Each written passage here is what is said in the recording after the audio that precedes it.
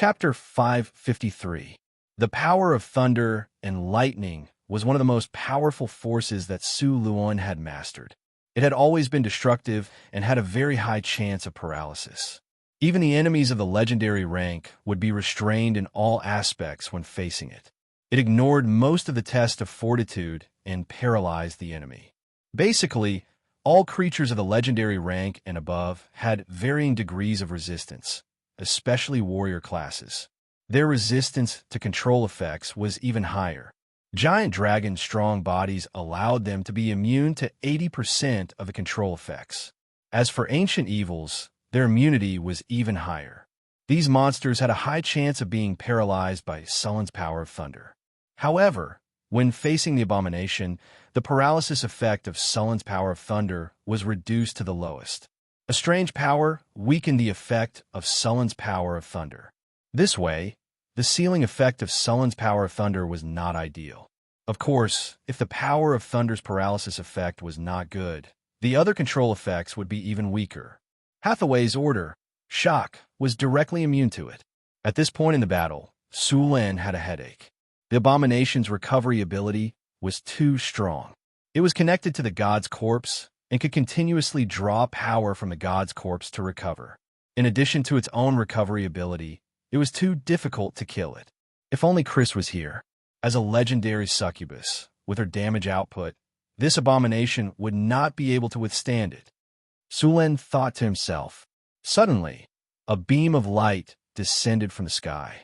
Immediately after, a tall figure emerged from the beam of light. The figure's silvery white body exuded a chilling aura. Its tall figure exuded an oppressive aura, and its sharp twin blades gave off a chilling sensation. To Su Luan's surprise, the guardian magic statue appeared on the battlefield. Activating battlefield communication. Mental link established. Guardian Golem activated. Transferring battle command authority. Enigma suppression ability activated. Tower Master. Battle preparations are ready. Please give the battle order. The cold mechanical voice of the Tower Genie sounded in Su Lin and Hathaway's hearts. At the same time, Alex and Karina's voices sounded in their hearts. Su Lin, do your best. We've already blessed the Guardian Golem with spells, so we can start the battle immediately. Yes, we must kill that monster. Don't worry, we'll definitely destroy it this time. Su Lin said proudly when he saw the Guardian Golem in front of him. The Guardian Golem had fought with Su Lin for a long time. Even if it was slightly weaker than Su Lin, it still had the combat power of a high-level legendary mage. With the addition of the Guardian Golem, its combat power had completely met the requirements. Activating Elemental Fission Shield. Chi-Raising Chop activated. Weakness Detection activated. Silver Sacred Sword, Legendary, Charging. Armor Break Effect activated. Sharpness Effect activated. Greater Haste activated. Along with the Tower Genie's cold voice, the Guardian Golem instantly went all out. Summoned the Undead Army. Gusts of chilly wind suddenly blew, and the surrounding fog quickly gathered. Hazy shadows appeared one after another. These vengeful spirits that had been awakened by the abomination emitted a strong aura of death. As soon as they appeared, they pounced on Su Lin. Summon evil creatures. A portal appeared, and in the next second, various twisted and ugly monsters appeared. A black mass of monsters surged out from the dimensional portal. Twisted shadows, mutated monsters, petrified lizards, spiked lions, and so on. After sensing danger, the abomination immediately summoned an army of monsters. These monsters in front of him instantly crowded the surrounding space. There were so many of them that they could even fight a medium-sized war. After seeing this situation, Su Lin did not care at all. To be honest, although the number of monsters and undead summoned by the abomination this time was large, their quality was too poor. One must know that he used to be invincible on the battlefield. The army of monsters in front of him was completely insignificant. The Guardian Golem's tall figure rushed up directly, and its two Demon Slayer blades were invincible. None of the monsters were a match for it. Wherever it passed, it was like cutting chives. Su Lin took out an exquisite flag, and the enormous power of thunder and lightning in his body exploded instantly. Infinite power of thunder and lightning gathered in this space, and in the next second, countless thunderbolts exploded instantly. Lightning storm. A strong power of thunder and lightning rose from Sullen's body. The storm and lightning enveloped the entire space, and countless thunderbolts slithered around like thunder snakes. The originally crazy monsters seemed to be shocked by the scene in front of them. At this time, Sulen looked like the legendary thunder god. Countless thunderbolts appeared under his control, and in the next second, thousands of thunderbolts exploded instantly. The entire world was filled with the sound of thunder and lightning, and for a time, screams could be heard one after another. After activating the Thunder Domain and borrowing the power of the Wind Dragon flag, Sulen once again performed the Lightning Storm. Although the power of the Lightning Storm was somewhat weakened because it was in an underground environment and could not borrow the weather, the area of the Lightning Storm was not very large. As a result, the range of the Lightning Storm was smaller and the thunderbolts were more concentrated. The Lightning Storm enveloped the entire space, and all the monsters had nowhere to hide. Even the abominations could only take this attack head-on. Thunderbolts raged in the underground world, and the summoned undead army had no place to hide under such a saturated attack. The power of thunder and lightning was more harmful to the undead creatures. In just a breath's time, a large number of undead creatures were directly purified by the thunder and lightning. After the lightning storm lasted for more than 10 seconds, all the summoned monsters were wiped out. The ground was filled with corpses that had been electrocuted into talking corpses. Even the abomination had many wounds on its body, but with its powerful recovery ability, these wounds were quickly healed. The power of thunder and lightning dissipated, and a tall figure quickly rushed over. With a flash of cold light, the sharp claws that had just grown out of the abomination were cut off again. The guardian golem, which had been strengthened by the weakness attack, kept attacking the abomination. Facing this kind of golem puppet that could not be controlled, had thick skin, and was immune to all kinds of negative statuses, the abomination did not have a good way to deal with it. Sulen put away the Wind Dragon flag. He had consumed a lot of energy just now, but in the Thunder Domain, his recovery speed was very fast. With a flash of thunder and lightning, Sulen appeared in front of the abomination with the storm halberd in his hand. The human and the golem were like butterflies flying through flowers, constantly attacking the abomination rapidly. Many wounds appeared, and the abomination roared angrily and attacked crazily, but its counterattack was getting weaker and weaker. Chapter 554. Sulen and the Guardian Magic Statue attacked quickly. The man and the magic statue were like the most brilliant surgeons, cutting the abomination quickly. A large number of wounds quickly appeared on the abomination's body. Under their crazy attacks, the abomination was completely passive. In the battle just now, Sulen discovered a weakness of the abomination that was not a weakness. When Sulen and the rest's attacks exceeded the abomination's recovery speed, the abomination would stop attacking and enter a defensive state, increasing its recovery speed. At this time, the abomination would not take the initiative to attack. Although it could not kill the abomination, it could delay its movements. After discovering this rule, Sulen had already thought of a way to deal with it. The storm halberd was waved quickly, and the magic slaying blade swept across. The abomination's body was now full of holes. Great disintegration spell. A green light flew out from Hathaway's magic staff and hit the abomination's body instantly. The area dissipated like sand. The abomination's recovery ability was suppressed, and its aura became weaker and weaker. Its recovery speed also became slower. After seeing this, Hathaway immediately waved her magic staff and started to cast a spell. Soul Banishment. Rays of silver-white light appeared, and countless runes quickly gathered and merged. Finally, they turned into silver-white chains that pierced the abomination's body instantly. These chains pierced through the abomination's body. Then, as it roared crazily, Hathaway began to slowly drag the abomination's soul out of its body.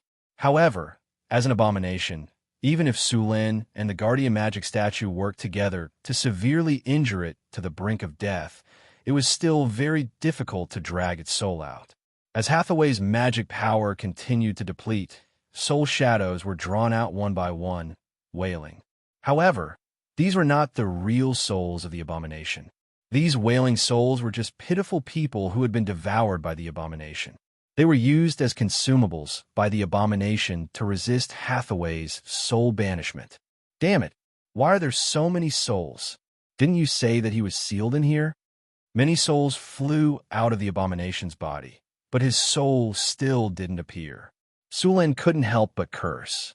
Throwing out a large number of magical gemstones, Su Lin casually cast a soul-trapping spell to guide these souls into the gemstones. Seeing that Hathaway and the abomination were in a tug-of-war, Su Lin instantly released countless lightning bolts. These lightning bolts quickly gathered in midair, and in the blink of an eye, 9 purple chains that were shining with lightning appeared. Thunder Prison. 9 purple lightning chains instantly pierced through the abomination's body. Together with Hathaway, they tried to drag the abomination's soul out. Astral Projection. A golden light suddenly rose from Hathaway's body. In the next second, a translucent figure that looked exactly like Hathaway walked out of her body. The silver soul had a hazy shadow. This was the form of her soul. Countless inscriptions were engraved on her soul. This was the power that Hathaway had added to herself. After activating the astral projection, Hathaway's power increased greatly. The silver chains dragged even harder. Soon, under the combined efforts of Su Lin and Hathaway, a dark, twisted, ferocious, and indescribable soul was dragged out of the abomination's body. This wasn't a complete soul in human form. Instead, it was a terrifying soul that was pieced together by countless soul fragments. It looked terrifying and ferocious. The evil energy in the surroundings quickly became denser. An extremely crazy and hateful consciousness began to attack Sullen's mind. He struggled, roared, and tried to escape frantically. He resisted the pulling power of the silver chains and the purple lightning chains. However, it was obvious that the abomination had already lost in this tug-of-war. The abomination struggled frantically, but his soul was still being dragged out bit by bit. What a terrifying monster! Su Lin could feel the abomination's desire to destroy everything in front of him. He couldn't help but be shocked. Su Lin pulled the lightning chains and bound the abomination's soul tightly. Then endless lightning burst out from his body. "It's time to end this," Su Lin shouted. He raised the storm halberd in his right hand and slashed at the abomination's soul. As a dazzling lightning flashed, the abomination's soul was cut in half. The abomination's soul was cut in half, but it still didn't die. However, its struggle became much weaker. Su Lin and Hathaway easily dragged the 2 parts of the abomination's soul over. Although the soul had been pulled out, the abomination still didn't die. It was very difficult to kill a monster of this level. Even if the physical body was killed, as long as the soul escaped, it would be resurrected soon. Su Lin wouldn't make such a mistake. Soul Suppressor. Hathaway chanted an ancient spell. Her huge soul was like a giant. The silver rune chain emitted a dazzling light and pulled half of the abomination's soul into a high-quality magical gemstone bit by bit. Su Lin also took out a high-quality magical gemstone and sealed the other half of the soul. As if sensing danger, the abomination's soul struggled and roared madly, trying to break free. However, at this moment, the abomination was too weak to change the situation. In the end, the soul was split into 2 and was completely sealed in the gemstone as it screamed. The lightning chains shrunk instantly and appeared on the surface of the gemstone like strange patterns. The moment the abomination's soul was sealed in the gemstone, the originally pure gemstone became pitch black. At the same time, it emitted an evil and blasphemous spiritual light. The entire gemstone looked very evil. It had been turned into an evil gemstone by the abomination's soul. If this gemstone fell into the hands of an ordinary person, they would be affected by the abomination's soul and fall into darkness. In the end, they would become the carrier of the abomination's resurrection. Su Lin heaved a sigh of relief. He flipped his palm and put the gemstone into his storage space. Although this gemstone was very dangerous, it was also very precious. It contained a lot of divinity. Hathaway's huge figure waved her hand gently, and a spiritual light rose. Demon sealing formation. Runes danced and instantly sealed the gemstone that was emitting evil spiritual energy. Apart from looking a little black, this gemstone looked like an ordinary gemstone. Then, her soul turned into a spiritual light and returned to her body. As the soul was sealed, the abomination's body collapsed. Its power was quickly drained. After a few breaths, the abomination's body deteriorated rapidly. In the end, it became like a dried-up, rotten wood. Chapter 555.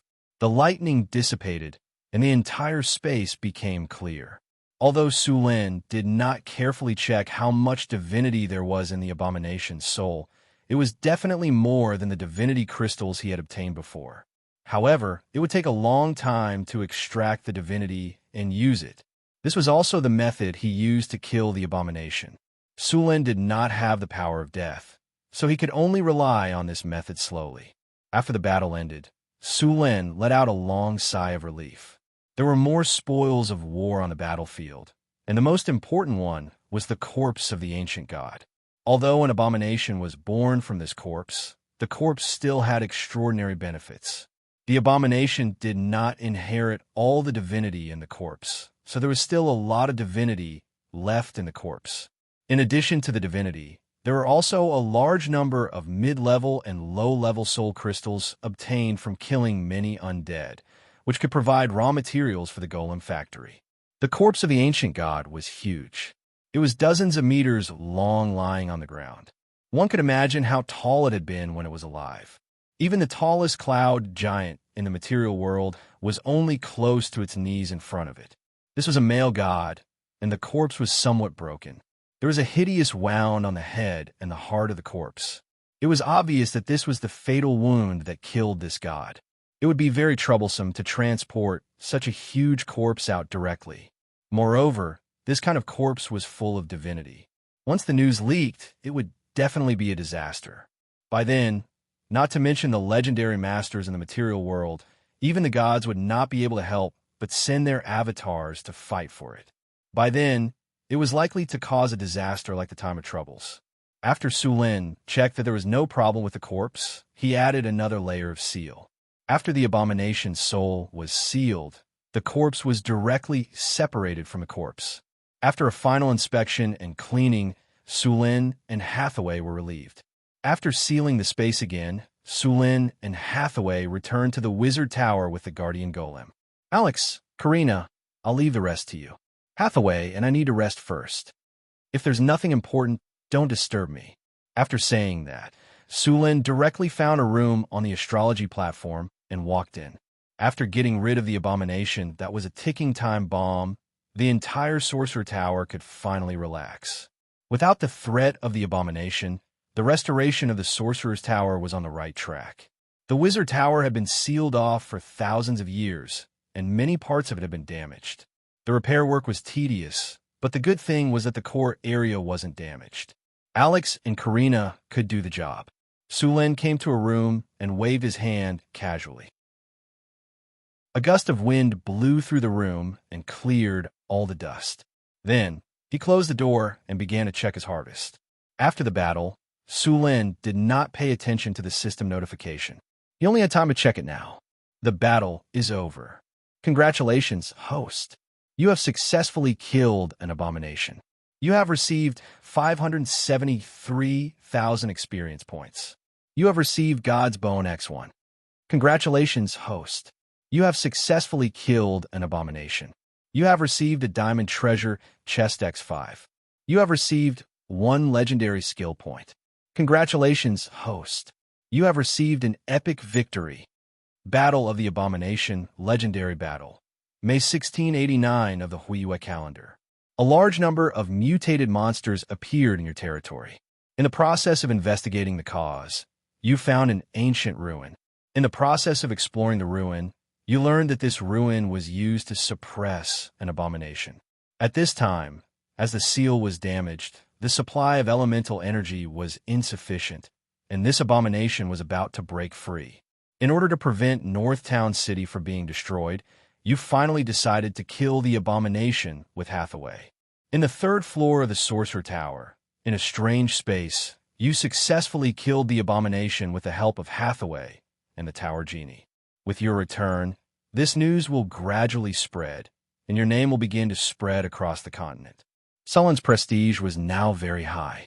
If the entire continent was divided according to the arcane card game, Sullen alone would be a purple legendary card, and he also had a red faction card, Florence and Northwind Principality, as well as many follower cards. If he revealed all of his strength, Sullen's card would probably become an SSR Gold Godly card. Congratulations, host. Your experience points are full. You have leveled up. You are now level 31. You have received 2 free attribute points, 2 skill points, and 2 diamond treasure chests. Opening the system storage space, Su Luan saw 7 diamond treasure chests neatly placed in the storage space. Seeing this, Su Luan felt envious. After a long time, Su Luan finally calmed down and summoned a water ball.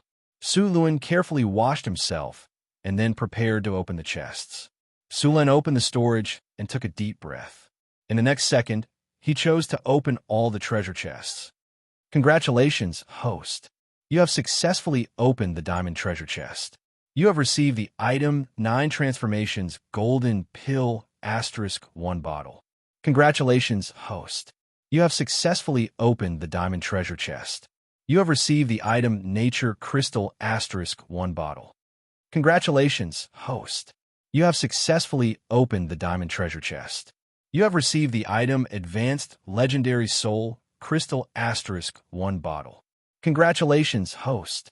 You have successfully opened the diamond treasure chest. You have received the item God's Blood *1 bottle. Congratulations, host. You have successfully opened the diamond treasure chest. You have received the item Time Orb *1 bottle. Congratulations, host. You have successfully opened the diamond treasure chest. You have received the item Hero Recruitment *1 bottle. Congratulations, host. You have successfully opened the diamond treasure chest. You have received the item Arcane Mechanics. The brilliance dissipated, and Sulin could not wait to take out the items to have a look. Sulin had already obtained 2 bottles of 9 Transformations Golden Pill. He put them away immediately. He had also obtained the Nature Crystal. It was just nice that he could give it to the Nature Oak. This was also very beneficial to Xanthi. However, Xanthi was currently unable to absorb this energy. The Advanced Legendary Soul Crystal was a good item. This was an important material for creating Advanced Tower Genie and Advanced Legendary Golems. Next, Sulin picked up a crystal bottle and examined it. This was a red bottle of viscous liquid with a golden glow. It was God's blood. As the crystal bottle shook, a faint golden glow rippled out. Sulin used appraisal to appraise it. This was a bottle of God's blood. It could be used to create magic potions or create divine artifacts. It was very precious. Sulin immediately put the crystal bottle away. The time orb was a light blue pearl. It was about the size of a lychee. Its surface was as smooth as jade. After appraisal, it was actually a treasure that contained a trace of the law of time. Its effect was to reduce the difficulty of casting spells, such as Time Stop. Unfortunately, Hathaway only knew Time Stop. She could not cast spells such as Time Reversal or Time Banishment. Chapter 556. In some ancient legends and myths, there was an ancient god called the Lord of Time and Space among the first ancient gods of order. However, he had never left any information, so Arcanus had always doubted whether this ancient god really existed. In the multiverse, there were very few of his believers, but it was certain that those time dragons were the believers of this Lord of Time and Space. Wizards learned their space-time spells from the time dragons. Time dragons could be said to be masters of controlling time. They were born with the ability to control time. For example, they could cast spells like Time Stop at will. This was a very powerful legendary dragon species. They were also known as the chronological dragon, the epic dragon, or the eternal dragon. They rarely communicated with ordinary creatures. Time dragons like to travel in time and explore the past or the future. When they found a potentially dangerous war, they would not hesitate to use their ability to end the war as soon as possible. Time dragons were also the only dragon species that was truly immortal. This kind of dragon was also the only one that did not collect treasures. Instead, it collected ordinary sundials and strange mechanical clocks. According to data, there were only a dozen or so time dragons in the multiverse. It was said that many time dragons had left the Crystal Wall System universe. In the same Crystal Wall System universe, they would usually form groups of 4 to 10 for the purpose of reproduction. Once all the female dragons were pregnant, the group party would end, and then it was very likely that they would never see each other again. Some lucky arcanists were lucky enough to communicate with time dragons and then learn time spells from them. This was how the famous legendary spell Time Stop came to be. It was said that some arcanists studied and imitated the breath of time dragons to create spells. The breath of time dragons had 2 effects. One was to steal time. They could spit out the breath of time that wizards were immune to. It would directly steal time from the opponent, causing an irreversible and permanent aging effect. It was said that some of the breath of time dragons could easily turn a human from a baby to an old man. The second effect of the breath was to exile time. It was also unavoidable. Its effect was to directly throw the enemy out of time. The enemy would completely disappear and be unable to move until the effect of the breath disappeared and they were captured by time again. These 2 dragon breaths were very powerful. Time Exile was a spell that imitated the time dragon's breath. However, the effect of this spell was far inferior to the time dragon's breath. Even so, this spell was very powerful, and very few people could master it. Now that he had the space-time orb, a treasure that could be considered a divine artifact, he would need to search for and collect time-related spells in the future. Space-Time Pearl, a mystical pearl condensed from the power of space-time. It contains a trace of the laws of time and space. Wearing this pearl will greatly reduce the difficulty of casting time spells. Moreover, the wearer will grasp a portion of the power of time. Effect: immune to slow, immune to dimensional anchor, and other positioning spells. Immunity Time Stop, time control. The effects of time and space spells are increased by 100%. Casting difficulty is lowered by 1 spell rank. Time control. You have the power to control time in a small area, which allows you to move faster. With this space-time orb, Hathaway's strength had increased by a large margin. The most obvious one was the Time Stop spell. The difficulty of casting it was directly reduced from the 9th circle to the 8th circle. Coupled with the effect of controlling time, it had reached the point of instant casting. If she could master other time-related spells, the role of this orb could be maximized. Sulin decided to give this space-time orb to Hathaway to use. The last 2 items were left.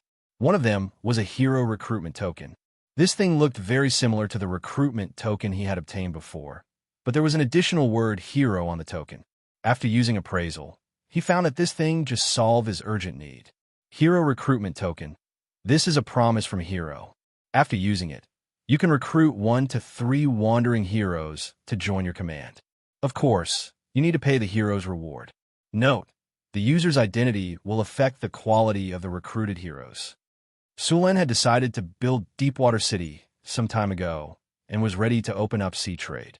Originally, he was worried about the lack of manpower and that there would be no one to manage Deepwater City.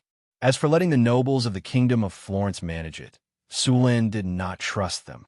Now that he had the hero recruitment token, this problem was solved. Sulin put away the hero recruitment token. He planned to use it when he returned to Northgard City. The last item was a book called Magic Mechanics. Sulin briefly flipped through it. This book recorded a lot of knowledge about magic mechanics.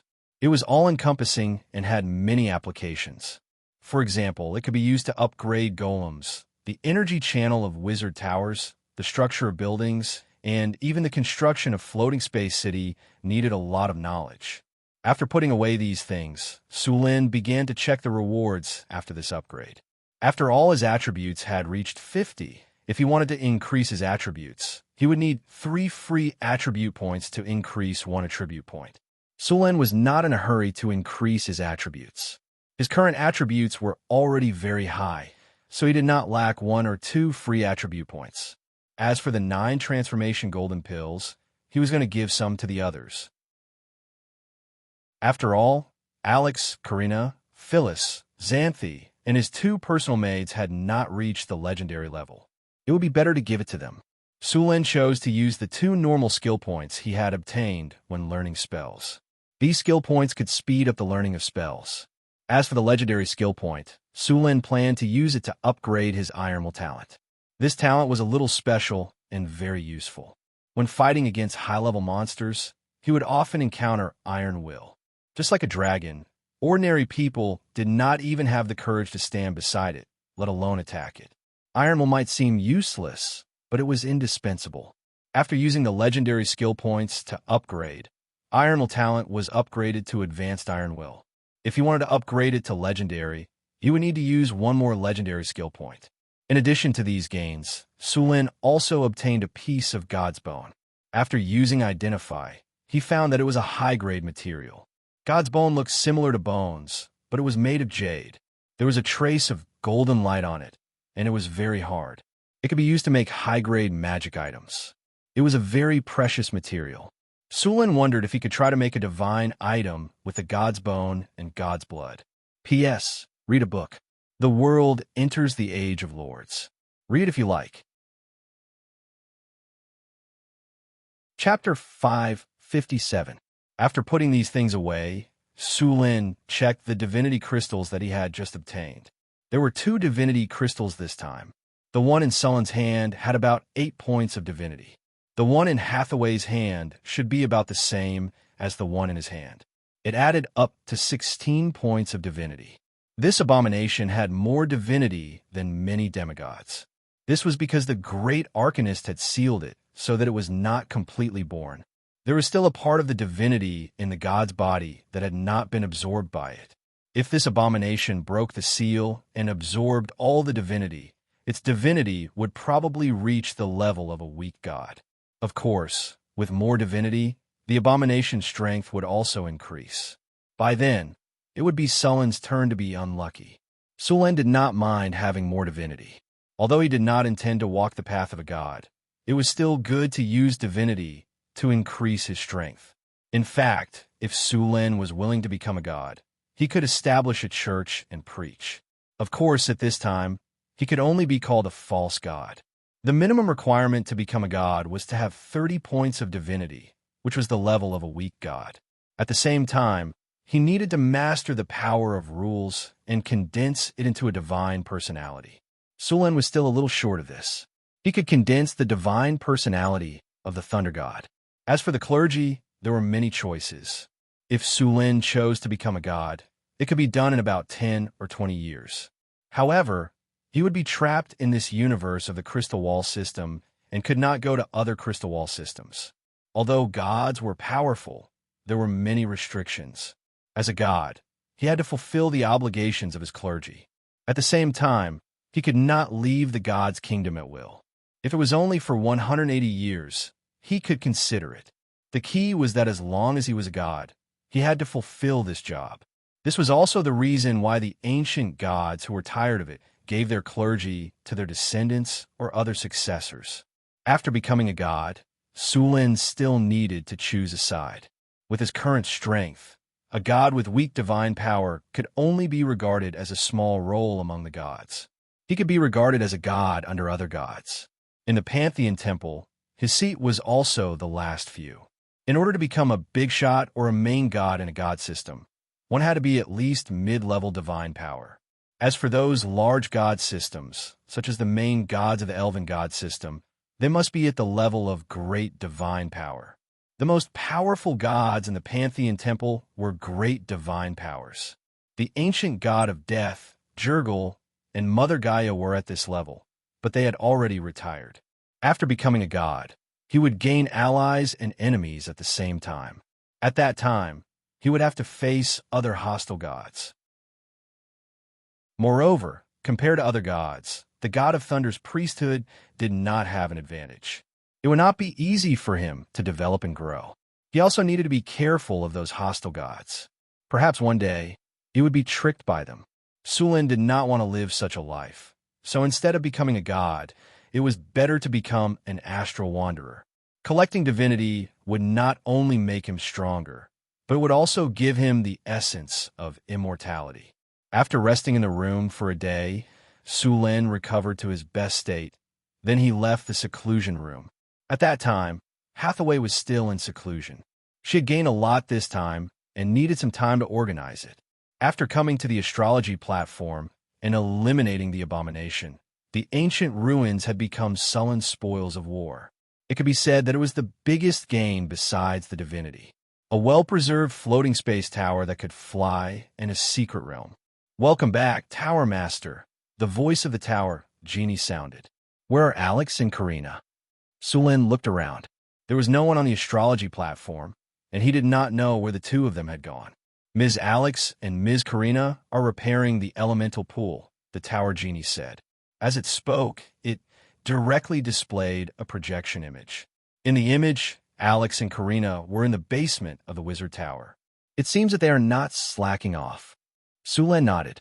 "By the way, Tower Genie, did the former Tower Master leave any treasures or other magic props in this tower?" Sulin suddenly thought of something and asked. "I'm sorry, Tower Master. The previous Tower Master was arrested for violating the rules of the Supreme Arcane Parliament and conducting dangerous research. When the previous Tower Master was arrested, all his wealth and magic tools were taken away by the Supreme Arcane Parliament. So there is nothing left here," the Tower Genie said coldly. Sulin shook his head in disappointment. "Sure enough, I was greedy. A floating space tower is worth at least hundreds of millions of kinner. What else can I ask for?" Soon, Sulin sorted out his thoughts and continued to ask the Tower Genie about the Wizard Tower and the Secret Realm. "Tower Genie, how many golems are there in the Wizard Tower now?" "There is a golem legion in the Wizard Tower, including 2 diamond golems, 2 advanced magic construct golems, 500 steel golems, 1,000 rock golems. So many, I'm rich." After hearing the Tower Genie's words, Sulin's eyes turned into the shape of Kinnur City. A whole golem legion. How many Kinnur City would it take to produce this many golems? But before he could get excited, the Tower Genie's next words made Sulin's mood slowly sink. However, because of the lack of energy and maintenance, now the Golem Legion has been sealed. Many of the golems have aged and damaged, and some of them have lost the value of repair. Moreover, many of the golems that can fight were destroyed in the Tower Master's attack not long ago. Now about 10% of the golems in the Wizard Tower are intact. I knew it. Suddenly falling from heaven, Sulin's face was a little gloomy. 2 advanced magic construct golems have been damaged, but the diamond golems are intact. The advanced magic construct golems are damaged? How? Sulin asked in surprise. The Tower Master destroyed them himself. The Tower Genie's cold voice echoed in the astrology platform, and at the same time, a video was projected. It was the scene of Sulin attacking the Wizard Tower. 2 advanced golems that were obviously different from the steel golems were destroyed by Sulin and Hathaway. Okay. Seeing this scene, Sulin was a little embarrassed. Because the 2 advanced golems lacked energy and maintenance. One of them was directly destroyed by Hathaway's disintegrate spell. The item destroyed by the disintegrate spell would lose its magical effect, and coupled with the lack of maintenance, this golem had lost the value of repair. The other one was slightly better. It was destroyed by Sulin's lightning spear and could be repaired. The 2 diamond golems were preserved because the Tower Genie had insufficient energy to activate the guardian golems, but they still needed to be repaired. After all, after such a long time without maintenance, many of the internal parts had aged. Chapter 558. Although the legendary golems were powerful, they also needed to be maintained on time. The wizard tower had reached such a state that even the internal energy supply of the wizard tower could not be guaranteed. Naturally, the legendary golems could only be abandoned. Although some protective measures were taken when they were sealed, it had been too long after all. After some inquiries, Sulin learned that the secret realm had been emptied by the ancient arcanists. When the abomination was discovered, it was too powerful for them to kill it, so they sealed the abomination. The secret realm that sealed the abomination was abandoned. Only the Enigma and the floating space tower were left behind to suppress it. The entire secret realm was basically an empty shell. The Arcanist's plan was to seal it for thousands of years until the abomination weakened to a certain extent. Then they would kill it. But they never expected that before the abomination weakened, the Arcane Kingdom would go to war with the gods. After the war, the Arcane Kingdom fell apart. The secret land and the abomination of the god in the secret land had long been forgotten. They couldn't even take care of themselves, so who would care about the abomination of the god? It was also because of the good quality of the seal left by the Arcane Kingdom that it hadn't completely collapsed after thousands of years. Otherwise, it would have caused a catastrophe. However, although everything there had been moved away, the ancient arcanists still left behind a lot of things, such as the virtual library. In the core of the wizard tower, there was a virtual library of the ancient arcanists, which stored a lot of knowledge from the era of the Arcane Kingdom. Although it wasn't the best, after all, the owner of the wizard tower was only a high-level legendary. He didn't have a floating space city, and he wasn't a great arcanist. The core knowledge of the era of the Arcane Kingdom, such as the floating space city, the neutron star golem, the element fusion reactor, the element annihilation technology, and so on, didn't exist. However, although there wasn't the most core knowledge, the knowledge stored there was still very precious. In the core of the wizard tower, there was a complete set of floating space tower construction technology, half-bit wall development technology, the magical particle railgun 2 V generation technology, Enigma weaving technology, the legendary golem technology, and so on. These technologies were not top-notch in the era of the Arcane Empire, but they were definitely top-notch in this era. Northern Town City was not as powerful as those old wizard organizations. Even though Sulin had opened a treasure chest and obtained a lot of powerful knowledge, it could only close the gap a little. However, with this virtual library, the Northern Wind Tower's knowledge was immediately filled up. They were not inferior to the most powerful wizard organizations in the world. The problem now was to absorb and fuse this knowledge as soon as possible. Only after absorbing and fusing this knowledge could this foundation be converted into strength. However, the most important thing right now was to repair the wizard tower as soon as possible. He checked the damage of the wizard tower from the tower genie. The most damaged part was the elemental pool. The energy circuit and rune engravings were also damaged. Some parts of the magic steel were severely rusted and needed to be replaced as soon as possible. Originally, if there was enough energy in the wizard tower would activate protection. These energy circuits were protected by mana and would not be damaged. Now, they could only replace them with new ones. Fortunately, the entire wizard tower was built with obsidian and was blessed with a permanent hardening spell. The structure of the entire wizard tower was strong enough. They only needed to repair the damaged parts to be able to use it again. A day later, Hathaway finally came out of the closed room. Seeing her in high spirits, it was obvious that she had fully recovered. "Hathaway, how do you feel?" Sulin asked with a smile. "Much better. The evil thoughts of the abomination have been cleaned up. I only knew about the power of the abomination from some records. After this encounter, I realized how terrible this monster is. Even if it has been sealed for thousands of years and its strength has fallen to the bottom, it is still so powerful. I can't imagine how powerful it is when it is in its heyday. No wonder it is called the Terminator of Civilization," Hathaway said with a look of lingering fear. Sulin smiled and said, "Powerful people leave behind many benefits. This time, we got 16 divinity crystals directly from the abomination. Together with the divinity on the god's corpse, it is enough to give all the divinity of a god with weak divine power. So much. Hathaway said in surprise. That's right. With so much divinity, we must keep it a secret. If even a little bit of information is leaked, our northern town city will not be able to resist the churches of the gods, Su Lin said with a serious expression. Understood. Hathaway was shocked. She immediately understood that although the divinity harvested this time was rich, it could be the source of chaos if they were not careful. As for giving up, neither Hathaway nor Su Lin had ever considered this point. Also, these divinities are contaminated with the chaotic consciousness of the abomination, Su Lin continued. These chaotic consciousnesses must be completely removed before the divinity can be integrated. Also, you must be careful when integrating the divinity. You can't be greedy, I know. Hathaway made a face at Su Lin.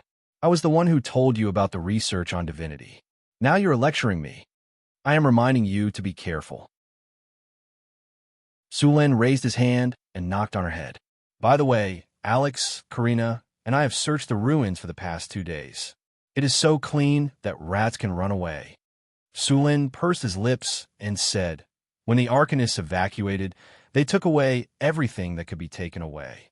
I suspect that if they did not need the floating space tower and the enigmatic lock to suppress the abomination, this wizard tower would not have been preserved.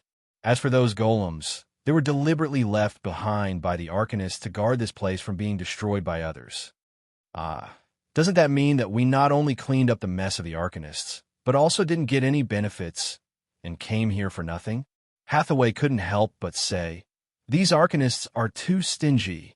Come on, the floating space tower, the secret realm, the enigmatic lock, the god's corpse in the basement, and the golems downstairs.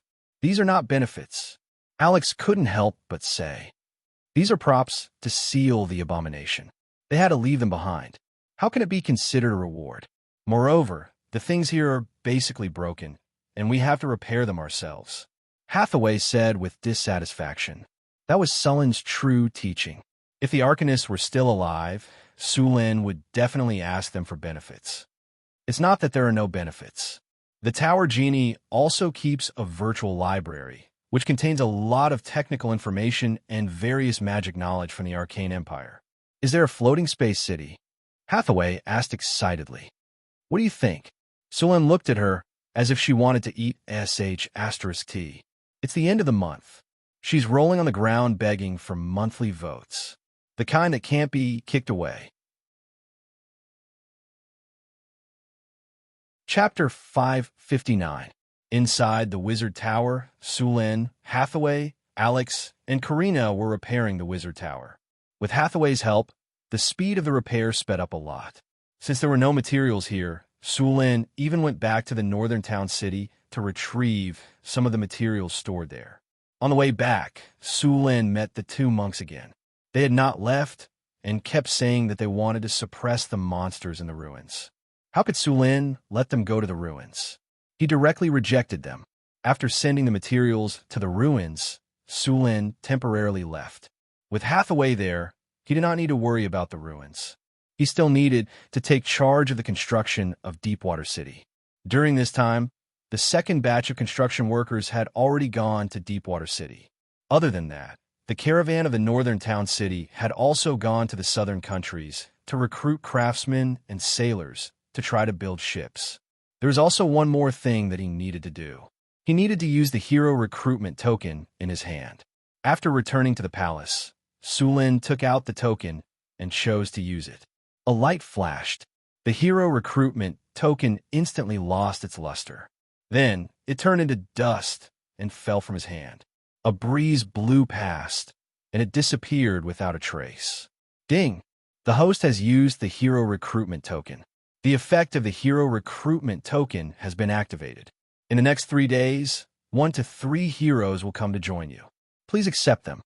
The system's cold mechanical voice sounded in his ears.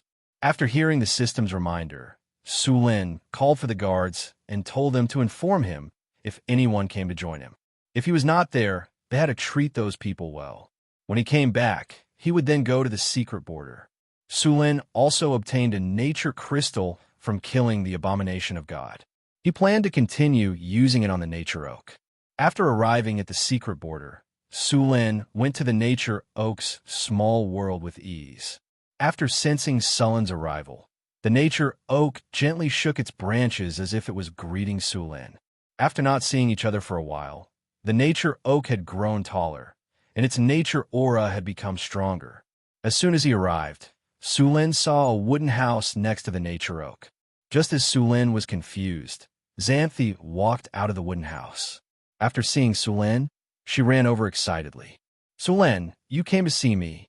Xanthi ran all the way to Sulin. Sulin reached out and hugged her and spun her around. Xanthi's light body was soft and had a natural floral fragrance. After a while, Sulin put her down. "Did you build this wooden house?" "Grandpa Tree built it for me," Xanthi said excitedly. "Grandpa Tree?" Sulin was a bit confused. "Yes, that's him." Xanthi pointed at the nature oak. "You can communicate with the tower?" Sulin looked at Xanthi in surprise. Xanthi said shyly, "Not really. I can only feel some vague thoughts." "When did you feel it?" Sulin asked. "For a while." Xanthi shook her little head. "You've awakened your fairy bloodline?" Sulin suddenly saw a pointed ear in Xanthi's light blonde hair. "When did you awaken?" "I don't know. I just live here for a while. That day, I suddenly felt Grandpa Tree. From that day on, I felt some changes in my body," Xanthi said as she hugged Sulin.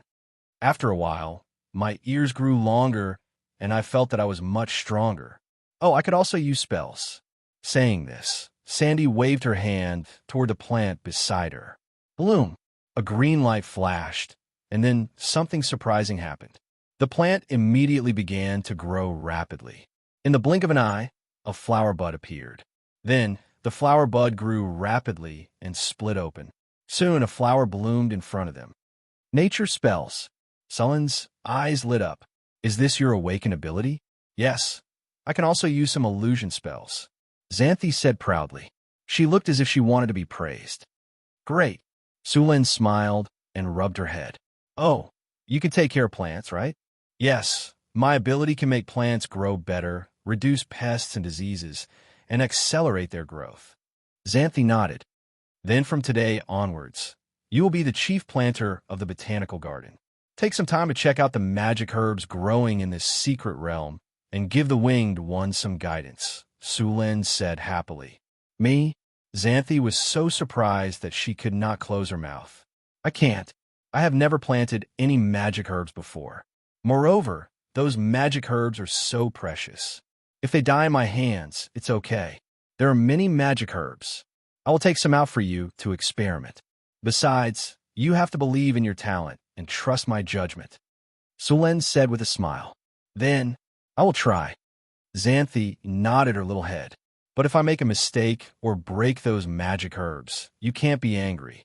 "Don't worry, I won't be angry," Sulin said. Then Sulin took out the nature crystal and used it on the nature oak tree in front of him. The light, green divine power instantly merged with the nature oak tree. Then the nature oak tree in front of them began to grow rapidly. The tree trunk became thicker, and the whole nature oak tree continued to grow.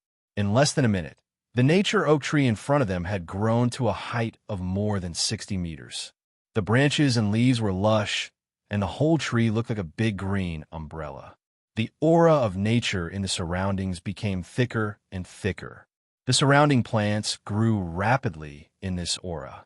An aura of life surrounded this place. Did it level up? Sulin was surprised when he saw the changes in the nature oak tree in front of him. "Sulin, Grandpa Big Tree asked me to tell you that he is grateful for your help. He has leveled up," Xanthi said happily. Sulin used Identify on the nature oak tree in front of him. Then a message appeared in his mind. Wisdom Ancient Tree, a magical plant evolved from the nature oak tree, is a unique plant in nature. It can give others nature spells.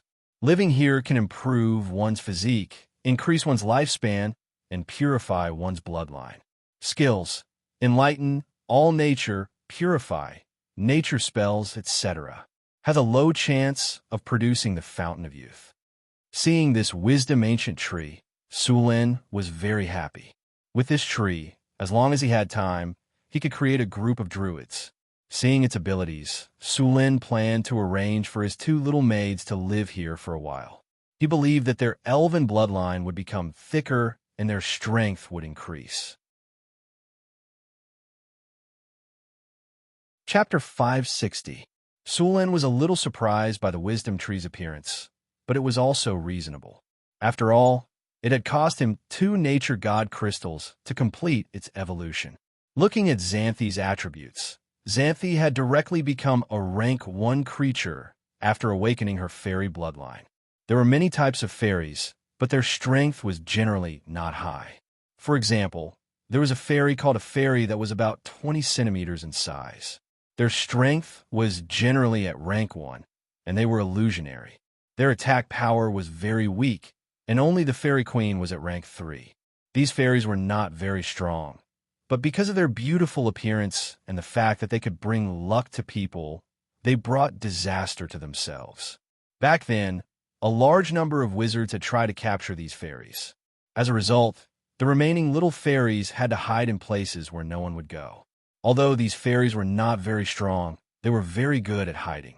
In the forest, even if someone was 2 ranks higher than them, they would not be able to find them.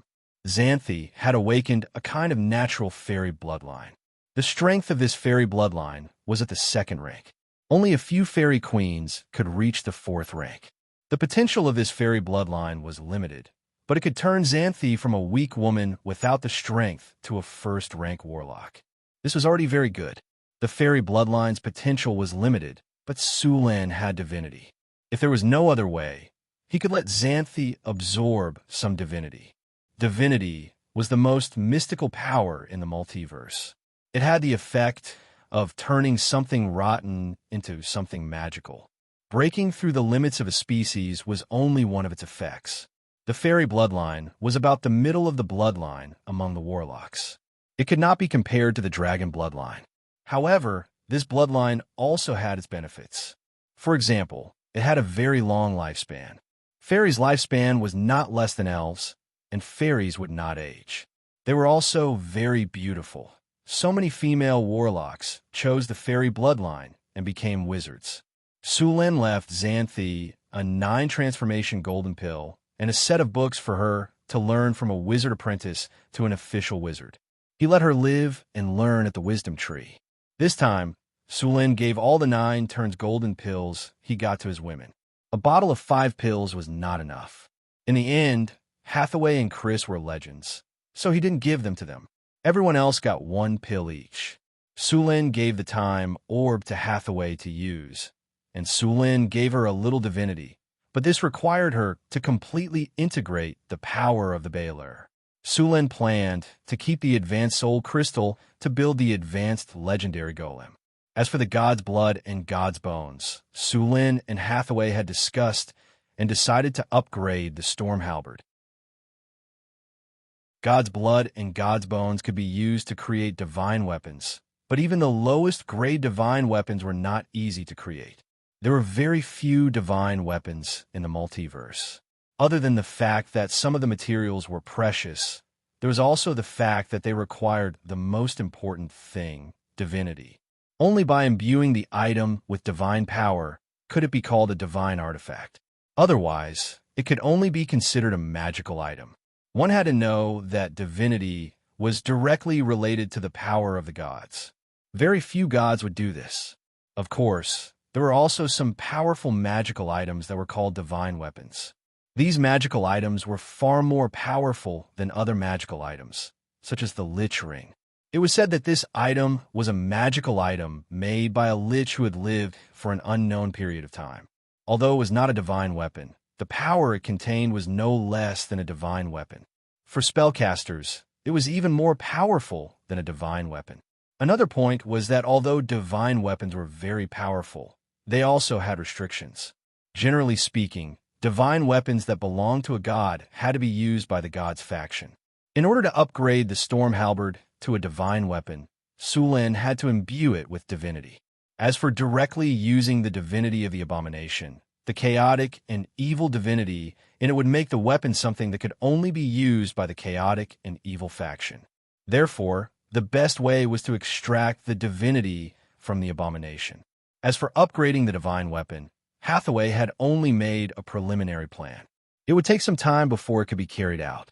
Sulin now needed to absorb the divinity left behind by the abomination. He now had 10 points of divinity in his body, and the power of divinity brought about a qualitative sublimation. First, it was in the physical aspect. His body had become stronger and had some characteristics of a divine creature. The second was the sublimation of his soul. His soul had become stronger and had a trace of immortal power. Sulin and Hathaway could only say that their research on divinity was average. According to the existing knowledge, the demigod Lich was the one who had the most in-depth research on divinity. Perhaps the ancient arcanists had a deeper understanding of divinity. After all, those arcanists had fought against the gods in the end. It was impossible for them not to study the power of the gods. Sulin planned to learn more about the power of divinity before making a divine weapon.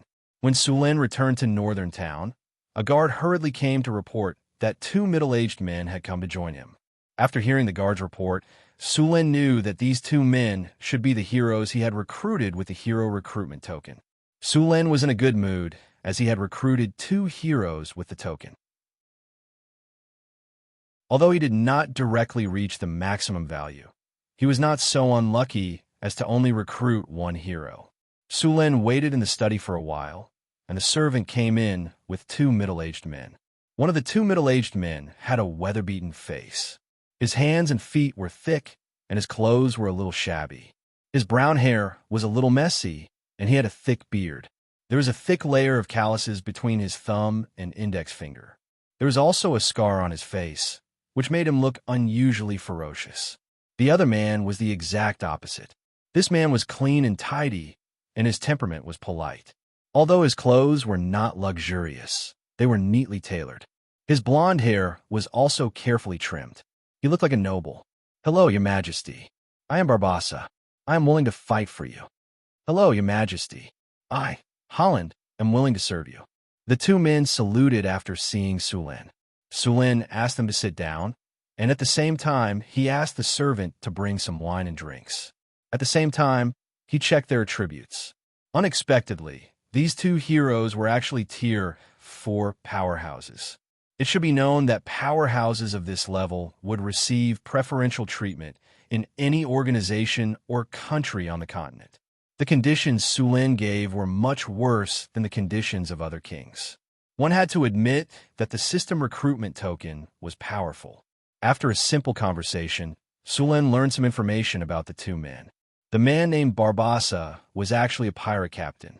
Because he went ashore to rest and resupply, he was betrayed and finally came to the northern wastelands. The other man, Holland, was a fallen noble. Because the old king died of illness, and the new king took the wrong side during the ascension, he was openly and secretly suppressed. He could only leave and unknowingly came to Northern Town. Chapter 561. When he was in power, he did not show any mercy to his political enemies. Now that he had lost his power, his political enemies would naturally retaliate, and it would be 10 times or even 100 times the revenge. The Holland family was already in dire straits, and it was because of him that they were able to rise again. Now that he had lost his power, the family had fallen apart. If not for his strength, he would have escaped with his wife and children after seeing that the situation was not good. Grass would have grown on his grave. The arrival of these 2 heroes could be used to fill in the gaps in Deepwater City. The development of Deepwater City needed someone to preside over it. Holland was originally an assistant minister of the Kerbal Kingdom and was proficient in internal affairs. He was more than qualified to manage Deepwater City. Barbassa, on the other hand, could be the captain of the Deepwater port. As a pirate captain, he was proficient in navigation and knew the pirates' port and how to fight. Other than him, there was no other general in Northtown City who knew how to fight at sea. Moreover, although the sea merchants of this era were called merchants, they were actually part-time pirates who often robbed the ships of other countries at sea. Sulin was preparing to engage in maritime trade. A pirate captain would definitely save him a lot of trouble. After understanding the abilities of the two, Sulan announced that Barbossa would be the captain of the Deepwater Port's fleet, in charge of fleet trade and combating pirates, and Holland would be the governor of Deepwater City. After accepting their allegiance, Sulan also saw the degree of their loyalty. Barbossa's loyalty was only 75, while Holland's was 80. Although they were not as good as the other generals under Sulan's command, their loyalty would increase after some time. With 3 legendary powerhouses around, they naturally knew what to choose. Of course, they still had to give the necessary benefits. Kinnur could not be left out. After all, they were all sponsored partnerships. With Holland and Barbossa, the development of Deepwater City began to accelerate. Sulan directly handed the construction of Deepwater City to Holland and the work of the shipyard to Barbossa. Although Barbossa was a pirate captain, he also had some understanding of shipbuilding. After all, as pirates, they often had to repair their ships themselves. Especially after seizing a ship, they had to modify it. They did not have a shipyard to work for them, so they had to do it themselves. Barbossa was very familiar with the route of the Southern Sea. After all, he was a pirate in the Southern Sea before. He was also familiar with the route to the Eastern continent. After all, they also needed an identity to hide, and they often went to the Eastern Sea route. Sulan was preparing to open up the sea route to the Eastern continent, so he could give it to him. In addition to building a fleet, the most important thing was to have qualified sailors. The Kingdom of Florence was located inland, and it was very difficult to recruit sailors. They could only recruit some people who could swim for training. After all, the inland river and the sea were 2 completely different environments. Now, while building the ship, he had Barbossa train these people. If there was a Navy Army SEAL, Sulan could directly recruit people to train the Navy. Unfortunately, he had opened so many treasure chests, but he had not obtained a Navy Army SEAL. In order to strengthen the connection between Deepwater City and North Town, Sulan and Hathaway purposely set up a teleportation circle in Deepwater City. They then connected it to the teleportation circle in North Town so that the 2 places could be teleported directly. The planning of Deepwater City was very different from that of North Town. As a commercial port, it must be convenient for transportation. After a period of construction, some houses have been built in Deepwater City. Some of these houses were for workers to live in, and some were for warehouses to store materials. Because the city was close to the sea, the climate was humid, and it often rained here, so the city's drainage facilities must be strict. At the same time, the city's terrain must be the highest in the surrounding area. Sulan did not want the whole city to be flooded when the tide rose. In addition to these, because the city was designated as a commercial city, the houses inside were different from other cities. All the houses in Deepwater City had 2 or more floors. Usually, the first floor would be a shop, and the second floor would be a residence. The drainage around the residence also had to be planned, and the roads were all according to the standards of North Town. There were 5 roads in the city, one of which was directly connected to the port. The width of the road had also increased from 4 meters to 10 meters. Once the commercial road was successfully opened, Deepwater City would definitely become a trade hub. If they still planned according to the 4-meter road, it would be very congested. In order to prevent congestion, Sulan planned to use 2 roads, one out and one in.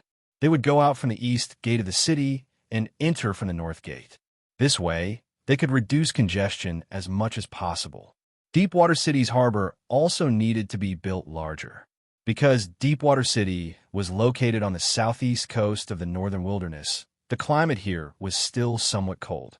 Although it wouldn't freeze in winter, there were often strong winds and waves, which led to the need to build a ring of breakwaters outside the harbor. In addition to the waterproof, Deepwater City also needed to build a lighthouse. As a port city, a lighthouse was indispensable.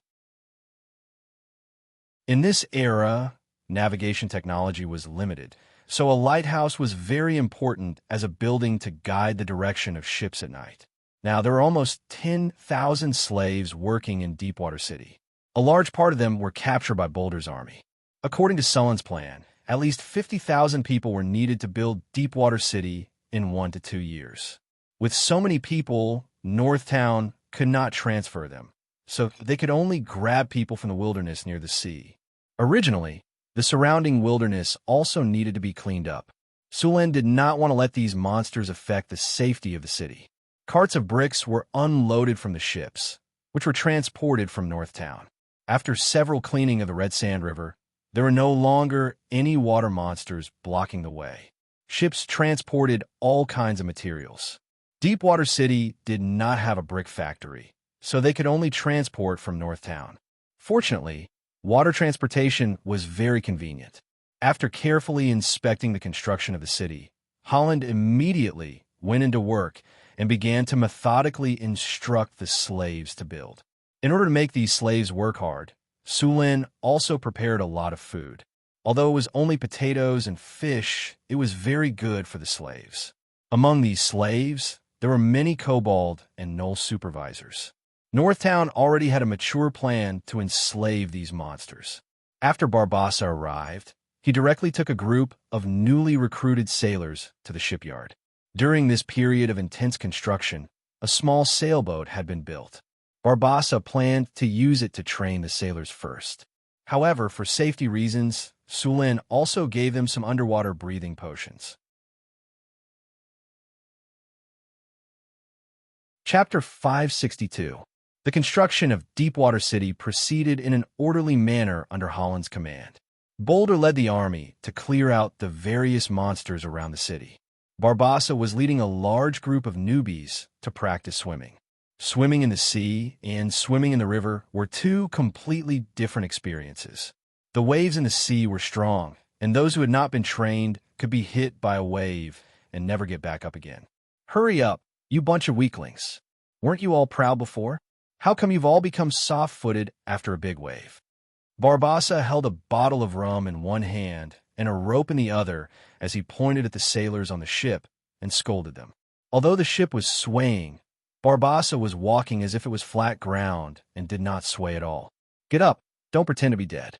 Hurry up and control the sail. If you don't want to go to the bottom of the sea to feed the fishes, then get up and control the ship immediately. The wind and waves rolled, and the entire sea was like a pot of boiling water. A small boat was rolling in the sea, and a 4-meter-tall wave hit it. The entire ship was immediately lifted up and plunged into the water. Just as the ship was about to sink to the bottom of the sea, it was lifted up by the sea in the next second. The ship rocked back and forth in the sea, but remained standing. Soon, the wind and waves passed, and the sea returned to normal. Hurry up and get up. Look at your vomiting. Hurry up and clean the deck. Barbassa said as soon as the storm passed. The sailors on the ship were dizzy from the fall, and their vomit was everywhere. Then, under Barbassa's urging, the pale sailors endured the discomfort and cleaned up. Don't think that this is a small matter. When sailing at sea, you must ensure that the ship is clean. If you don't want to get sick, remember to maintain hygiene. Also, you must maintain balance at all times. The enemy will not let you go just because you fell. All right, rookies, this is your first lesson after boarding the ship. More cruel training awaits you in the future. Cherish the good times now. I hope that I can still see you when it's over. Northern Wasteland, Northgard City. An endless stream of merchants entered the city in an orderly fashion. Although Northtown City had only been established for a few years, it had quickly developed into a bustling metropolis due to the local specialties and the continuous influx of immigrants. The Pearl of the Northern region was very famous in the human kingdoms. Almost every merchant knew about this new trading city. Merchants with stout faces could be seen bargaining everywhere. Occasionally, they would even say thank you to Lady Joaquin and then use their silver tongue to get the other party to lower the price. Northern Battlefront City had become an important trade center in the north.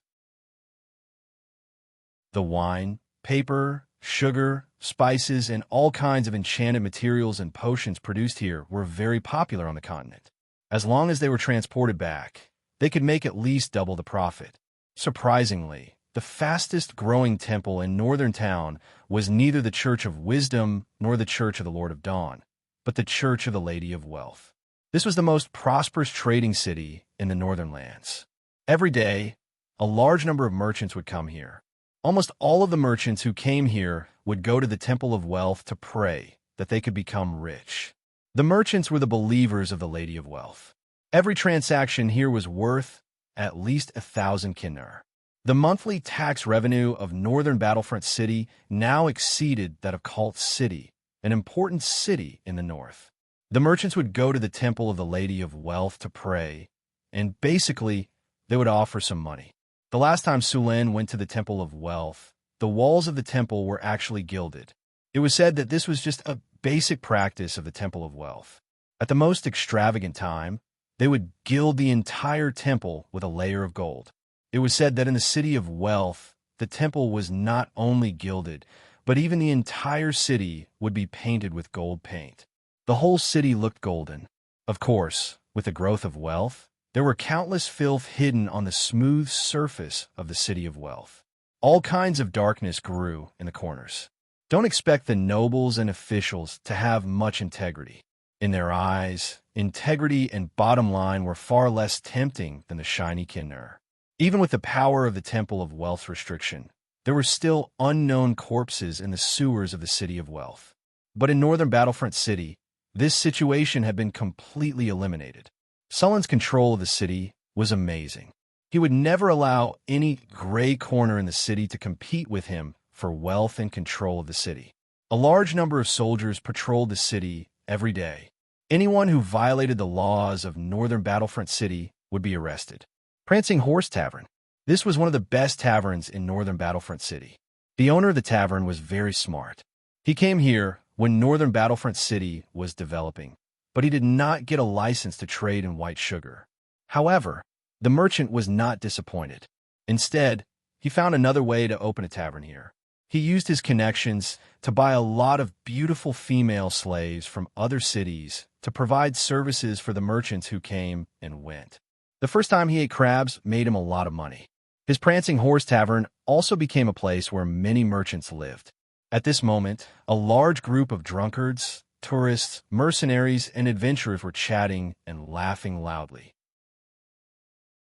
On a small stage in the middle of the tavern, a few female slaves who were dressed very sparingly were posing. This was a reserve program in the tavern. The owner of the tavern was very good at doing business. Everyone liked free performances. As long as these people were aroused, they would spend money to enjoy it even if you didn't say anything. Next to them, a bard was looking at the stage with a depressed face. These LSP only cared about watching the performance. Who would order his songs? He was too careless. He originally thought that the Prancing Horse Tavern was popular and wanted to make a lot of money. In the end, no one asked him to sing. A dwarf with a loud voice was drinking a local specialty of vodka. He looked drunk, but he was still shouting that he wanted to arm wrestle with another dwarf. A halfling stood at a table not far away. Although he was dead drunk, he had just knocked down a thief who wanted to steal his wallet. This sword is 30 feet and 1 inch long. It weighs 2 pounds and 3 ounces. It was tempered into steel and quenched into a sharp edge. 3 years ago, I killed a gnoll in Neverwinter. A dwarf master forged it and gave it to me. At this time, a warrior pulled out the long sword with a clang.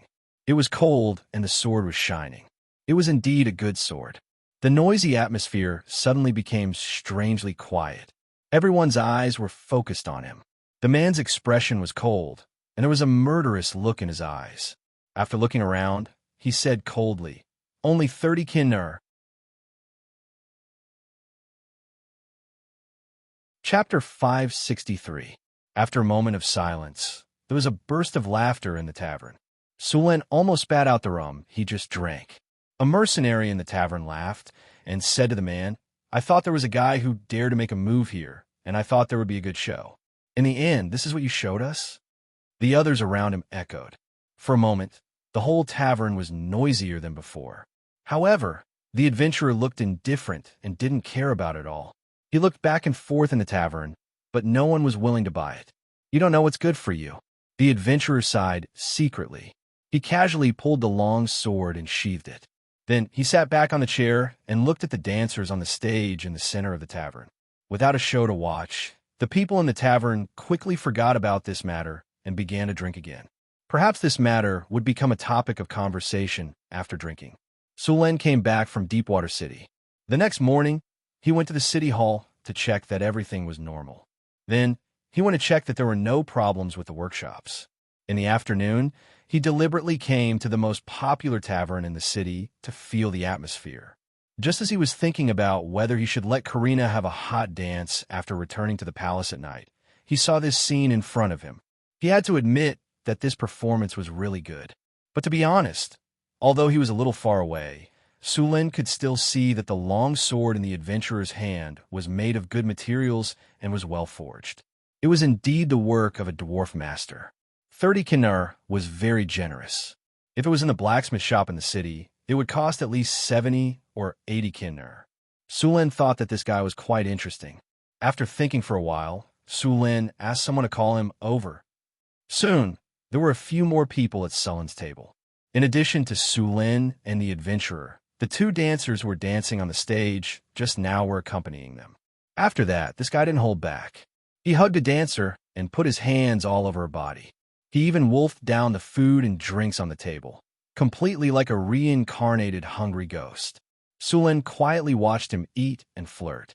When he was almost done, he asked, "That weapon isn't yours, is it?" "Yes, of course it's mine."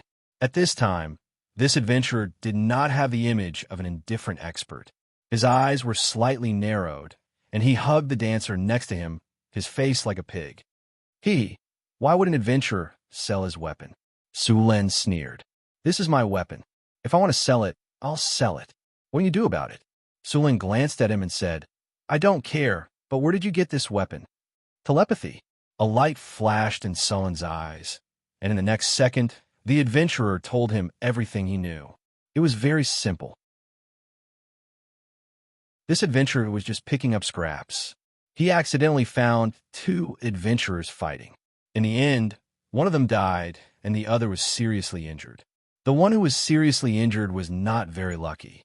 He died from his injuries, so in the end, all those things fell into his hands.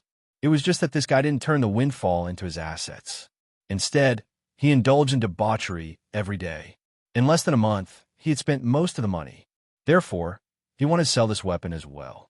Tonight, when he saw the performance of the dancers in the tavern, his brain was filled with lust, and he did what he did just now. Did the two people leave anything else? Su Lin continued to ask. "There's also an iron box." "I can't open it," the man said with dull eyes. "Where is the iron box?" "At my place." Su Lin looked around and waved his hand gently. The two dancers got up and left with dull eyes. Then he said to the man, "Where do you live? Take me there." "Yes." With that, the adventurer stood up from the chair and turned to walk out of the tavern. Su Lin followed him out, and the attendants who were responsible for the security work also appeared around him. The adventurer walked all the way out and soon came to a house for rent. These houses were cheap, and the place was narrow, but they were clean and tidy. There were no smelly gutters or the like. They could be considered clean and tidy. After coming to this house, the adventurer took out an iron box from a stone brick onto the bed. The box was tightly sealed, and it was impossible to tell where to open it. There was also a layer of protective magic light on it. On the outside of the box, there was also a rune circle. This was the opening circle of the box. After seeing it, Su Lin instantly knew that it was stored in a mage's box. The things inside must be very valuable. Su Lin didn't have a good way to remove this kind of seal. This kind of box was set with a protective device. If he tried to open it by force, the box would probably self-destruct and the things inside would be destroyed. Although he couldn't open this magic box, it didn't mean that Hathaway couldn't.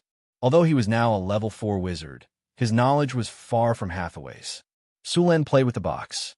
It was slightly heavy in his hand. There was no obvious mark on the box, only a hexagram circle. To be safe, he didn't try to open it. Instead, he brought it back to Hathaway for help. In the North Wind Tower, Su Lin found Hathaway and handed the box to her. Hathaway looked at it carefully and said, "It is indeed a magic box, and it's well preserved. No one has opened it before." "Can you open it?" Su Lin asked. "Let me try," Hathaway said as she picked up the box. After about an hour, a light rose from the box. Then, with a soft crack, the box in front of them cracked open. Su Lin opened the box. Other than a parchment scroll, there was also a letter. The parchment scroll was a map. Although the drawing was very rough, one could still tell that it was the general terrain of the northern wasteland. However, that wasn't the main point. There was an obvious mark on the map. There was a red dot on the map, and the word ruin was written next to it. It was obvious that this was a map of a ruin. That unlucky guy must have found a ruin by accident and wanted to sell it for a good price. Unfortunately, he met his enemy on the way back. Although he killed his enemy with his superb swordsmanship and strength, he was also badly injured. The medicine he brought with him was used up in the previous exploration. Without medicine, he was seriously injured. In the end, he followed in his enemy's footsteps. Then the guy hiding in the corner took advantage of him. Chapter 564. There were many ruins left behind by the ancient arcanists in the northern wasteland. Most of them had been destroyed, leaving only broken walls behind. However, there were many ruins that still contained many precious items. Therefore, many adventurers who discovered a new ruin would sell it to other organizations if they were unable to explore it. Normally, the wizard organizations would be very interested in these ruins. They could sell them for a good price. Sulen checked the map. The ruins marked on it were a little far from the northern town. It was close to the ice field. Frost giants and white dragons lived there. The climate was cold, and it was covered in ice and snow. It was the worst place to live on the entire continent. If Sulen wanted to explore the ruins there, he had to be prepared for the possibility of encountering frost giants and white dragons. The northern town city was still exploring the ruins they had just acquired, so they could not spare too many people. He planned to send some people to investigate first before making his next move. The northern town city had two secret realms. They were a few hundred kilometers apart. Sulen planned to build a teleportation circle between them. In fact, compared to secret realms, Sulen was more interested in demiplanes. Secret realms were hidden using spatial techniques. They could not be separated from the main material world, and they could not be moved. Every secret realm was built based on the energy of the ley lines around it. There was a lot of ley line energy in the ground. The ley line energy was like the veins in the ground. Some places had more ley line energy, while others had less. There were also some meridians that crisscrossed and crisscrossed, forming earth vein energy nodes. Secret realms were built using these earth vein energy nodes. Of course, natural ley line energy nodes had a lot of mixed energy. They needed to be sorted out and guided from other ley line energy to complete the energy node. Only then could a secret realm be built. Many secret realms were built using several ley line energy nodes. As for demiplanes, they were private spaces that only legendary wizards could create. Of course, some lucky wizards could find demiplanes in the astral plane and use them for themselves. Floating space cities usually had their own half-bit wall. The various products of this half-bit wall were used to supply the floating space city. This allowed a floating space city to easily drift in the astral boundary for thousands of years without relying on external materials. Although adepts had the ability to create half-planes, very few of them would do so. They thought that the half-planes they created would be empty. Let alone resources, they wouldn't even have air, water, land, or gravity. They would have to collect and fill them up bit by bit. Under normal circumstances, such half-planes were used by legendary wizards as storage spaces. They relied on powerful magic to strengthen the space barrier as a storage warehouse. Since there was nothing here, there was no need to worry about things deteriorating or being damaged. In fact, legendary wizards already had some of the power of gods to some extent. Just like creating a half-plane, if a wizard wanted to, they could create a world. Of course, it would take a long time. Modifying a semi-plane was a very complicated project. Unless it was done by the manpower of a large adept organization, it would take a legendary adept thousands of years to complete the task. If Sulen wanted to build a floating space city, the half-plane creation technology and transformation would also need to be put on the agenda. If he was lucky enough to find a half-plane in the astral plane, it would be great. Many wizards would attach their half-planes to a material plane. As for those that could grow on their own, it was completely impossible to find one. The demiplane would grow bit by bit after absorbing energy. It would grow by dozens of square meters every day. It might seem hard to notice, but after a year, 10 years, or 100 years of accumulation, it would become a rather large space. If it continued to grow, the demiplane would also have the chance to become a prime material plane. Northern Town City didn't have a half-plane now, but Hathaway had the spell to create one. If they couldn't find a suitable half-plane in the astral plane, they would have to create one themselves and then transform it. By then, they would be able to separate the two secret realms from the main material plane and fill them in. Your Majesty, the batch of magic wood you ordered is here. In the study, a guard said respectfully, "How much is here?" Sulen put down the book and asked. The first batch is 150 square meters. All of them are magic red pine wood. They are all top-quality wood. The guard said respectfully, "Then let's go take a look." Sulen stood up and stretched. He then let the guard behind him put on his coat and walked out of the door. Soon, the group arrived at the warehouse where the goods were stored. There were two groups of soldiers standing guard outside the warehouse. There was another group of soldiers patrolling inside the warehouse. The warehouse was filled with white sugar, paper, and alcohol produced by the factories in Northern Town. The shipment of demonized red pine wood was also piled up here. The heavy door of the warehouse opened, and Sulen walked in first. As soon as he walked in, he saw the wood piled up not far away. Magic red pine wood was a kind of wood that had a nice fragrance. At this moment, the entire warehouse was filled with a nice fragrance. This kind of wood was hard and light. It had the ability to repel insects and moths. Its magic properties were also good. It was often used to make magic ships. Since Sulen was ready to open up a channel, he naturally had to build a magic ship. With a magic ship like this, the safety of the ships in Deepwater City could be guaranteed. Only then would the rebellious pirates be afraid. The Red Dragon Queen was able to control the entire Southern Sea. She occupied all the important channels and collected high taxes. Other than her own strength, she also had a powerful fleet made up of magic ships. This fleet's strength could easily sweep the entire Southern Sea. Even the three most powerful countries in the Southern Sea together wouldn't be able to defeat it. Don't think that this was an exaggeration. In fact, she had done this before. At that time, the three most powerful countries in the Southern Sea spent a lot of time and money building their navies. They also hired wizards to make magic ships. In the end, they formed a joint fleet with full confidence and prepared to destroy the Red Dragon Queen's fleet. In the end, they had the absolute advantage in numbers. The joint fleet of the three countries was destroyed in a naval battle. According to the records at that time, the entire sea was burning with the flames of hell. The corpses of the Sacred Alliance filled the sea. Countless sharks reveled in the water. That day, the crown fell from the hands of the Sacred Alliance. The whole world trembled under the dragon's wings that covered the sky. Chapter 565. Although Deepwater City did not intend to extravagantly build a magic fleet, a powerful magic ship was still a necessity. After processing, the enchanted red pine would be used as the main material for the magic ship.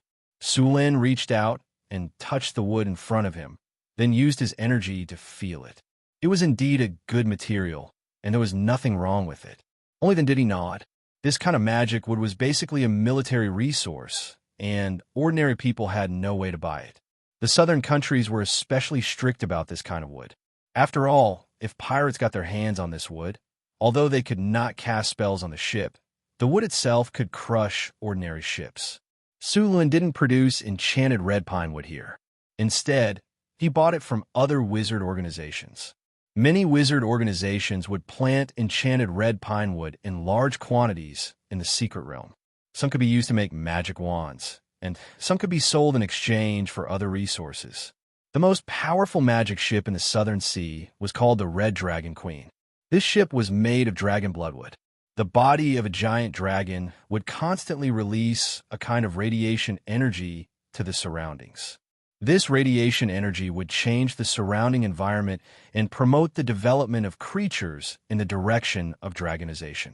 This kind of dragon blood wood was a kind of wood that grew near the nest of a giant dragon. The quality of the dragon blood wood was determined by the giant dragon that lived around it. The stronger the giant dragon was, the better the quality of the dragon blood wood. The dragon blood wood used by the Red Dragon Queen was grown around the nest of the Red Dragon Queen. This kind of wood was much better than the enchanted red pine which Su Lin used. In addition to the dragon blood wood, the Red Dragon Queen was also embedded with a large number of dragon scales. These dragon scales were shed by the Red Dragon Queen. Although they were not as strong as the ones on her body, their defense was still very high. The crew of this ship were all descendants of the Red Dragon Queen. It was this ship that defeated the alliance fleet of the 3 countries in one fell swoop. Then, other ships would surround the alliance fleet and completely send it to the bottom of the sea. In this era, not everyone could own a magic ship. Other than the various countries, only the major wizard organizations and some big nobles could afford to build one. Every few years, the major sorcerer organizations would recruit apprentices from all over the world. These ships were not to be touched unless you wanted to start a war with the sorcerer organization. Those great nobles would spend a lot of money to build a magic ship. The size of the ship was still very small, and it was usually used as the flagship of a caravan to protect the fleet. The magic ship that Su Lin was going to build was not going to be stingy. It was built by legendary wizard Hathaway and Su Lin. It was definitely going to be a very powerful ship. Due to the lack of sailors, they did not intend to use too many people on this ship.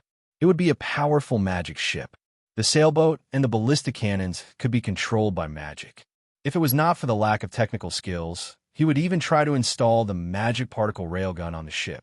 With one shot, no matter if it was the Red Dragon Queen, the Dawn Goddess, or the Queen, and they would all be destroyed. After checking that the wood was up to standard, Su Lin directly sent them to the secret mirror.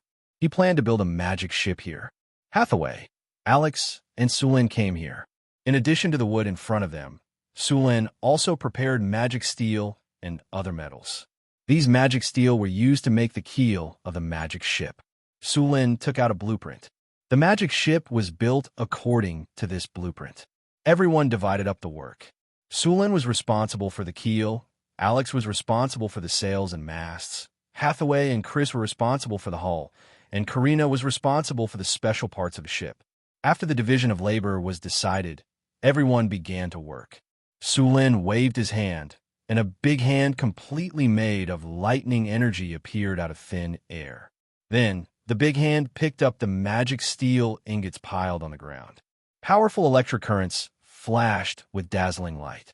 The originally hard magic steel ingots were quickly softened by the electric arcs and melted into a pile of liquid metal. Then, the molten liquid metal quickly changed into various shapes under Sullen's control. The magic ship was 56 meters long and 32 meters wide. The keel was 50 meters long and 26 meters wide. Su Lin planned to make the keel of such a ship in one go. Powerful lightning energy surged out of his body. Pieces of magic steel ingots were melted and then merged according to the blueprint. Soon a large mass of magic steel liquid floated in the air. After confirming that there was enough magic steel, Su Lin began to control the liquid metal to quickly form it. Soon, a keel gradually took shape. After the keel was formed, the dazzling lightning energy slowly disappeared, and the magic steel liquid metal began to cool down. Magic steel was a metal with excellent magical conductivity. It was far more durable than ordinary steel. It was also much lighter than ordinary steel. At the same time, it was not too expensive to make. It was a good choice to make the keel of a ship. Of course, the keel was only half finished. After the cooling down, Su Lin still needed to enchant it to increase its durability, reduce its weight, increase its resistance to corrosion, and increase its magic defense. At the same time, he also needed to create an energy channel. While Su Lin was making the keel, the others were not idle. Hathaway took out her magic staff. With a flash of light, Neatly arranged magic red pine wood floated in the air. Then, the wood was arranged in a picturesque disorder in the air. Wind blades appeared one after another. Then, these wind blades waved and cut the wood. The hard magic wood was quickly cut into neat materials. After the wood was cut, the planks began to be pieced together. Although there was a lot of wood under Hathaway's control, the wood was quickly cut into standard parts. After Sulin finished the keel, the wood was quickly pieced together. The flying planks flew to the designated location, and a huge wooden sailboat was quickly completed from scratch. The masts that Alex had prepared earlier were also installed under her control. Soon, 3 huge masts were erected, and huge white sails and ropes began to be connected to the designated positions. The masts stood tall, and the double deck and the ballista were all in place. At the bow of the ship was the head of a dragon. Hathaway had carved it according to Xianxia's image. The slender body was like the hull of the ship. When the last plank was put in place, the ship went from nothing to complete in just a few hours. Of course, this was only the first step. The next step was to enchant the ship. Chapter 566. The task of enchantment was left to Hathaway. After all, the quality of the enchantment was directly proportional to the strength and skills of the enchantment user. Hathaway took out her magic staff and flew directly into the air. She gently tapped on the sails of the magic ship with her staff, and a gorgeous magic energy instantly wrapped the sails of the ship. Hathaway took out some magic gem powder and some arcane math powder. Then she gently blew, and the magic powder instantly flew up. These magic powders emitted colorful colors, and the surrounding space became dreamlike at this moment. Countless glittering magic powder quickly merged with the sails under the effect of magic, and the whole sails emitted a gorgeous luster. Lines of magic runes quickly took shape, and the colorful magic powder fused with the mysterious runes. After a long time, all the magic light dissipated, and the sail returned to its original appearance. Wind Elemental Sail. This is a special sail made of runic cloth and woven with thorium threads. The sorcerer has cast a wind elemental spell on it, allowing it to be blown by the wind, no matter the time or the direction of the wind. Wind from all directions plus 25, fire and water resistance plus 27, smooth sailing plus 25, neverwhere and tier plus 22, weight reduction plus 23, wind and waves plus 22. Skills: call the wind and summon the rain, summon fog, animated rope. After enchanted with the animated rope, these ropes seem to have a life of their own. Serious work plus 25, orderly plus 23, double efficiency plus 24, fire and water resistance plus 23, coil plus 22, toughness plus 25, stretch and stretch plus 24, sail control plus 28, regeneration plus 25, dragon roar, ram indestructible plus 28, quick strike plus 22, rampage plus 25, damage plus 24. Seeing that Hathaway had finished casting the spell, Sulin used identification on the sails and ropes of the magic ship in front of him to check their attributes. It could be said that they completely exceeded his requirements. The wind elemental sail allowed the ship to sail freely in any direction of the wind.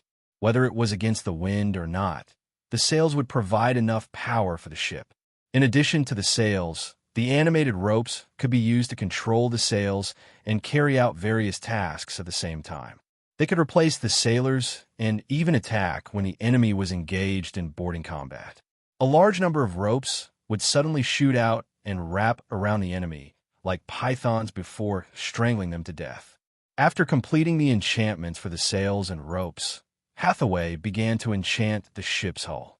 Hathaway took out a metal ingot, then directly summoned elemental fire and melted the entire metal ingot into liquid. After the impurities were removed from the liquid metal, the magic energy on it became even stronger. Hathaway gently waved her staff, and the liquid metal quickly covered the entire ship like a layer of thin film. Soon, the entire ship was wrapped in a layer of metal protection. Afterwards, One rune after another was quickly engraved on the hull. A large number of runes appeared on the hull, like decorative patterns, and multicolored magic lights quickly fluttered. After a while, Hathaway finally finished engraving the runes on the hull. At this moment, the entire magic ship was emitting a strong elemental aura. Sulen cast an identification spell on the magic ship, and a large number of data appeared in front of his eyes. Magic creation, magic ship, unnamed, item type, animated magic ship, item description. This is a powerful warship. It was built with magic red pine, wood, as the raw material. After a legendary wizard enchanted it, this warship became a powerful magic warship. The power of magic allows it to sail in any sea. Its speed is faster and the hull is stronger. It has become a moving castle on the sea. Indestructible plus 25, break the waves plus 27, walk on level ground plus 23, water and fire resistance plus 25, steady as Mount Tai plus 23, fast movement plus 25, agile evasion plus 24, wave suppression plus 26, energy storage, space plus 22 skills, underwater navigation, charge, accelerated navigation, aim, animated life, summon water element, equipment, wind element sail, animated rope, dragon roar, ram. Seeing the attributes of the magic ship, Sullen's eyes flashed with a trace of surprise. This magic ship was unexpectedly powerful. Although he didn't test it on the sea, he could easily judge that this ship was the overlord of the sea. Hathaway slowly let out a sigh of relief, and her body, which had been floating in the air, slowly descended to the ground. Enchantment of the ship just now wasn't as difficult as casting a few legend spells. Although the mana consumption wasn't as high as legend spells, the amount of effort required wasn't low. Carving so many runes without any deviation wasn't an easy task. After Hathaway finished the ship's enchantment, Karina and Chrissy also finished building the other parts of the ship. Karina was responsible for the various supporting facilities of the ship, such as the rudder, operating panel, storage, compass, navigator, and so on. Chris was responsible for the ballista and other weapons. Chris gave the ballista demonic power. After hitting the enemy, the demonic power would attack the enemy like maggots corroding the bone.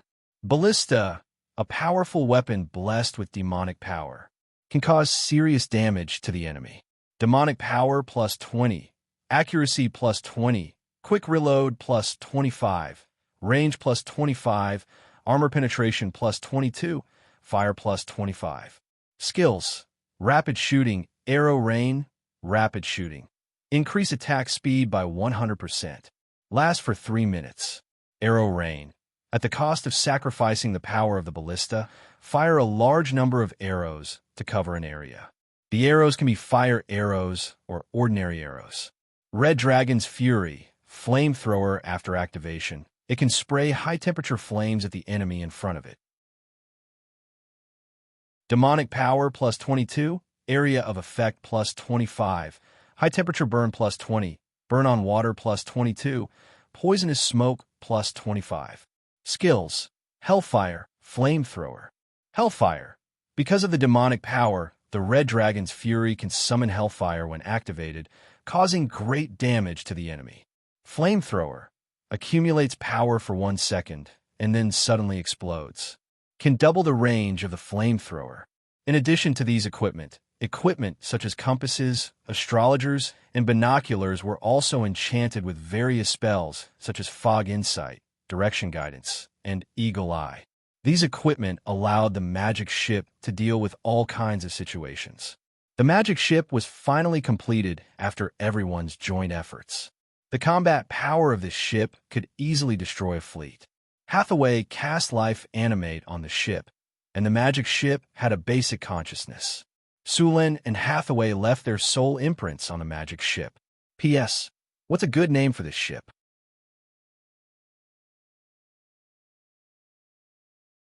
Chapter 567. On the blue sea, several seagulls were flying in the sky. On the surface of the sea, a huge ship was sailing through the wind and waves. Su Lin was wearing a pirate captain's three-brimmed hat. He held a telescope in one hand and hugged Chris in the other. He was commanding the ship in high spirits. On the calm surface of the sea, the ship's sailing speed had reached 35 knots. If he used a skill, the speed could easily reach 50 knots. In this era, even magic ships couldn't reach such a high speed. Su Lin even tried the weapons on the magic ship. Those ballistae could easily shoot 500 meters away. Under the operation of the animated ropes, they could shoot 6 times per minute. After activating rapid fire, the firing rate could be doubled, reaching an astonishing 12 bolts per minute. This magic ship had a total of 24 ballistae, which could still shoot 288 bolts per minute. Such a high firing rate could completely turn a ship into a hedgehog. Compared to the bolts, the flamethrower of the Red Dragon's Fury was more powerful.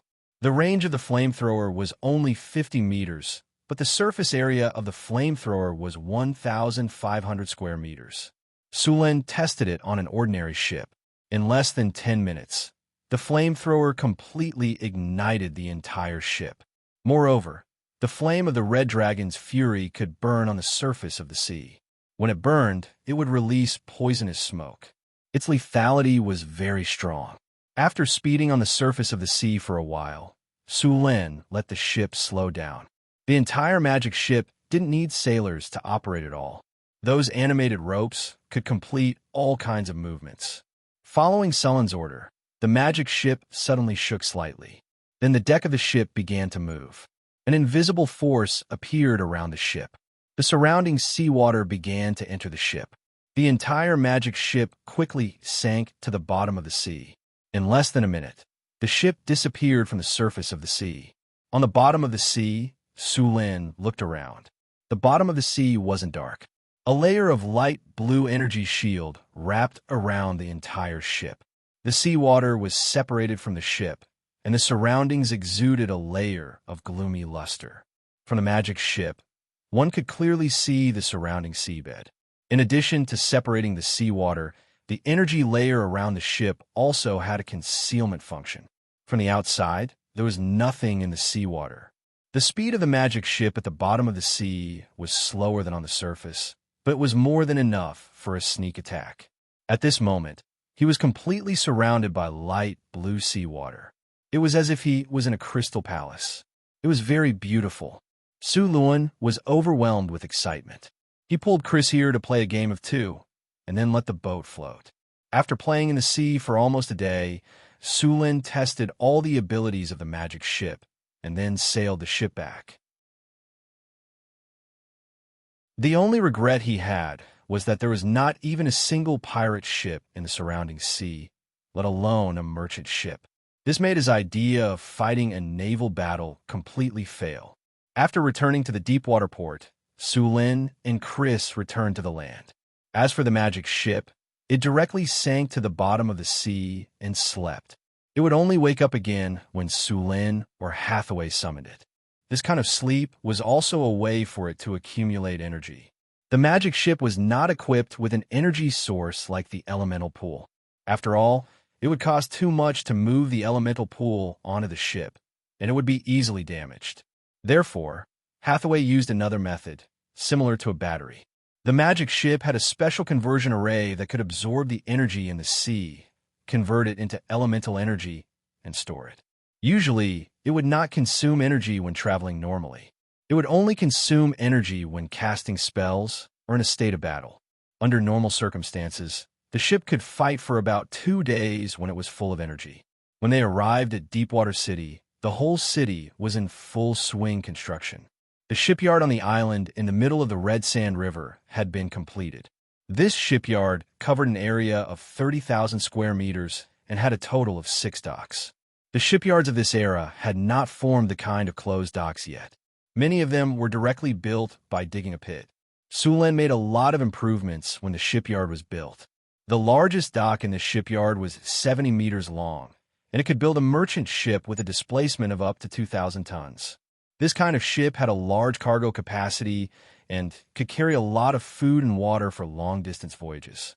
It would take about a month to sail from the eastern continent to Deepwater City. If they went to a farther city, it would take even longer.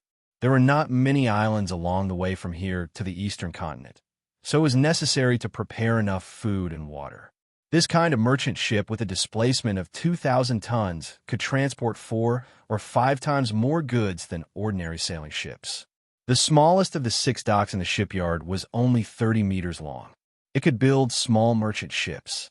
In addition to these merchant ships, warships could also be built here. In fact, the difference between merchant ships and warships in this era was not too big. Many pirates drove modified armed merchant ships.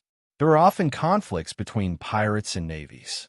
The navies could not rely on their ships to gain an absolute advantage. Sometimes, pirates would take the initiative to attack the navies. The biggest difference between a merchant ship and a warship was the shape of the ship. In order to transport more goods, a merchant ship would increase its width when it was built. On the other hand, a warship was different.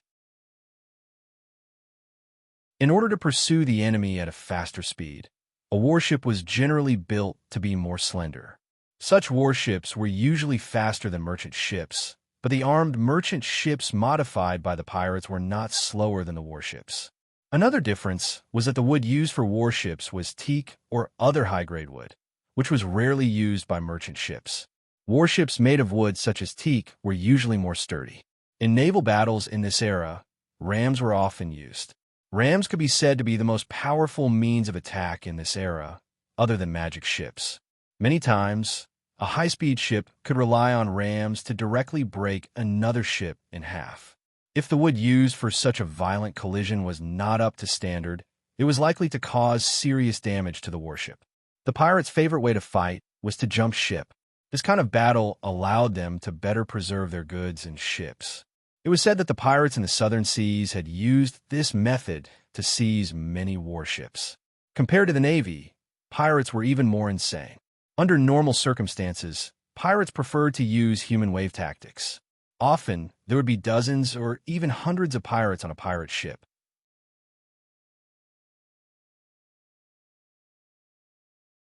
Chapter 568.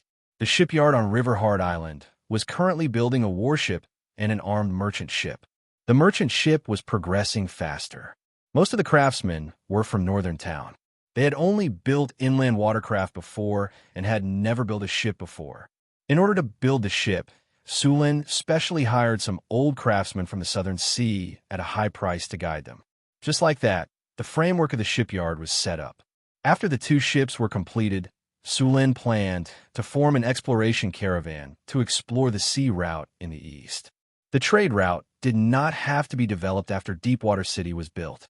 In fact, as long as the port was completed, they could explore the trade route. While building, they could conduct trade. Sulin strolled around River Hard Island. When he went to eat, he bumped into sailors who had just completed their sea training. These sailors all looked pale, their hair was messy, and their bodies were filled with a sour smell. It was obvious that these sailors had been tortured by Barbassa on the sea. Sulin had no objections to this at all.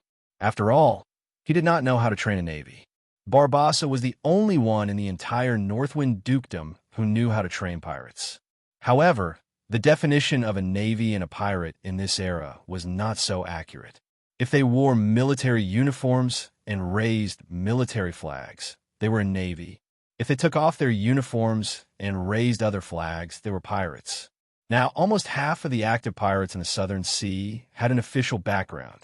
Although the 3 southern countries had formed an alliance, they were always dirty in private. The 3 countries had always been competing, but they could not fall out with each other. Therefore, they had obtained a privateer license. With this license, pirates could rob merchant ships legally. Of course, privateers could not rob their own country's ships. The first country to issue a privateer license was the Tudor Kingdom. Originally, the Tudor Kingdom was far behind the Liberia Kingdom and the Netherland Kingdom in terms of maritime trade. However, with the privateer license, the kingdom's maritime power developed rapidly and was now not inferior to the other 2 countries. The privateer license stipulated that half of the looted wealth had to be paid to the king. This way, the Tudor Kingdom did not have to spend a single cent of military expenditure to obtain a large number of troops and large amounts of money. After seeing this situation, The Liberia Kingdom and the Netherlands Kingdom also began to issue privateer licenses. In the end, pirate activities in the Southern Sea became rampant. If Deepwater City were to engage in maritime trade and open up trade routes, it wouldn't be long before these pirates would rush over like sharks smelling blood. In order to cope with the next challenge, Deepwater City's navy must be established as soon as possible. Of course, in the early stage, in order to help the weak navy of Deepwater City, Sulin would leave the Raging Dragon here to help them fight. Northern Wastelands, North Wind Tower. The astrology platform was filled with a powerful magic power. Hathaway's body had gathered a frightening amount of energy. A decaying, destructive, and crazy energy was constantly being extracted from the divinity crystal. This powerful negative energy could easily turn a person into a demon who would not shrink from any evil. The slightest carelessness would interfere with Hathaway's mind. Only after the divinity had been purified could she absorb it without any side effects. Beside Hathaway, a torrent of elemental energy was constantly purifying this evil energy. After about half an hour, the energy extracted from the divinity crystal in front of her was finally purified and restored to its original golden brilliance. Then the surrounding elemental energy slowly dissipated. Hathaway gently waved her hand, and the golden divinity began to integrate into her body. The golden energy turned into strands of silk and rushed into Hathaway's body. Because Hathaway was not a god, she could only slowly integrate the divinity. It was said that the gods could directly integrate the divinity into their bodies, unlike humans who integrated it bit by bit. After feeling the divinity integrate into her body, Hathaway's soul became stronger. After all the divinity in front of her had integrated into her body, her soul felt full. Hathaway then slowly dispersed the magic power around her body. Although the divinity had been cleansed, Hathaway's emotions were still affected during this period. As the divinity was stripped away, the faint golden energy in this part of the abomination's soul began to decrease. Hathaway did not absorb this soul energy. Although the quality of the abomination's soul energy was very high, the negative emotions in this soul were also very strong. Absorbing this energy was not worth the loss to Hathaway. With a snap of her fingers, Hathaway sealed the remaining soul energy.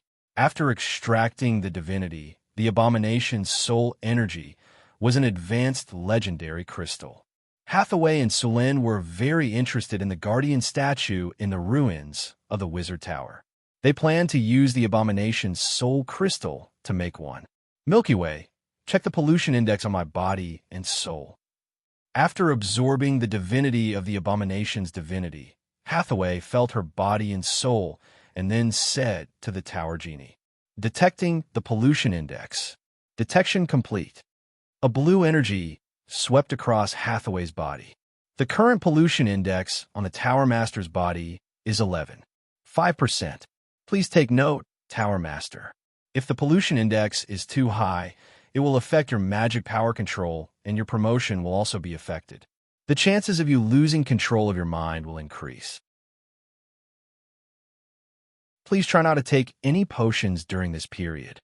Hathaway rubbed her head. She did not have a good way to clean up the pollution index on her body. She could only purify it bit by bit. The pollution caused by the ancient arcanists was even more serious.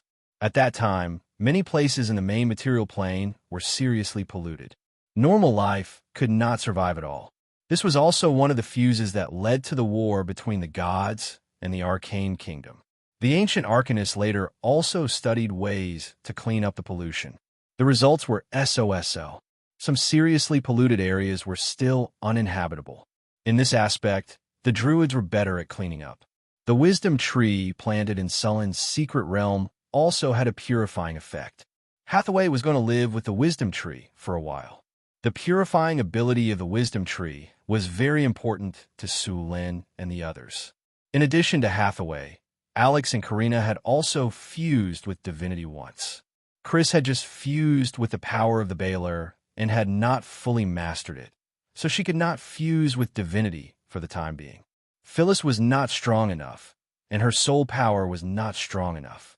If she forcibly fused with divinity, her mind would be affected by the divinity, so she did not fuse with it for the time being. Fusing with divinity required at least the strength of Tier 4. Of course, if it was divinity given by other divine creatures, there is no such threshold, but very few divine creatures would do so.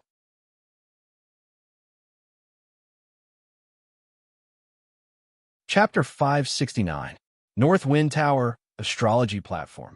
With a flash of a teleportation spell, Sullen's figure appeared in the tower. Soon, the little maid Angela appeared. When she saw Sulin, she bowed slightly. "Master, you're back." Sulin smiled and rubbed her little head. "You're here today. Where's Hathaway?" The half-elf maid Angela smiled. Sister Hathaway went to stay at the Wisdom Tree for a few days.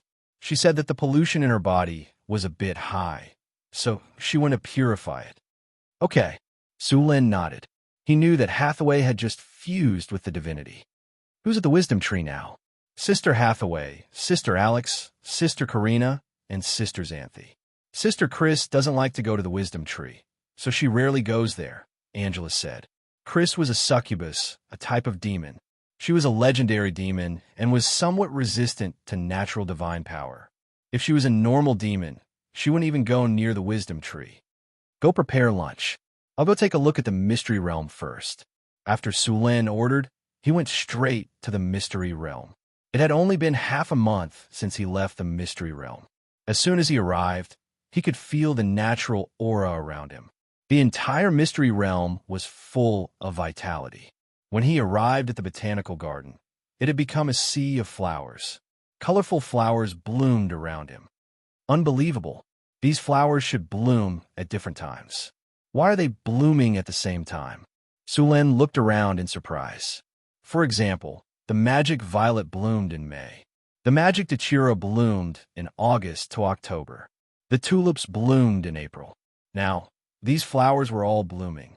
Before he could figure out why, Xanthi noticed him and jogged over. "Sulin, you're back." "Xanthi, what's with these flowers?" Sulin pointed at the sea of flowers. "This is one of Grandpa Tree's abilities. Within the range of its domain, all the flowers will bloom," Xanthi explained with a smile. "All of them? Won't it affect these plants?" Sulin asked in surprise. "They won't. These plants will be the same as normal plants. They won't be affected." Sulin nodded. "That's good. Did you plant all these flowers?" "That's right. I asked elder sister Alex for these. Her elder sister winged, people helped me collect the seeds. Then, we planted them together. Look, this is a devil's snare, this is a Japanese rose, and this is a lilac. There's some over there that haven't been planted yet."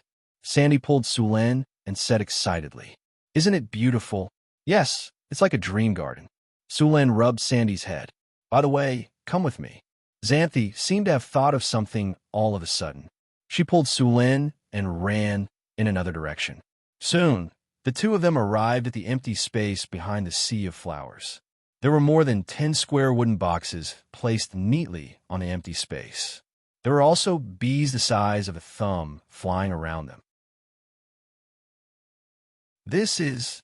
Sulin looked at the beehives in front of him in surprise. What do you think?"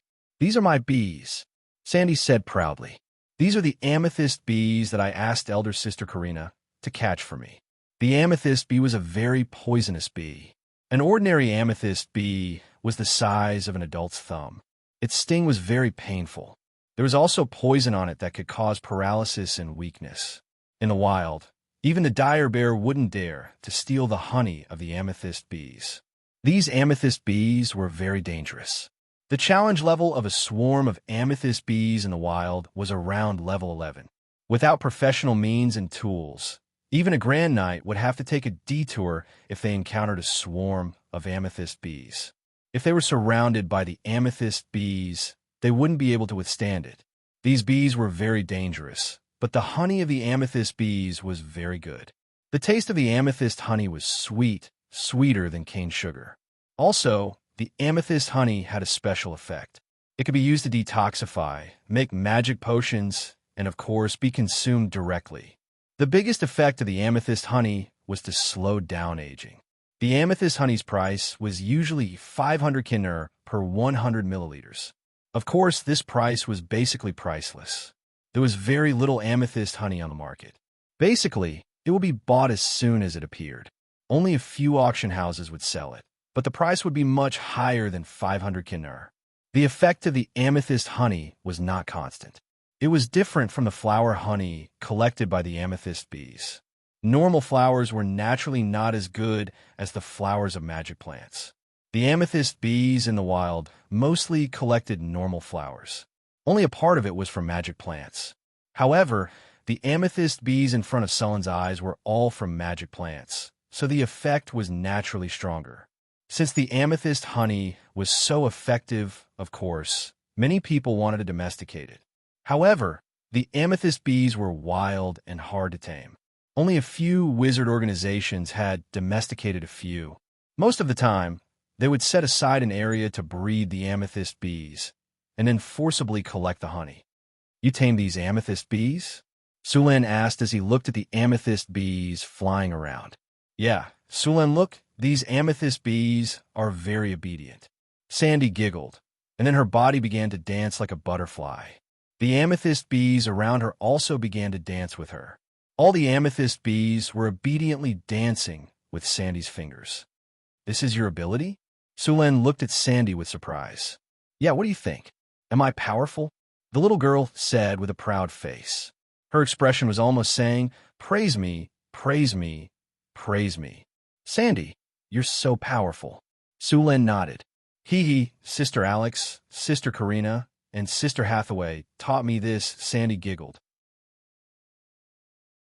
"They taught me how to control my own power, and then I learned how to tame these amethyst bees. By the way, Sulen, here's some amethyst royal jelly. I saved a jar for you." Sandy suddenly remembered something, and then she pulled Sulen to a beehive. She carefully opened the beehive, and an amethyst the size of an adult's fist was lying in the beehive, sucking on the honey. Sandy gently pointed her finger, and a strange power spread out from her body. She then took out a glass bottle and carefully took out the honey from the beehive. When the glass bottle was full, she closed the beehive. "This is the amethyst queen bee's royal jelly. Because it's the amethyst queen bee's food, you can't take too much. If you want more, you'll have to wait until next month." Sandy then handed the glass bottle full of amethyst royal jelly to Sulen.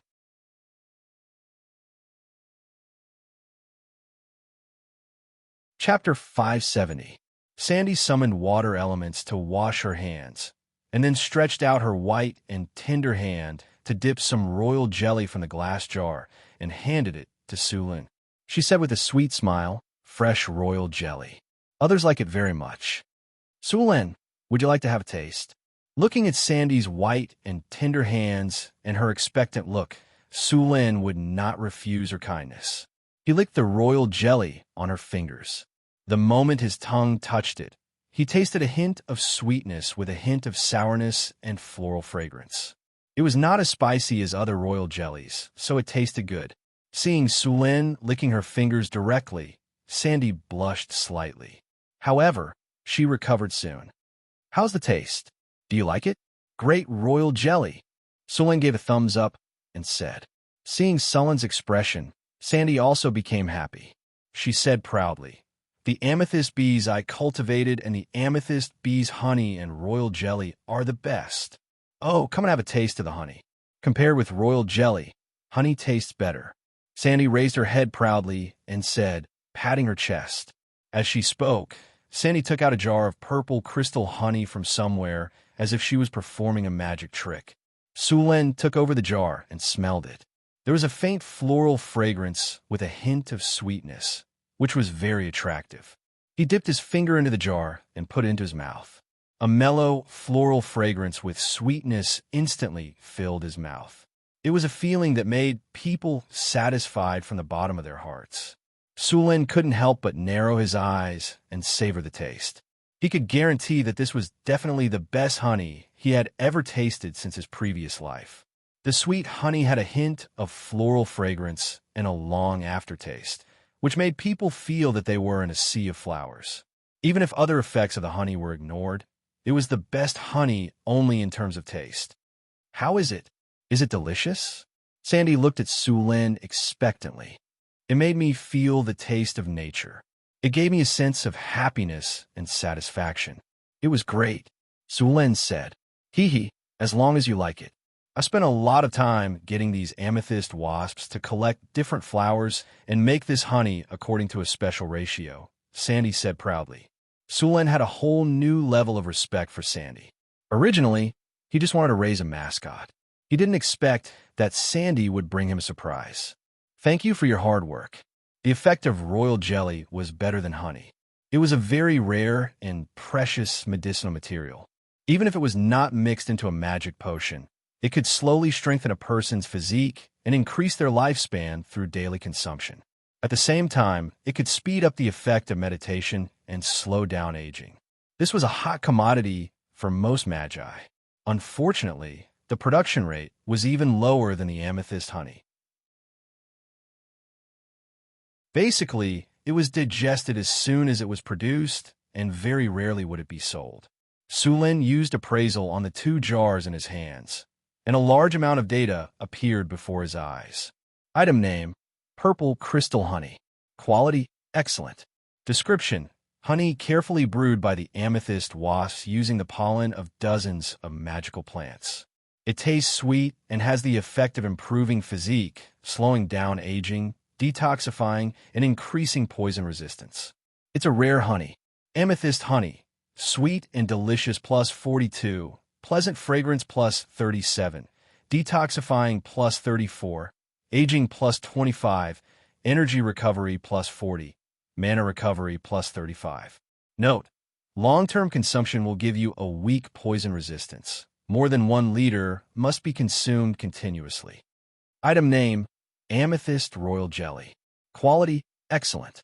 Description: liquid secreted by the young amethyst wasps from various flowers collected by the young amethyst wasps. It is the food for the queen bee and also the food for the larvae. It has the effect of strengthening physique, slowing down aging, increasing lifespan, enhancing meditation, and many other effects. Amethyst Royal Jelly. Strengthening physique plus 30. Maximum 3 points of physique per person. Maximum physique is 35. More than 300 milliliters must be consumed continuously. Rapid growth plus 26. Life increase plus 35. Aging plus 35. Permanent youth plus 35. Energy recovery plus 50. Mana recovery plus 45. Meditation efficiency plus 30. Looking at the attributes of the amethyst honey and the amethyst royal jelly, the quality was not surprising. The price of this quality was directly doubled, and everyone was fighting over it. How much honey is produced? Su Lin asked. Xanthi's small white hand supported her head. She thought for a while and said, there are a total of 10 amethyst wasps here. The production of honey is 120 liters per month. The royal jelly is less, only 30 liters. Of course, the number of amethyst wasps here has not reached saturation yet. If there is a need, we can continue to increase it. Looks like Xianxia is also a little rich lady, Su Lin said with a smile. Let's go. Your sisters must be waiting anxiously. Su Lin and Xianxia came to the center of the sea of flowers. In the middle of the sea of flowers was a 50-meter-tall tree. This tree was naturally the wisdom ancient tree. As soon as he came here, the aura of nature around him became even stronger. In this environment, he also felt as if his body had been purified. The giant ancient tree was lush and green. It was like a giant umbrella. In the open space under the tree, there were a dozen tree houses of different shapes. As soon as Su Lin appeared, a white figure rushed over. Shoo! The loud neigh of a horse sounded. An extraordinary horse appeared beside Su Lin. It was his Pegasus. It lowered its head and rubbed against Su Lin's body. Su Lin reached out and rubbed the mane of the horse. He smiled and said, "You've gained a lot of weight recently." The Pegasus snorted at Su Lin and excitedly circled around Su Lin and Xianxia. The Pegasus had been living a much more comfortable life recently. It ran around happily every day. After Su Lin brought it to the nature oak, it treated this place as its home. Sulen, you're here. Alex greeted Sulen. Come and try the afternoon tea that Sister Hathaway made. It's delicious. Hathaway and Karina smiled at him. At this time, they were sitting under the wisdom tree and chatting. There was a tea set on the coffee table next to them, and there were some cream biscuits and fruits on each of their seats. It was obvious that they were having a gathering here. Hathaway's afternoon tea? I have to try it, Sulen said as he sat down on the empty seat next to him. He picked up a delicate teacup and poured a cup of black tea. The black tea in northern town was different from the black tea popular in Florence. There were no milk, sugar, or other ingredients in the black tea. It was just boiled water, and Hathaway added some mint leaves to taste. This kind of black tea was more in line with Sulen's habits. Are you used to living here? Sulen put down the teacup and asked. Hathaway stretched lazily, her loose wizard robe outlining an astonishing curve. It's too comfortable, too comfortable. It's nice to stay here for a few days every month to relax, but staying here for a long time will make me lose my drive. You're too self-disciplined. Sulen shook his head and said helplessly, self-discipline is the only way I can go further on the path of Arcana. Hathaway smiled. But other than the comfort, the pollution index here is very good. I've only stayed here for a few days, and the pollution index on me has already decreased by half. It'll all be gone in 3 days at most. Sulen looked at Alex and said, What do you think, Alex? It's great. I think this place can help me purify my bloodline, Alex said excitedly. I'm already at the edge of becoming a legendary wizard. I think I can become a legendary wizard if I have more time. Alex, I think you should hurry up and increase your wizard rank. Legendary wizards are powerful, but your wizard rank is still too low, Hathaway suddenly reminded. The power of your bloodline has a source. You can use it to increase your strength, but it's best not to rely on it too much. I know, Sister Hathaway. Alex nodded. She used to be a dedicated wizard, and her wizard rank was not that high. After listening to Hathaway's advice, she decided to focus on becoming a wizard. All right, you guys can think about it yourselves, but I'll support you in learning all kinds of knowledge about wizards. It'll be very beneficial for you guys. Sulen said to them, although the knowledge of wizards is very boring, and the spell models are a headache to look at, the benefits are beyond your imagination. All right, I will. Alex slumped on the table like a deflated balloon. There's one more thing I want to ask you guys. Sulen put a cream biscuit in his mouth and swallowed it after a few chews. What is it? Hathaway asked strangely. The Furious Dragon is ready to go. I'm planning to build a fleet to go to the Eastern Continent. Who wants to go with me? Sulen said. The Eastern Continent? I want to take a look. I've only heard a lot about the Eastern Continent, and now I have a chance. Hathaway's eyes lit up when she heard Sulen was planning to go to the Eastern Continent. She was very interested in the idea. Sulen nodded. Sure, we'll go together. He then looked at Alex and the others. I'm not going. A lot of kids have reached the boundary of evolution. I can't leave. Alex shook his head regretfully. Ever since they started living in the eagle's nest, some of the harpies had evolved into winged people every year. The evolution of the eagle's nest bloodline had been constantly changing the harpies. Sulen heard from Alex that the evolution of the harpies' bloodline had sped up after they suppressed their biological instincts. The winged people in northern town city had grown from 20 to 60. Perhaps in a few hundred years, the winged people would become a new race on the continent. Sulen was looking forward to this race. The Air Force in northern town city would be even more powerful.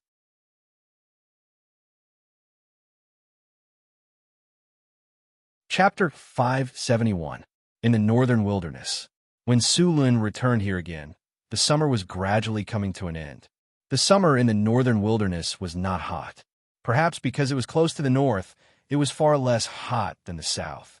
The wheat planted outside the city had turned yellow in a large area. It was a golden scene outside the city of Northtown. Needless to say, it was another good harvest. Sulen went to the city hall first to check how the work was going. It was almost time for the serfs to gain the status of free people.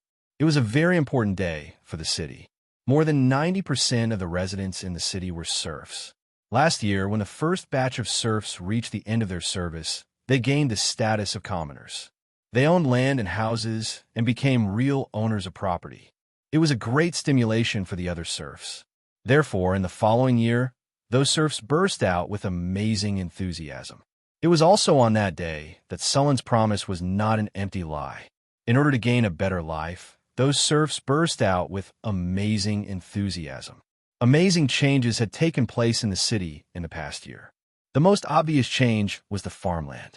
Last year, there were 500,000 mu of farmland outside the city. However, only 1 year later, there were 800,000 mu of farmland outside the city. That was an extra 300,000 mu of farmland. It took them 4 or 5 years to cultivate the first 500,000 mu of farmland. Although there was a lack of manpower in the beginning and a large amount of manpower was used to build the city, it was still an amazing achievement to cultivate 300,000 mu of farmland in just 1 year. Last year, about 1,000 serfs were granted civilian status. At that time, they were granted more than 6,000 acres of land and houses. This year, the number of serfs increased by more than 10,000. Moreover, because they worked hard, their labor points were much higher than the previous batch of serfs who were freed. According to the calculation of the officials in the city hall, each serf could exchange for 8 mu of land. Therefore, the city needed to provide at least 80,000 mu of land. Of course, this land was not cultivated. Some of it had been cultivated, and some of it had not yet been. This way, the land could be quickly increased. This time, Sulin took out 40,000 mu of cultivated land and another 40,000 mu of barren land for them. Your Majesty, this is the list of the freed serfs and the land they will be given. A rather beautiful and mature female official smiled at Sulin and handed a document to Sulin. These female officials were actually the family members of the nobles who had been exiled to northern town. There were a lot of nobles who had been exiled here. Most of them were lazy. It could be said that 70% of them were rice worms. Sulin would not feed them and directly throw them to the farm. As for those who were capable, they were sent to work in various places. Compared to the men, many of the noble women were doing much better. They quickly adapted to the rules of Northgard City. Most of the noble women were literate and had received a certain degree of education.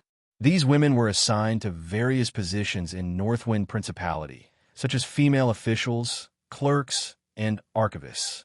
So far, they were doing quite well. Most of the work has been completed. There's still a small part left to check. Sulin flipped through the list and asked, "Where are the farmlands that will be given to them?" "It's all here," the female official said as she took out a map. Sulin flipped through the map and found that all the farmlands around the northern town were marked, including the locations of all kinds of canals, water wheels, and wells. Sulin was checking to see if anyone was playing tricks on the land distribution this time. Sulin only said to distribute the land, but did not say whether it would be high-grade or low-grade farmlands. The difference was huge. If it was high-grade farmlands, not only would they have a higher yield after planting, but they would also have access to water nearby. The yield would be 2 to 3 times higher than the newly cultivated farmlands. The price of this kind of superior farmland was far higher than that of newly cultivated farmland. Who knew what kind of tricks those officials would play? Although these officials would go to prison every year for political training, there was no one who could be 100% sure about this kind of thing. In fact, this was a loophole that Sulin purposely left. He was using this method to fish and see if any of the officials would take the bait. As expected, after checking for a while, Sulin quickly found some high-grade farmlands that had been given out. He then compared them with the list. Sulin easily found out who it was. After discovering the problem, Sulin did not say anything. Instead, he directly notified the genie guards and asked them to continue the investigation. Looking at the genie guards who were a little panicked, Sulin just threw the information to them. They naturally knew how to deal with it. If they could not even do this well, Sulin would have to consider replacing them. After dealing with the matter, Sulin left the city hall. Northern Town was developing a little fast. Many functions of the departments had not been perfected yet. This time, he was here to knock on the officials of Northern Town. Back in the inner city, Su Luan's followers lived in the entire inner city. There were also several factories in the northern city, where outsiders would be discovered as soon as they entered. When Su Lun arrived, a large number of workers were busy, and some people were giving orders. After walking in, what appeared in front of him was a square box. These were the goods that were going to be shipped to Deepwater City. Su Lun was going to open up a new route, so naturally, he had to bring the goods. This time, he prepared various specialties of Northern Town: paper, sugar, some magic potions, and magic items. There was also some wine, but not much. The main reason was the difference in diet between the East and the West. Su Lun did not know if rum and vodka were suitable for the Eastern continent. After a few years of development, Northern Town had started to sell military supplies in addition to producing these things. For example, war horses and weapons. With the centaurs, the war horses produced in Northern Town were very popular in the human kingdoms. The war horses produced here were some of the best in the entire Western continent.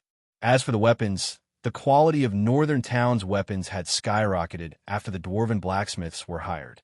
Not only were they durable, but they were also sharp and tough. The price was not too high either. Some of the high-quality weapons were even enchanted. In this era, the weapons produced by the dwarves were equivalent to the high-end weapons produced by the big kingdoms in his previous life. As for the enchanted weapons, they were equivalent to the most advanced weapons, such as the Dongfeng Express and the F-22. The profits of the arms trade were very high. After all, how could the arms trade not make money?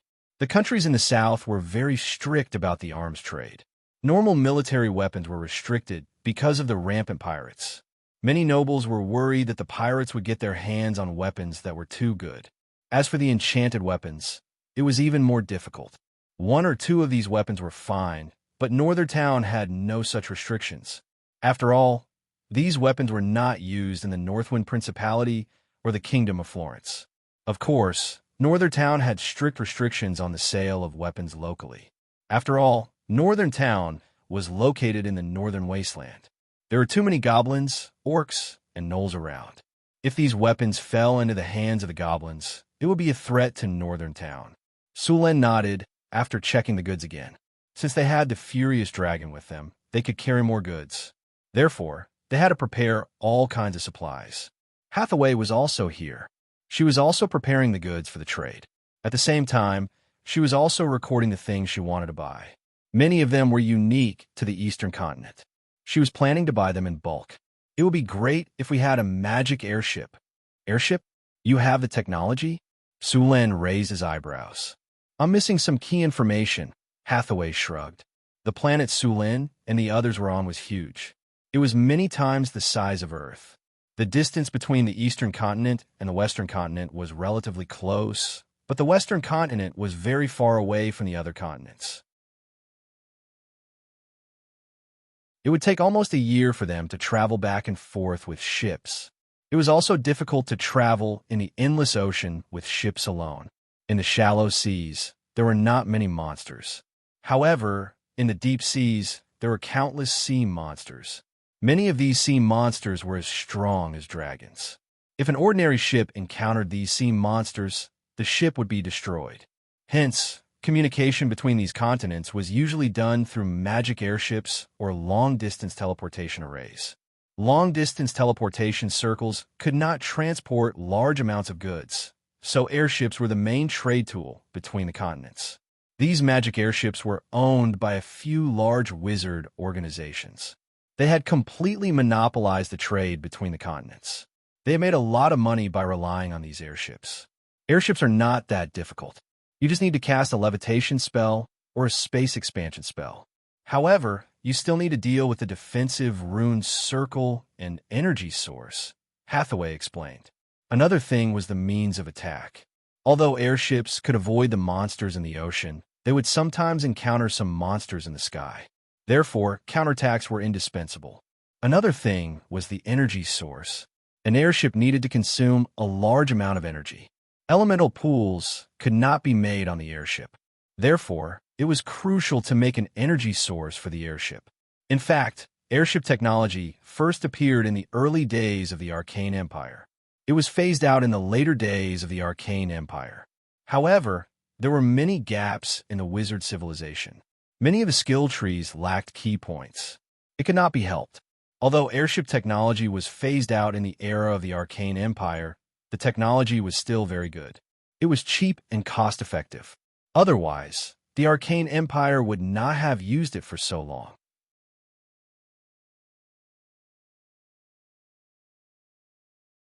Chapter 572.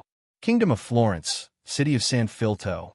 Phyllis was awakened by a ray of sunlight at dawn. She first opened her eyes and then felt a sense of powerlessness coming from the corpse.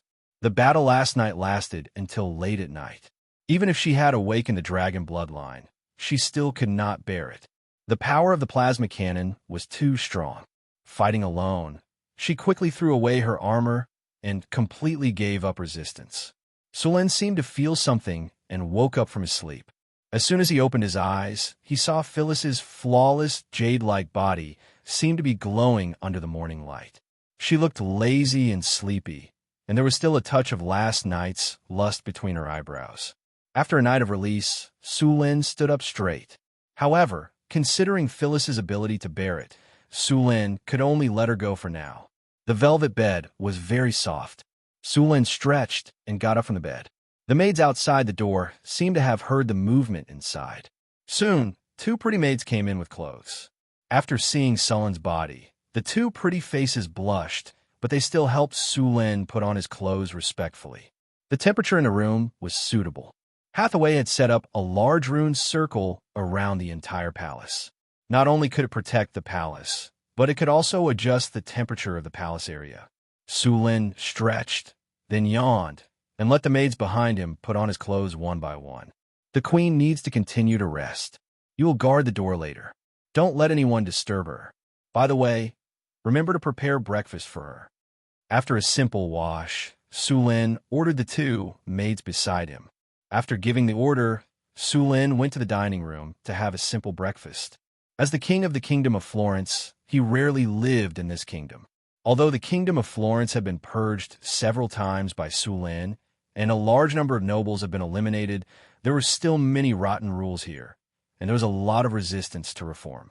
After all, these nobles have been living on this land for thousands of years. It was unrealistic to get rid of them all. Besides, there were gods in this world. If these nobles were forced into a corner and turned to the temple, Sulen's efforts would be in vain. After thousands of years of struggle, the human nobles finally reached a relative tacit understanding with the temple. That was, the temple would not interfere in the internal affairs of the country. In their words, the king belonged to the king, and the gods belonged to the gods. The king represented secular rights, while the gods retained the right to worship. However, if someone really wanted to uproot their roots, these nobles would not just sit there and do nothing. They would definitely go to the temple, and the temple would have an excuse to intervene in their internal affairs. At that time, there would be a lot of trouble. Sulen didn't have the power to suppress the shrine, but the shrine couldn't deal with Sulen either. In the end, they could only compromise, so Sulen didn't care much about the Kingdom of Florence. He only made requirements for the slums, the dark side of the city, and the appearance of the city. He also restricted the officials in power, and, at the same time, reformed the tax collection. The interests of the nobles were also affected. After a series of attacks and exiles by Sulen, the nobles who refused to comply were already dead. The rest of the nobles could only hold their noses and accept it. Of course, this was also because these losses were within the acceptable range of those nobles. In the palace, Sulen was wearing a hunting suit and was about to go for a walk in the city. At this time, he suddenly saw the captain of the guards rushing over. Sulen frowned slightly and asked, "What happened?" The captain bowed slightly and replied, "Your Majesty, a group of refugees just arrived outside the city. The city hall asked if they should be stopped outside the city." Refugees? Sulen was a little surprised. It was almost the autumn harvest. Why would there be refugees at this time? Asked the city hall to send people to settle all the refugees outside the city. Although he didn't know the specific situation of these refugees, Sulen quickly issued an order. Deal with them according to the refugee resettlement regulations. Yes. the captain said respectfully, then bowed and took 2 steps back to prepare to leave. Wait, go and find out where these refugees came from, Sulin suddenly said. Yes, your majesty. The captain turned and left. Soon, the sound of footsteps could be heard. Then, a burly man with a scar on his face walked in. He obviously had the blood of a barbarian. He was wearing a fine iron armor and didn't carry any weapons. When he saw Sulin, he immediately bowed and said, Your Majesty, you were looking for me? A group of refugees outside the city. Bring some people to maintain order. Let the refugees clean themselves and receive food according to the rules. Remember to kill anyone who dares to cause trouble and rob the food, Sulin said without raising his head. Yes, your majesty. The burly man bowed slightly, then turned and left. There was an effective way to deal with refugees in the northern city. First, the refugees would be isolated, disinfected, and cleaned. Then, they would be given food. When the food was distributed, all kinds of information about the refugees would be recorded and organized into a book. Then, the refugees would be allocated houses according to the book. Sulin wouldn't directly take care of these refugees. The most common way was to provide them with relief. This way, not only could the refugees find something to do, but they could also be used to build some infrastructure. When the refugees left, they would also be paid. It was killing 3 birds with 1 stone. At noon, the captain of the guards hurried over to report that the refugees had been settled. Your Majesty, everything is settled? Where did these refugees come from? Sulin asked directly. I've asked clearly. They came from the city of Xianxia in the north. Their city was attacked by a giant dragon. The dragon stole the treasures in the city and left. However, a group of barbarians from the north came and attacked the city. Because the city had just been attacked by the giant dragon, the barbarians easily took over the city. Barbarians from the north? Sulin immediately turned around and frowned slightly. A trace of anger appeared in his eyes. The barbarians from the north actually dared to attack my city. What are the surrounding nobles doing? Sulin didn't strip the nobles of their military power at the northern border. These nobles who were responsible for the invasion of the north had a strong military force. The barbarians who didn't even have metal weapons were no match for them. Even if Xianxia city was attacked, the nobles could still easily drive the barbarians out with their strength. Now that there were so many refugees in San Filto city, it was obvious that the nobles didn't do their best. Sulin naturally knew the reason for this situation. It was obvious that the nobles were unhappy that Sulin's reforms had damaged their interests. Order the First Legion to head out and kill the northern barbarians as soon as possible. We'll reclaim Wuxia city. Oh, and bring the surrounding nobles' armies along as well. Teach them a lesson, Sulin said coldly. Yes, sir. The barbarians of the northern region were a general term that included the barbarians, the Vrykul, and other races. Because of the harsh environment and cold climate, these barbarians were usually tall and hairy. Many of them had the bloodline of the frost giants. Most of these barbarians had brain cramps. If a normal human's IQ was 12 points, then their IQ was at most 10 points. They were also stubborn and could be compared to dwarves. Because they were often cheated by southern merchants in their transactions, they were very unfriendly to the surrounding countries. Although these people were reckless, it wasn't difficult to deal with them. Sulin didn't care about the barbarians who attacked Xianxia city. He was more interested in the dragon that dared to rob the city, a dragon that was active in the north and took the initiative to rob the city. This was most likely done by the white dragon of the Penishade. Sulin estimated that a white dragon that could easily take down a city was at least in its prime. It might even be an old white dragon. Just because white dragons were the weakest of the Penishade didn't mean that they were easy to deal with. In fact, white dragons were weak only relative to other Penishade dragons. They were also very powerful to humans. White dragons that had entered adulthood were already legendary creatures. White dragons of this age were not as brainless as the previous white dragons. If it was an old white dragon, it would be even stronger. Its frost dragon breath could instantly freeze a person into an ice sculpture, and then shatter them into ice shards with a gentle tap. Dragons were born with dragons' aura. Human wave tactics were ineffective against them. Many people couldn't even stand under the dragon's aura. At the same time, they had tough dragon skin and dragon scales. Ordinary weapons couldn't even break through their skin. Many people used to think that white dragons are the weakest of the Penishade dragons and look down on them. When they really fought, they realized that even the weakest of the Penishade dragons was still very dangerous. In addition, the white dragon's innate ability to cast spells was not friendly to adventurers at all.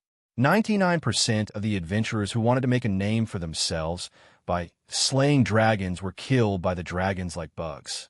Their weapons and armor also became the collection of the dragons. Sulan was very interested in dragons. Slaying dragons not only had extraordinary significance and fame, but also represented amazing returns. Moreover, this was a white dragon that had just robbed an entire city. Other than the white dragon's treasure, the most important thing was the white dragon's body materials.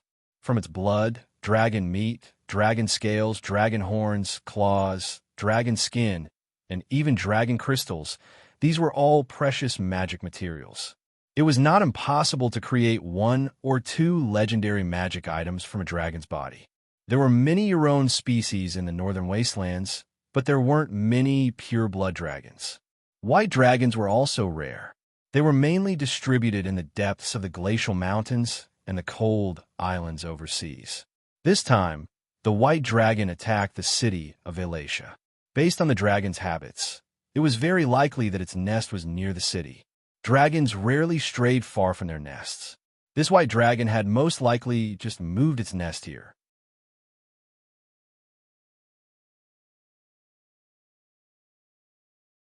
Chapter 573. A white dragon that had migrated to the northern wastelands. This was good news for Sulan. If the dragon had lived in the depths of the glaciers, Sulan would have had a hard time finding it. However, if the dragon had come to the northern wastelands, it would be much easier to slay it. The problem now was that the northern wastelands was so vast with so many mountain ranges. Where could the dragon's lair be? A white dragon's hunting range was very wide. Usually, a giant dragon's hunting range would be centered around its lair. It would not be easy to find the dragon's lair in such a large area. Sulan tapped his fingers rhythmically on the table. He was thinking as he listened to the guard's explanation. Do any of the refugees know where the dragon's lair is? Sulan asked. According to the news from the refugees, the dragon is flying northeast. I think its nest should be in the northeast. The guard captain said respectfully. Northeast. Sulan closed his eyes for a moment. He opened the system map and found the location of Xianxia City. He then began to look for a suitable location for the dragon's lair on the strategic map. There were many mountain ranges to the north of Xianxia City. The Grandwall Mountain Range was to the northeast. This mountain range was not big and was part of the Sierra de Lotus. The Ganders Mountain Range was to the northwest of Xianxia City. There was also the Hellbow Mountain Range further north. If the white dragon had really flown northeast, then the Grandwall Mountain Range was the most likely place to be the dragon's lair. Of course, it could also be the Hellbow Mountain Range. These northern mountain ranges were basically covered in ice and snow. Normal people would not be able to get close to them at all. It would not be easy to find the exact location of the dragon's lair. The next day, the 1st Legion of San Filto City had finished its preparations and was ready to set off at any time. After bidding farewell to Phyllis, Su Luan led the army out of San Filto City and rushed towards Wuxia City. Xianxia City was about 700 kilometers away from San Filto City. They would have to pass by several cities along the way, so the 1st Legion did not need to prepare too much food. They only needed to bring some food for the journey and buy the rest from the cities. When they arrived at these cities, Sulan could clearly see the temporary residences outside the cities. These temporary residences were filled with refugees. Not all of the refugees from Wuxia City had rushed to the capital. Many of them were scattered to other cities, and only a portion of them made it to the capital. It had been at least a week since the fall of Xianxia, but Sulan had only just received the news. Sulan knew very well that there was something fishy going on. It was nothing more than the work of the nobles. Su Lin had secretly made up his mind to increase the scale of the brocade guard when he returned.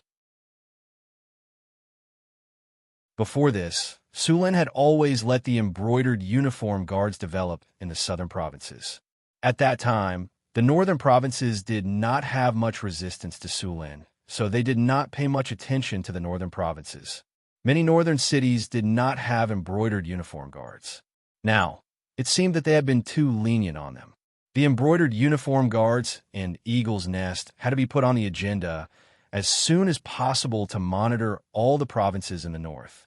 It took 10 days for the army to travel from San Filto to Wuxia City. Nothing happened along the way. Finally, on the 10th day, Sullen's army arrived at Wuxia City. However, unlike what he had expected, the northern barbarians had already abandoned the city and left. At that moment, Wuxia City looked like a ghost town. Broken walls were everywhere in the city, and one of the city gates had collapsed. The city was in a mess, as if it had been raided by the Japanese. The city gates had been torn down, and there were a few stray dogs running around in the city. If it had not been for the words of Wuxia City on the city walls, Su Lin would have thought that he had arrived at the ruins. Seeing the situation, Su Lin immediately gave the order to set up camp, and then sent people to search the city. At the same time, he began to gather the refugees. At its peak, Wuxia City had a permanent population of more than 50,000 people, and was one of the largest cities in the north. The city belonged to the royal family, and was not in theft by the nobles. Therefore, Su Lin had to spend a lot of money to repair the city after it was destroyed. With the arrival of the army, Wuxia City began to recover. Coincidentally, Su Lin was not satisfied with the city's planning, and began to make changes. While repairing the city, he sent people to gather the refugees. After Wuxia City fell, some people did not escape, but hid in the wilderness. Now that the king's army had arrived, these people began to return.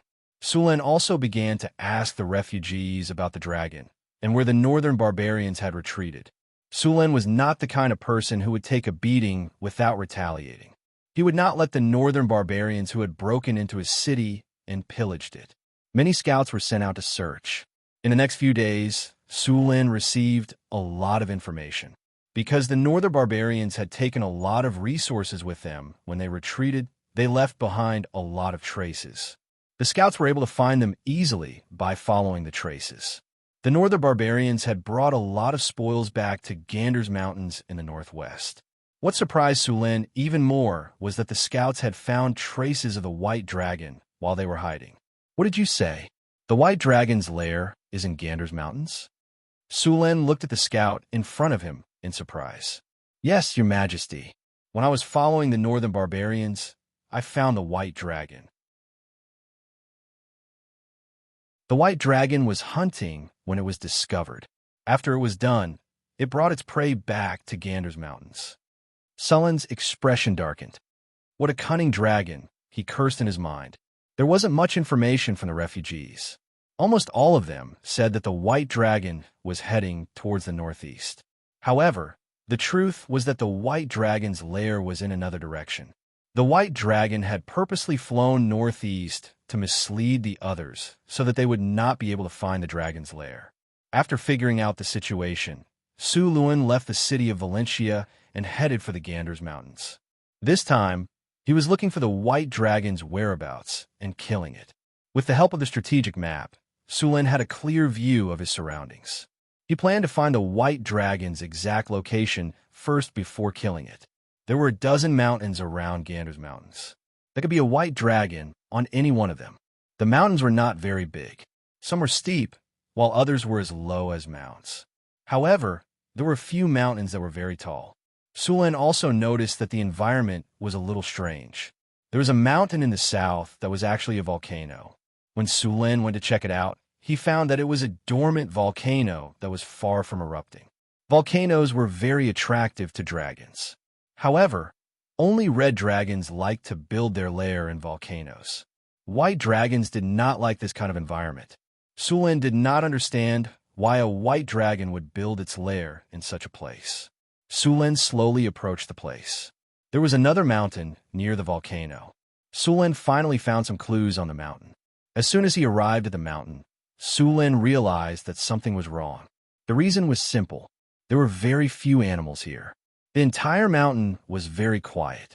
There were not many birds in the dense forest. Under normal circumstances, there should be many animals living here. Then, birds would like to build their nests here.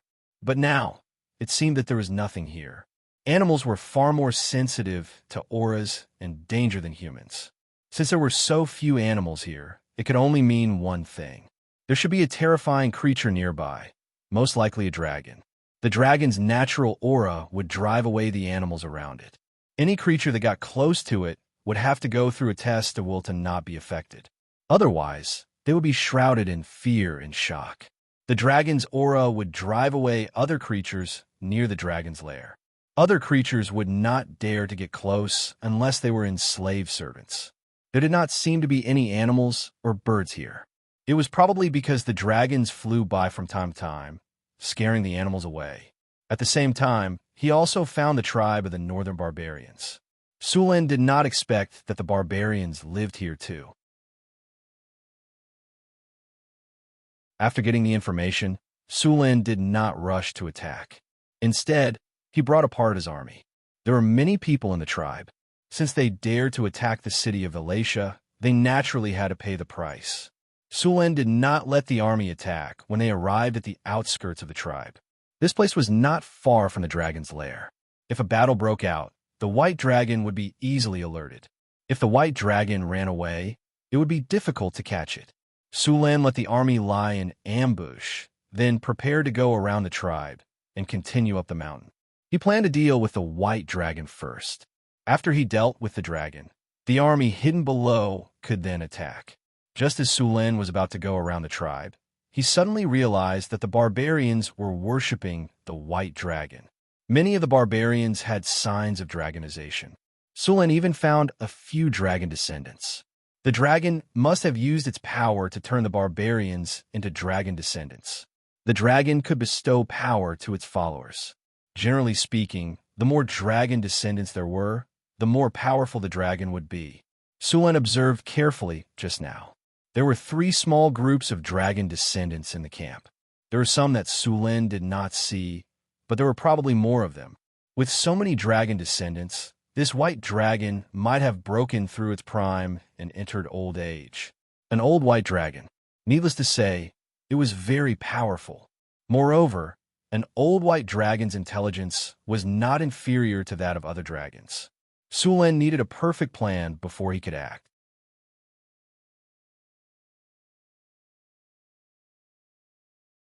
Chapter 574. Sulin hid in the bushes, a cold glint flashing in his eyes. Sulin had already sentenced the barbarian tribe to death in his heart. They would definitely be punished for daring to attack his city. But before that, he needed to seal off the area. He looked up at the top of the mountain, which was covered in snow. That was the white dragon's lair. He couldn't alarm the white dragon when dealing with these barbarians. A faint magic power came from Sulin, but the barbarians in the camp didn't notice it at all. They were still busy with their own tasks. A few barbarian warriors were wrestling in the open space, while the Dragonkin warriors sat beside them and ate meat.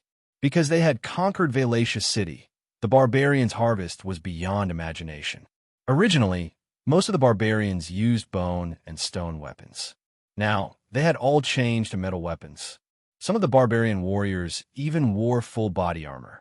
No one knew which unlucky knight had left it behind, but it was obviously a size too small for the barbarian warrior. But he didn't care and walked through the crowd with his head held high. It was difficult to cast a spell to cover the entire camp, and it was even more difficult to cast it in order to prevent the white dragon from discovering the magic waves. In order to suppress the magic waves, Sulin lengthened the casting time by several times. Finally, a dim and weak light flashed, and the spell was finally released. Silent Domain. Maximum spell plus silent spell cast. A transparent barrier descended from the sky, instantly enveloping the entire campsite. The original clamor disappeared in an instant, and the foot of the mountain became silent in an instant. After observing for a while, Sulin sighed in relief when he saw that there was no movement in the white dragon's lair. He then waved at the soldiers behind him, and the soldiers who were already prepared immediately began to attack. Whoosh, whoosh, whoosh. The archers of the sound shooting battalion instantly burst forth with astonishing speed. Only 30 archers of the sound shooting battalion activated rapid shooting and directly shot out a wave of arrows. The unprepared barbarians of the northern region were instantly turned into porcupines by the rain of arrows. Enemy attack! Enemy attack! After being attacked, the barbarians of the northern region reacted very quickly. As a tribe that lived in the wilderness, if they didn't react quickly enough, they wouldn't have the right to survive. A dozen barbarian warriors formed an arrowhead and charged forward. These top-level axe-wielding barbarian warriors roared and activated Berserk, then charged forward with their axes. Whirlwind slash, charge, chop, whirlwind slash, charge, chop. Although the moves were simple and crude, corpses were everywhere they passed. The axes of the barbarians' axes broke bones and tore tendons. Although the northern barbarians were strong, they were no better than little chicks when facing this group of berserkers. With a flash of lightning, the storm halberd appeared in Su Luan's hand. Then, with a flash of lightning, the two barbarian warriors who had just rushed up were instantly turned into charcoal. Chop! Sullen storm war halberd swept across. The blade of the halberd shone with a cold light and pierced through the scales of another dragon barbarian. Blood splattered everywhere. A hideous wound appeared on the dragon barbarian's chest. The sharp blade of the halberd had cut through the dragon barbarian's ribs. The white bone stubble made one's scalp tingle. The colorful internal organs were steaming and falling out. Battle cries rang out everywhere. Facing the well-prepared army of Florence, the barbarians of the northern region were forced to retreat. Although the battle had been developing in their favor, Sullen's army had also suffered a lot of losses. The barbarians of the northern region had obtained a large amount of resources and various weapons after conquering Velatia City. They were 10 times stronger than the broken weapons they originally had. The steel weapons were naturally lethal. Fortunately, Sulin had brought elite troops this time. Although the 1st Legion of San Felto City had recruited a lot of new soldiers, the main force of the army was Sullen's men from the northern city. They were powerful and were the backbone of the army. Get out of the way. At this time, a scorching hot fireball instantly smashed towards the charging crowd. The orange-red flame carried a scorching hot aura as it flew over. At this time, a tall figure instantly jumped up and swept the giant axe in his hand. A chi blade swept out from the axe blade and instantly split the basketball-sized fireball into 2 halves. Boom! With a loud bang, the fireball exploded. It was as if a ball of red-hot molten iron had exploded. Golden red scorching flames flew all over the sky. The tall figure was blown far away. The giant axe in his hand was blown to pieces, and the iron armor on his body was scorched red by the flames. Fortunately, the quality of the armor was good, and it was not damaged by the explosion. Otherwise, this would have been enough to take his life. Sulin casually sent a green aura into the barbarian's body. The barbarian's injuries from the explosion began to heal quickly. After the fireball was blown up by the axe, the flames splashed everywhere. The most unlucky ones were the barbarians who lacked armor. Sullen's troops were all wearing armor. Although the flames splashed by the fireball were hot, the armor didn't affect them too much. However, the barbarians were not so lucky. A rain of fire splashed out, and the dirty furs on their bodies quickly burned. These barbarians in a northern wasteland didn't know how to make leather. Moreover, most of the leather on their bodies was covered in oil. When the sparks landed on them, a raging fire immediately rose. Before those barbarians could react, the fire had spread to their bodies. Many of them directly turned into human-shaped fireballs. The morale of the northern barbarians, who had been defeated, was even lower. Soren's hand flashed, and a lightning spear appeared in an instant. With a flash of lightning, it flew out in an instant. Lightning spear. The dragon sorcerer, who had just released the fireball, suddenly felt a sharp pain in his heart. The next second, boundless darkness shrouded him. After killing the dragon sorcerer, the resistance of the northern barbarians began to weaken. Many of them had begun to sneak away, but Su Lin, who had already surrounded the whole camp, would not let any enemy go. The barbarians who had fallen into a desperate situation fought madly with bloodshot eyes. They wanted to rush out a path of survival, but it was destined to be futile. The archers who had been guarding the perimeter had long stopped the rain of arrows and started to target the barbarians. These archers were all godly archers. They directly sniped the barbarians who resisted fiercely. With the continuous killing, the resistance of the northern barbarians became weaker and weaker. This tribe of 2,000 people had completely lost the ability to resist. The whole camp was full of barbarians' corpses. About half an hour later, the cries in the camp gradually disappeared. All the rebels were killed, and the rest were captured. It could be said that this battle was a total victory. Your Majesty, all the northern barbarians are here. In addition to those who were killed, there are more than 1,300 people captured. Among them, 230 were seriously injured, and the rest were lightly injured or uninjured. None of them escaped. In this battle, our army lost 37 people, 120 were seriously injured, and no light injuries were taken into account. It was a total victory, a servant said respectfully. Clean up the battlefield and escort the captives back to the city of Vadia. Kill those who are seriously injured, Su Lin said coldly. It was as if the more than 200 seriously injured people were just some cold numbers. Take care of the injured brothers properly. Bring the seriously injured here for medical treatment. Soon, all the seriously injured were sent to Sullen's tent. To Su Lin, as long as they were not dead, even if they had lost an arm or a leg, he could just put the arm back and use the living healing spell to save them. More than 100 seriously injured people were quickly treated. Su Lin could not bear to see these people die or become disabled and retire. These seriously injured people were all excellent soldiers, much stronger than the newly recruited ones. Sullen's healing spell allowed his army to grow rapidly. Every veteran who had been on the battlefield and had rich experience in killing were very precious. As long as these veterans were there, they could quickly build up an army. Bring some of the surrendered barbarians here. I have something to ask them, Su Lin said after casting the spell. Yes. The guard at the side hurriedly left. Soon, a few surrendered barbarians were brought over. Kneel. The guards behind him lifted their legs and kicked the barbarians' knees, pressing them to the ground. What is your position in the tribe? Su Lin looked at the barbarians in front of him. The barbarians looked at each other and said, I am the tribe's priest. You should know about that dragon, right? Su Lin asked directly. Yes. Where did it come from? How long has it been here?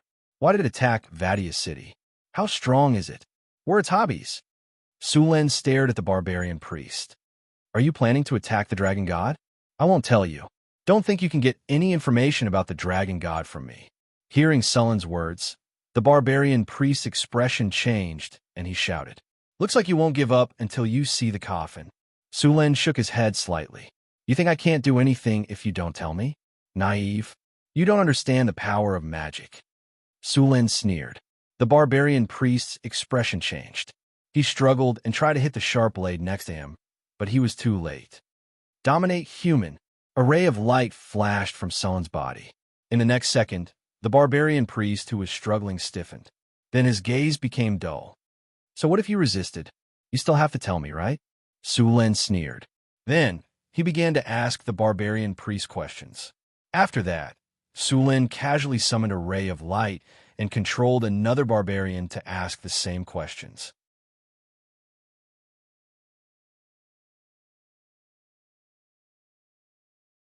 Chapter 575. After some questioning, Su Lin had a clearer understanding of the giant dragon. His guess was right. It was indeed an elderly white dragon. According to the barbarians, this elderly white dragon had come here from the north 2 years ago. After arriving, it immediately conquered a few surrounding tribes and united them into a tribe of about 2,000 people. After converting a group of dragon descendants, it went into a deep slumber. It It was only a year ago that the white dragon woke up and began to move around. The white dragon had attacked the city of Xianxia because it wanted more wealth. After observing for a long time, it made its move.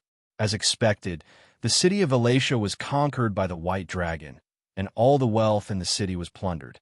His followers, on the other hand, obtained a large amount of weapons and resources. After understanding the situation of this white dragon, Su Lin began to prepare to slay it. This white dragon was not considered strong among the giant dragons. Its followers had been wiped out by Su Lin, and now only the dragon itself was left. According to various records, many giant dragons would enslave large numbers of servants and followers. The most successful example was the Red Dragon Queen in the south. Giant dragons could enslave most monsters as their servants, including all your own species and even those weaker than them. Therefore, most of the time, when facing a giant dragon, it was not just a single dragon, but an entire army. Take the Red Dragon Queen, for example. She had several red dragons under her command, as well as numerous dragon descendants. She relied on her powerful strength to suppress the southern countries and make them tremble in fear. Every year, they had to pay her taxes. Even the churches of the gods were not willing to provoke her. Many people thought that they could slay a dragon after reading some so-called strategy guides, but these people were usually killed by the dragon's servants at the first checkpoint. As for the bard stories of knights slaying dragons with the help of a group of companions, they were basically just rumors. If one wanted to slay a dragon, the first thing one had to face was its army of monsters. Dragons would not be stupid enough to fight one-on-one with you. They would use all their advantages to fight. For example, if a warrior were to fight a dragon, he would be in a passive state. The dragon could fly, but the warrior couldn't fly. Arrows couldn't reach the dragon either. Only when the dragon swooped down would the warrior have the opportunity to attack. However, this opportunity often represented a great risk. If the warrior wasn't careful, he would die on the spot. Moreover, compared to hand-to-hand combat, giant dragons preferred to use their dragon breath to destroy their enemies. For the winged dragons, they had complete strategic initiative. They could fight and leave as they pleased. When the dragons sensed danger, they would also flee. Therefore, when a warrior or knight fought a dragon, the first thing they should do was to make it unable to fly. If they couldn't do that, then they should retreat as soon as possible. Most melee classes were at a disadvantage in the air. There was no combat aura in this world that could allow warriors or sword saints to fight in the air, unless they raised their strength to advanced legendary and mastered the domain. All of you stay here. I'll go up alone, Su Lin said. Your Majesty, let us go together. Isn't it just a dragon? We have a dragon-slaying weapon to deal with it, a barbarian warrior said while waving a dragon-slaying spear. This dragon-slaying spear was specially used to deal with giant creatures.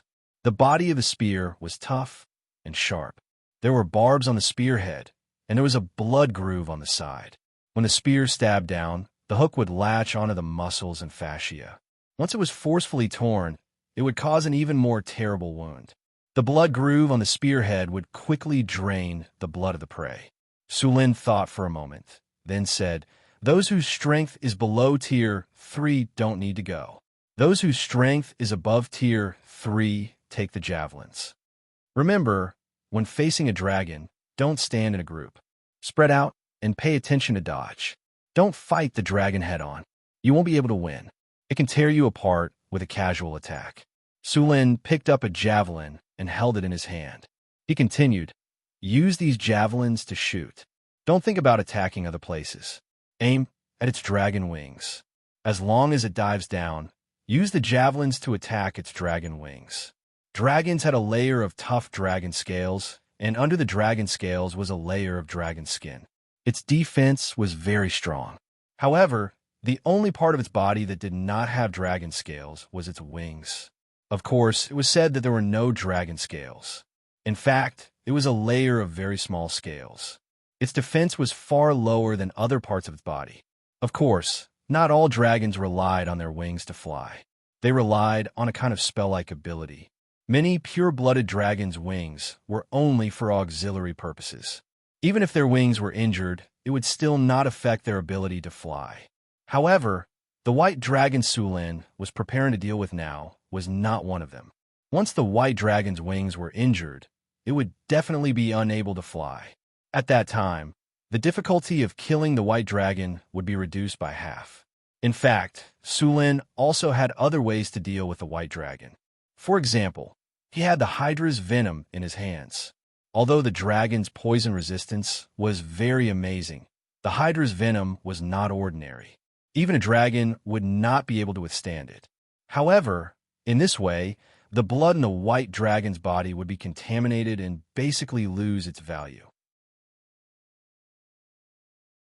Even the dragon's flesh and other parts of the dragon would be seriously affected. It could be said that even if the dragon was successfully killed, only the dragon scales and dragon skin would be of some use.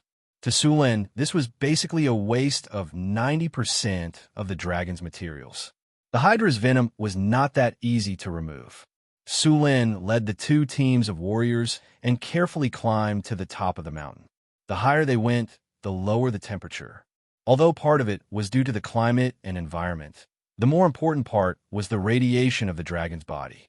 Soon, the ground under their feet began to be covered with snow. The mountain peak became steep and slippery. A thick layer of ice covered the top of the mountain. This was not naturally formed. It was the effect of the white dragon's breath.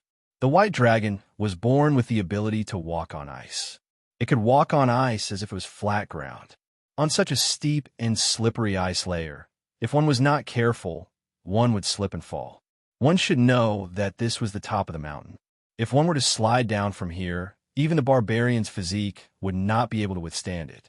You guys can stay here. Sulin looked around and said. The space at the top of the mountain was narrow, and there was almost no shelter. There was also a layer of ice covering the mountain. It was very unfriendly to others. Find a place to hide. If you have the chance, use the javelins to attack the white dragon's wings. At the same time, remember to protect yourselves. Sulin finished speaking and walked directly to the top of the mountain. Greater invisibility. A light flashed and Sulin's figure completely disappeared. Erased traces. Another light flashed, and even Sulin's footprints and smell disappeared. After hiding, Sulin began to approach the white dragon's nest. The white dragon's nest was very steep and covered with a layer of ice. The entire mountain wall was very smooth. The cold wind whistled at the top of the mountain. It would be a problem for ordinary people to even stand, but for Sulin, it was not difficult at all. With a walk on the ice, Sulin walked on the ice as if it were flat ground. At the top of the mountain was an open platform that was smooth and flat. Dragons usually took off and landed on this platform. Because of their weight, dragons preferred to fly from high places. It was difficult for them to take off from flat ground. As soon as Sulin arrived, he felt something strange. An invisible pressure enveloped him. This pressure made his heart beat faster and made him nervous. The hair on his body stood on end, giving him a creepy feeling. Sulin had experienced this feeling before. That was when he was in the fire elemental plane and the red dragon Xianxia. Draconic aura. A word popped up in Sulin's mind. The draconic aura disappeared as quickly as it came. After a breath, this draconic aura had no effect on Sulin at all. This white dragon's draconic aura was not very strong. At best, it was similar to Xianxia's. Xianxia had just entered adulthood. Although it was 2 years younger than this white dragon, as the strongest red dragon among the Penishade dragons, its draconic aura was far stronger than that of a white dragon.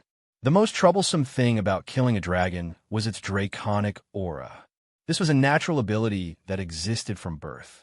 As time passed, the draconic aura would become stronger and stronger.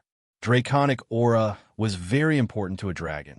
They could easily enslave a large number of monsters with their draconic aura. At the same time, when facing a large number of enemies, it could intimidate the enemies. Those creatures with weaker minds and weak wills would not even have the courage to attack. Ordinary people could not withstand draconic aura at all. Even professionals would have to go through a test of will. More than 80% of professionals would not be able to withstand it. Therefore, there was no need to think about using human wave tactics to deal with the dragon. In fact, the more powerful and high-end the battle, the higher the requirement for will. In a battle of this level, there would often be a need for a test of will. Many of the wizard's control spells also required a test of will.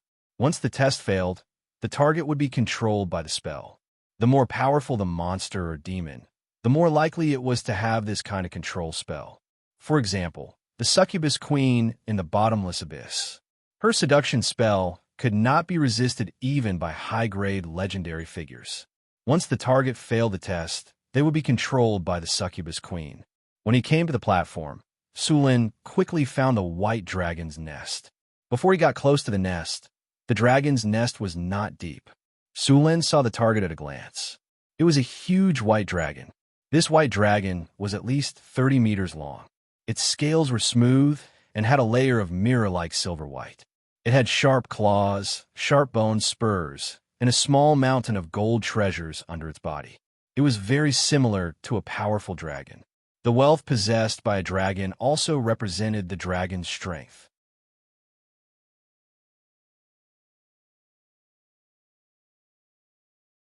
Chapter 576. A cold wind blew, and a few snowflakes drifted down. It was snowing lightly in the sky. The white dragon in the center of the dragon's nest was still sleeping. Long and drawn-out breathing sounds could be heard. As the white dragon breathed, countless small pieces of ice flew out of the dragon's mouth and nose. Sulin moved slowly and lowered his footsteps as he approached the sleeping white dragon.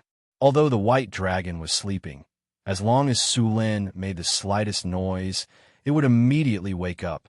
Under normal circumstances, the white dragon's nest was guarded by its kin, but this white dragon was very lucky.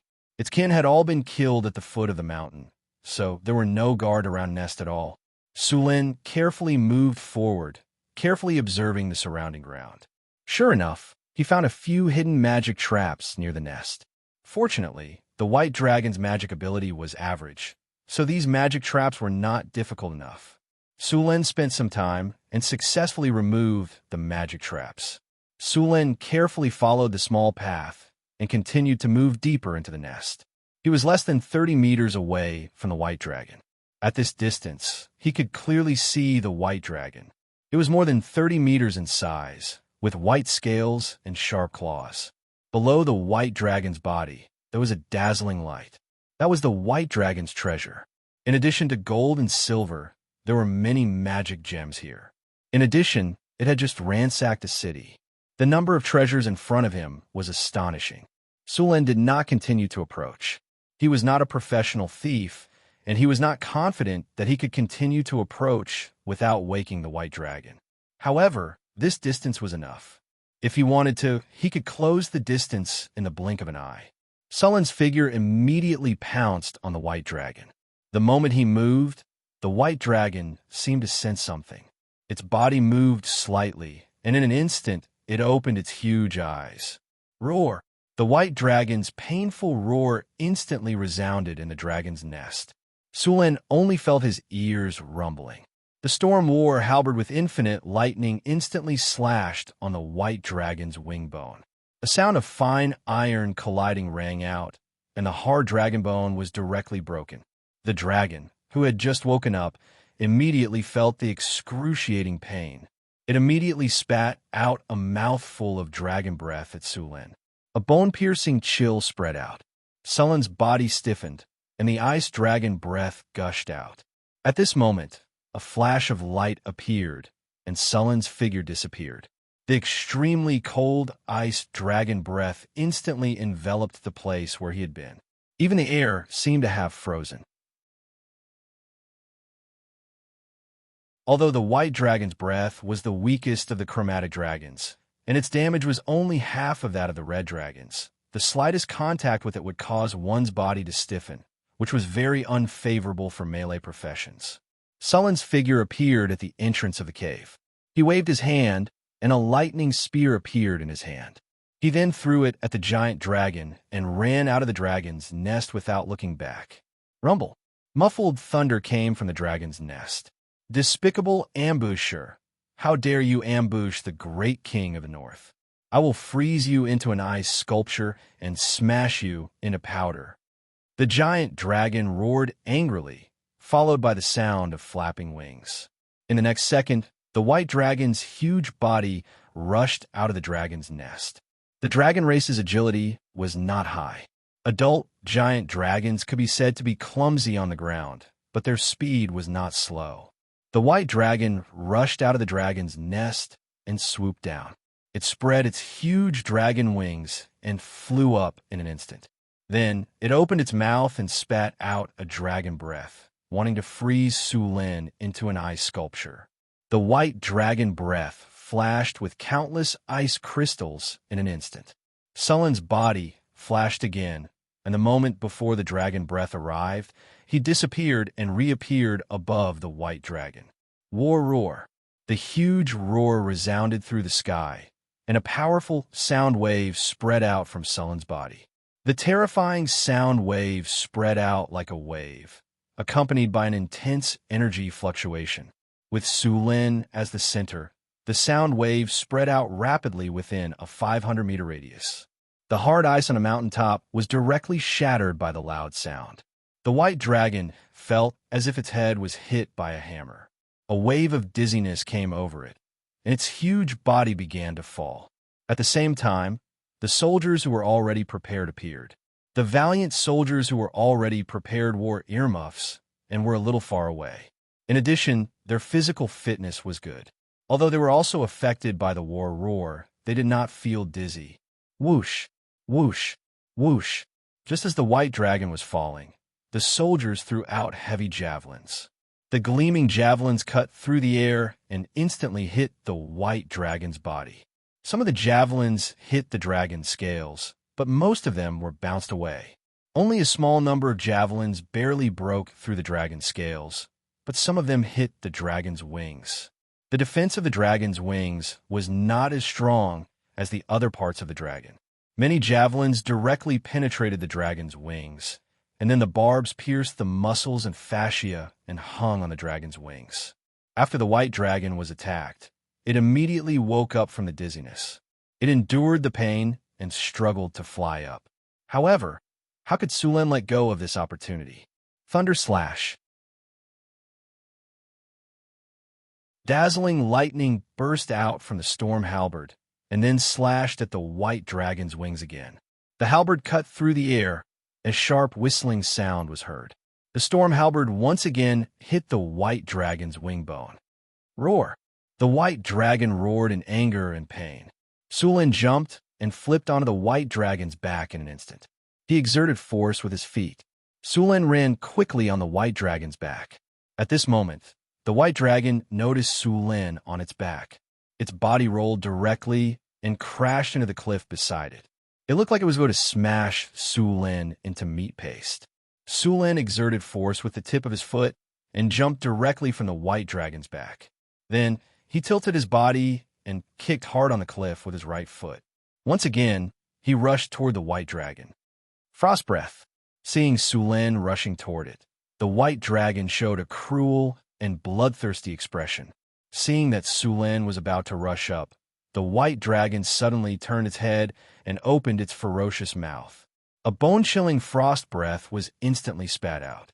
Su Lin, who was charging at a high speed, could not dodge at all. The lightning on his body flashed instantly, and a shield made of lightning appeared in front of him. In the next second, the frost breath collided with the thunder shield. The bone-chilling coldness was felt, and a thick ice sculpture was formed on the thunder shield. Seeing that the ice sculpture was formed in an instant, the white dragon's eyes flashed with a hint of violence. However, before it could do anything, countless lightning bolts exploded from the ice sculpture. Su Lin swung the storm halberd from the sky and pounced on the white dragon's neck like an eagle. Roar! The white dragon's dull roar was heard, and it was in great pain. The white dragon's huge body could not help but tremble. Then, its thick dragon tail swept toward Su Lin. Scorching blood gushed out. The storm halberd left a deep wound on the white dragon's neck. The dragon scales were broken, and the wound was 30 centimeters long. Through the wound, one could even see the bones inside. The dragon's tail came with a whistling wind. Sulen did not even look back. With a flash of light, his figure disappeared in an instant and reappeared in mid-air in the next second. The white dragon's huge body made it difficult for it to turn around. Moreover, its huge body also provided plenty of attacking positions. Its body could even become a tool for Sulen to dodge.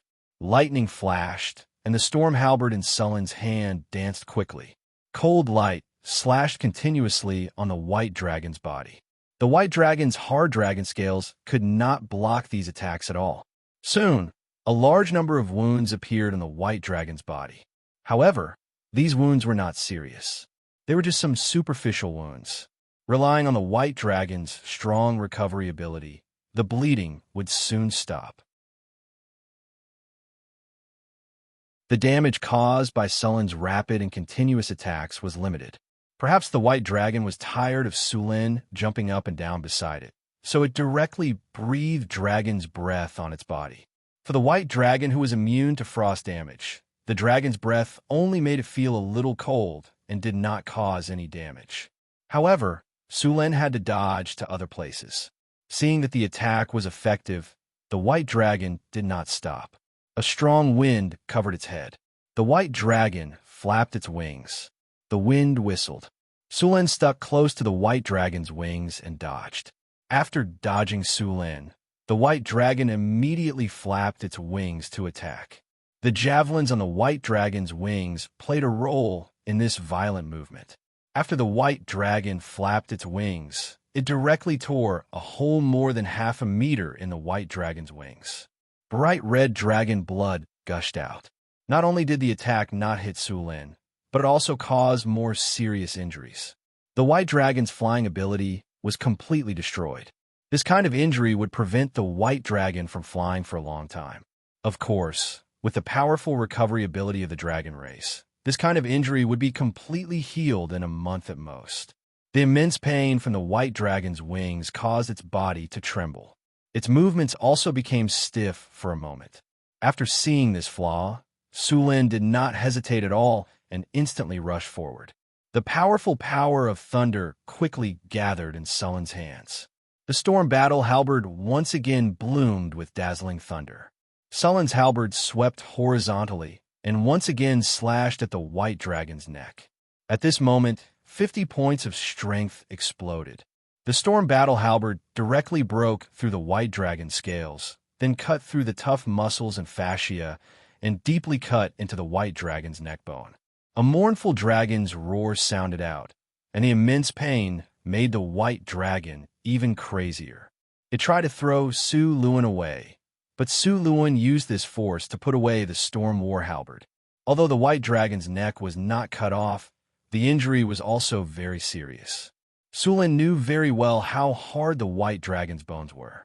Unless he was holding the silver sword of Gith or an artifact of the same level, it was basically impossible for him to cut off the white dragon's neck with one strike. The sharp pain from the white dragon's neck caused a trace of fear to rise in its heart. At that moment, it felt the fear of death. The fear in the white dragon's heart began to spread. After seeing Sulen, the white dragon spat out a bone-chilling dragon's breath again. At the same time, a strange energy appeared in an instant. Ice fog spell. A large amount of ice fog rose in an instant and enveloped the white dragon. The ice fog spread quickly, and in the blink of an eye, it covered an area of a few hundred meters. Sulen's vision blurred, and the surroundings instantly turned into a white world. At the same time, a large amount of ice began to condense on Sulen's body. A flash of lightning flashed, and the surface of Sulen's body was instantly wrapped in lightning. All the ice fog around him was dispersed. It's hiding in the ice fog. Seeing the scene in front of him, Sulen's eyes quickly scanned the surroundings. However, it was a vast expanse of whiteness, and he could not see the white dragon's shadow at all. And as time passed, the surrounding coldness became stronger and stronger. Sulen's body flashed, and then he rushed out of the range of the ice fog spell in the next second. The white dragon hid in the ice fog, and the white scales on its body became the best camouflage color. There was no trace of it at all. Seeing this situation, Su Lin turned his palm, and in the next second, a flag appeared in his hand. Wind Tornado. A powerful spell fluctuation came, and the wind elements quickly gathered. In the blink of an eye, two tornadoes that reached the sky appeared in front of him. The tornadoes moved quickly around, and the originally white ice fog was instantly blown away by the tornadoes, and the scene inside was completely exposed. To Sullen's surprise, the white dragon was not preparing to launch a sneak attack, but was preparing to run away. All the javelins on the dragon's wings had been pulled out, and the dragon's wings were broken and bloody. However, the white dragon did not care and directly breathed dragon's breath on the dragon's wings. The original holes and wounds were instantly frozen. Although it was still somewhat inconvenient to move, it could now fly again. Seeing this situation, Su Lin was a little surprised. At that time, it was reasonable. Although dragons were arrogant, they were not brainless. After confirming that they could not beat them, they would also run away.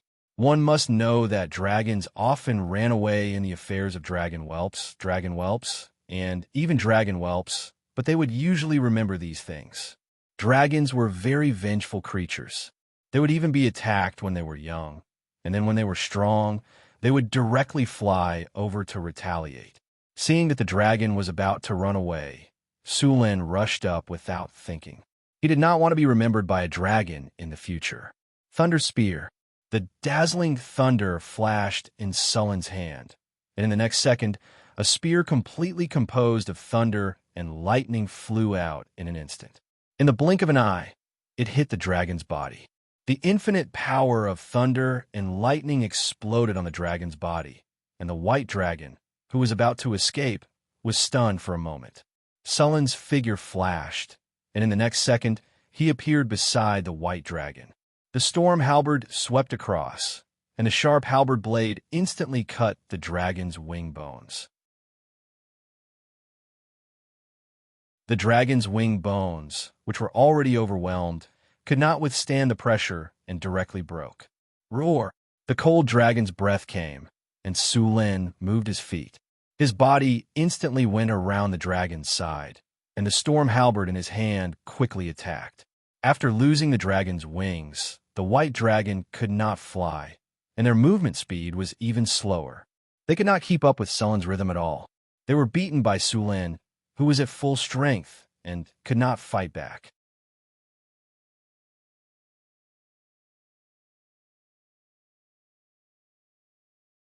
Chapter 577. Roar.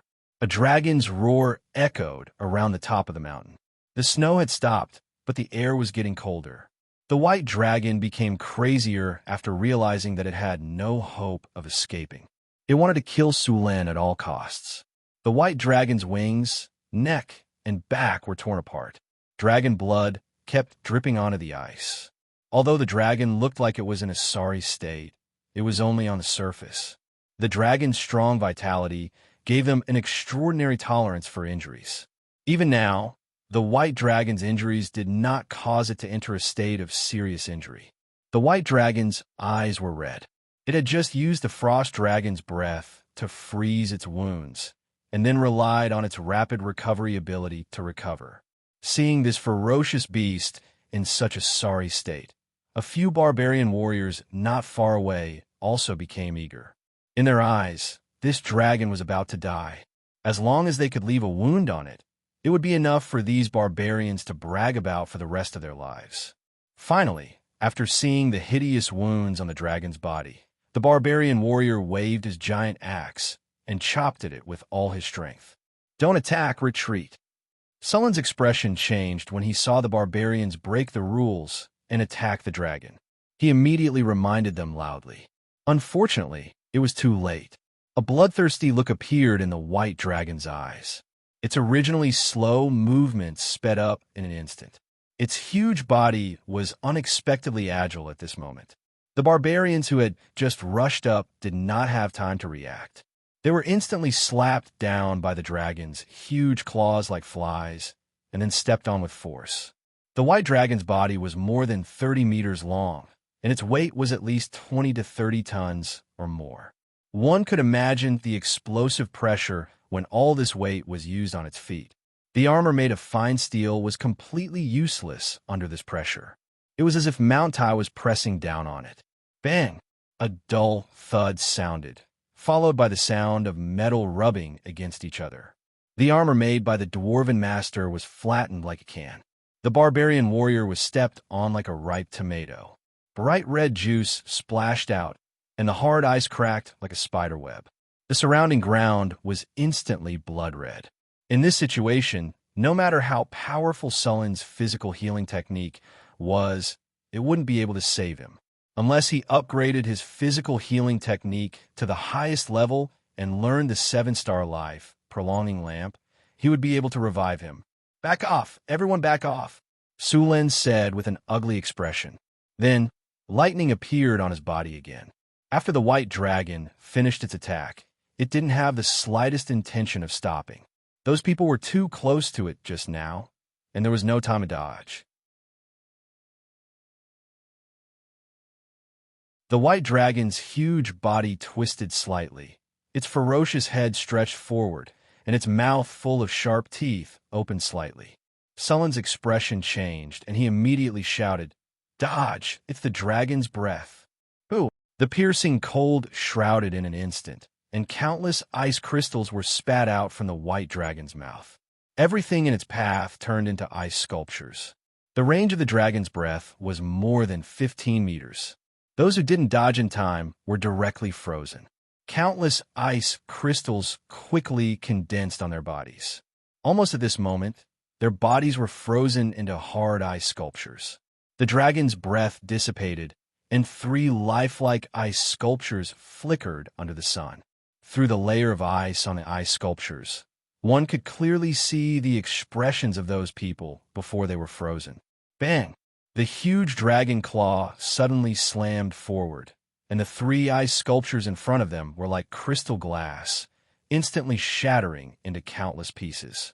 The other barbarian warriors around them were furious. Their brothers died in the blink of an eye, and they wanted to rush up to avenge them. However, under Sullen's command, they all pushed away. In this battle, those barbarian warriors could only harass from a distance. Those who dared to intervene directly were all killed by the dragon. In this level of battle, even a grade 4 profession could only be a bystander. The difference between the body of a human and a dragon was too big. The dragon weighed more than 20 tons, and it would be crushed easily. Flash! With a flash of lightning, Sullen's figure instantly appeared beside the dragon, and he quickly swung the Storm War halberd in his hand. Clang! The sound of metal colliding rang out. The white dragon blocked with its claws, and the Storm War halberd left a deep mark on its claws. A piercing pain came from the claws, and the white dragon opened its mouth and spat out another mouthful of dragon's breath. Su Lin tiptoed, and his body changed direction in an instant with a strange posture. He narrowly dodged the dragon's breath, and then quickly circled to the dragon's feet. The Storm War halberd in his hand cut along the dragon's scales, and then pierced into the muscle tissue under the dragon's skin. With a fierce twist, the white dragon's fascia was directly cut off. Dragon's blood sprayed out. Sullen's body was also drenched in dragon's blood, and a burning sensation came from his body. The dragon's blood was very corrosive, and its nature was like a strong acid. If one didn't have a strong enough constitution, just the dragon's blood alone could burn a person to death. In the songs of many bards, a dragon-slaying hero bathed in dragon's blood would become invulnerable, and his strength would increase rapidly. This saying was not accurate. Dragon's blood didn't have such a powerful effect. As for bathing in dragon's blood, it could indeed increase one's strength. There was a type of dragon's blood baptism ceremony that could enhance one's physical fitness, but this kind of enhancement was only effective for people whose constitution was below 40. Moreover, the dragon's blood baptism was divided into 5 levels, corresponding to the 5 types of dragons: red, blue, green, black, and white. 5 levels of dragon's blood baptism could directly promote a warrior below the legendary rank to the legendary rank. However, The dragon's blood baptism ceremony was obviously of little value to Su Lin. After cutting off one of the tendons, Su Lin didn't stop at all. He moved his feet and rushed out in an instant. The moment he rushed out, a thick and powerful dragon's tail swept directly at him. Su Lin exerted force on his feet, and his body instantly leaped onto the white dragon's back again. Without any hesitation, Su Lin quickly ran up the dragon's spine and quickly arrived at the dragon's neck again. At this time, the white dragon also noticed Su Lin's intention. At the thought of the attack that almost cut off its neck not long ago, the white dragon didn't even think about it. It didn't care about the dragon's pride and directly rolled on the ground like a lazy donkey. Its huge body rolled on the ground like a small mountain. Sensing that something was wrong, Su Lin didn't have time to attack and instantly jumped down from the dragon's back. Boom! The 30-meter-long giant rolled on the ground, and the movement was very loud. The barbarian warriors who were originally around ran as far as they could. If they didn't dodge in time, they would end up being crushed into a meat patty. After the white dragon rolled and shook off Su Lin, its long tail swept over. The dragon's tail swept across, and wherever it passed, the rocks and branches in front of it were all swept away. With a flash of lightning, Su Lin's figure disappeared in an instant and then reappeared beside the dragon. As soon as he appeared, Su Lin felt a piercing chill. Before he could react, the frost dragon's breath covered his head. Su Lin had just used flash, so he didn't have time to dodge again and was directly hit. The cold chill shrouded Su Lin, and the surface of his body began to condense ice. After this period of battle, the white dragon had discovered a pattern. Every time Su Lin flashed, he would appear around it. So when it saw Su Lin flash, it directly used Frost Dragon's breath to cover the surrounding area in an instant. This was also the reason why Su Lin collided with the Frost Dragon's breath as soon as he appeared. Feeling the stiffness of his body, Su Lin's expression changed greatly. The lightning power in his body exploded in an instant, and the ice on the surface of his body quickly shattered. In the blink of an eye, Su Lin was about to break free, but it was too late. The huge dragon's tail swept over with a whistling sound. Su Lin's vision turned black, and he felt a sharp pain. His body flew backward involuntarily, and the lightning shield on the surface of his body collapsed under this huge force. Bang! With a loud sound, Su Lin crashed heavily on the rock, and the hard rock was directly smashed into cracks. After the white dragon sent Su Lin flying, it didn't stop at all.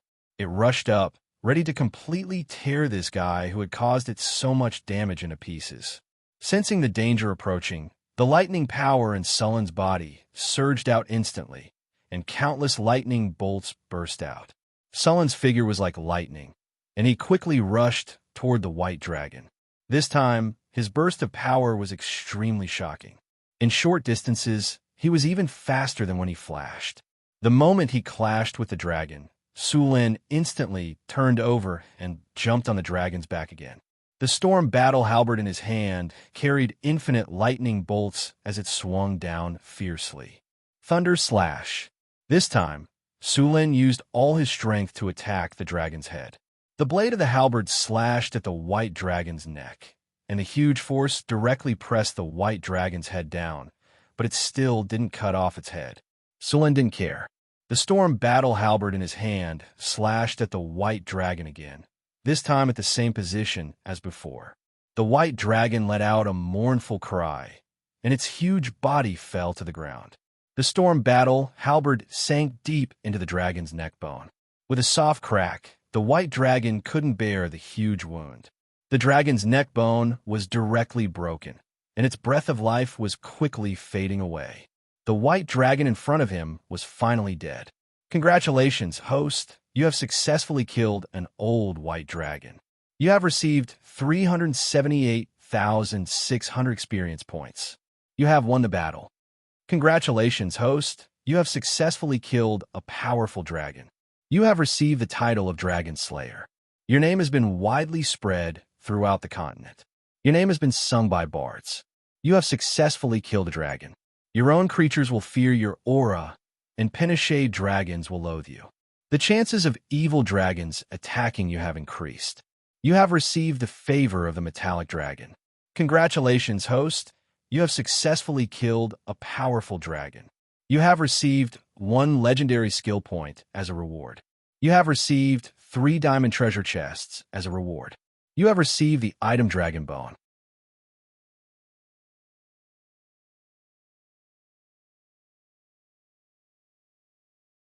Chapter 578. The battle is over. You have obtained the dragon blood baptism that you obtained in the battle. You have obtained a partial ability bonus. Because your strength has exceeded the range of the dragon blood baptism, you can't increase your strength. Baptism complete. You have obtained a special talent, Dragon Blood Baptism, White. Dragon Blood Baptism. White, you have successfully killed an old white dragon.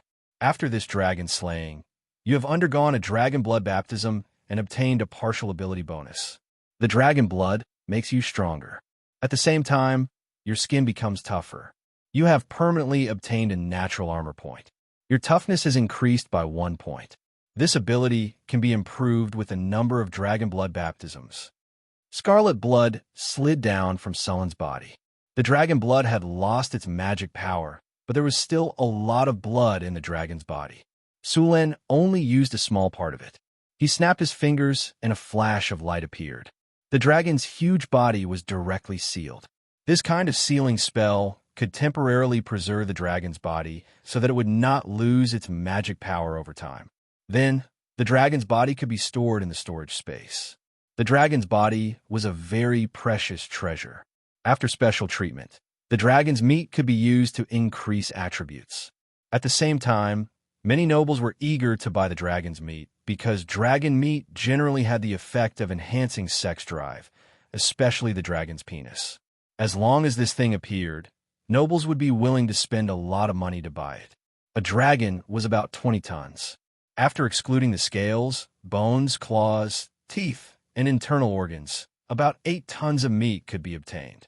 The hard dragon scales were a good magic material. They could be made into dragon scale armor or other things. After processing and enchantment, dragon scale armor had amazing resistance to physical and magical attacks. The best way to make a dragon skin robe was to make a dragon skin robe. This kind of dragon skin robe was not made from the skin of a lesser dragon. A dragon skin robe made from the skin of a true dragon was at the legendary level. Since Hathaway became a legendary, her wizard robe could no longer keep up with her. Now is the time to change it. White dragons had enough dragon skin. Of course, the best quality was the dragon skin on their abdomen. It was soft, tough, and had a high magic conductivity. The dragon skin on other parts of the body was slightly inferior. Not only did the dragon skin robes have powerful magic resistance, but they also had decent physical defense. They were basically comparable to ordinary armor. Although the remaining parts couldn't be used to craft dragon robes, they could still be used to craft magic scrolls. Due to its excellent magic conductivity and amazing tenacity, dragon skin was an excellent material for crafting advanced magic scrolls. After all, there was a level 9 magic scroll in White Raven Tower that was made of dragon skin. In addition to these items, there was another important item, the dragon crystal. Not all dragons had dragon crystals. Only a few dragons would form dragon crystals. This was a powerful magic material. It was the condensation of a dragon's mana. It could be used to make many things. Most of the innards of dragons were poisonous, but they were still good magic materials. Hathaway had many recipes that required these materials. As for the dragon heart, Sulen planned to give it to Phyllis. As a dragon blood sorcerer, Phyllis's bloodline power was not high. This time, Sulen obtained the white dragon heart. He could completely purify her blood and strengthen the effect of the dragon blood in her body. Before killing the dragon, Sulen had already prepared the various parts of the dragon's body. Seeing that Sulen had killed the giant creature, the surrounding barbarian warriors slowly approached. Sulen directly asked them to clean up the battlefield. The dead soldiers needed to be collected again. Although they had been shattered into ice shards, The two barbarian warriors still collected all the corpses, including the one that was trampled flat. Slaying a dragon not only represented the highest honor, but also represented wealth. After the dragon was killed, the huge wealth left behind would all belong to Su Lin. This white dragon's wealth was not small. This time, although a few barbarian warriors were killed or injured, the harvest was also good. At the same time, the system notification sounded again. Dragon slaying successful. You have successfully slain a white dragon. The barbarian warriors under your command have followed you into battle. In the process of fighting the dragon, they have gained additional will. Survivors will permanently +1. All survivors' morale +5. Dragon slaying battle. White Dragon, Legendary Battle June 1689 of the Radiant Moon Calendar. You learned that a city in San Filto had been conquered by a dragon. Then, you formed an army and advanced into the distance, preparing to use them in the upcoming battle. You discovered the white dragon's tracks and cleared out its descendants in advance. Then, you started a battle with a white dragon. You successfully killed an old white dragon. As the battle ended, more and more people learned of your prowess, and your name began to spread across the continent. The dragon's nest was very big. After storing the dragon's body, Su Lin began to collect wealth. After entering the dragon's nest, Su Lin saw a small mountain of gold sand. So much gold. It's dazzling my eyes, a barbarian warrior murmured. Compared to normal humans, the barbarians were not very interested in money. They were more interested in eating and fighting. Pack up all the gold.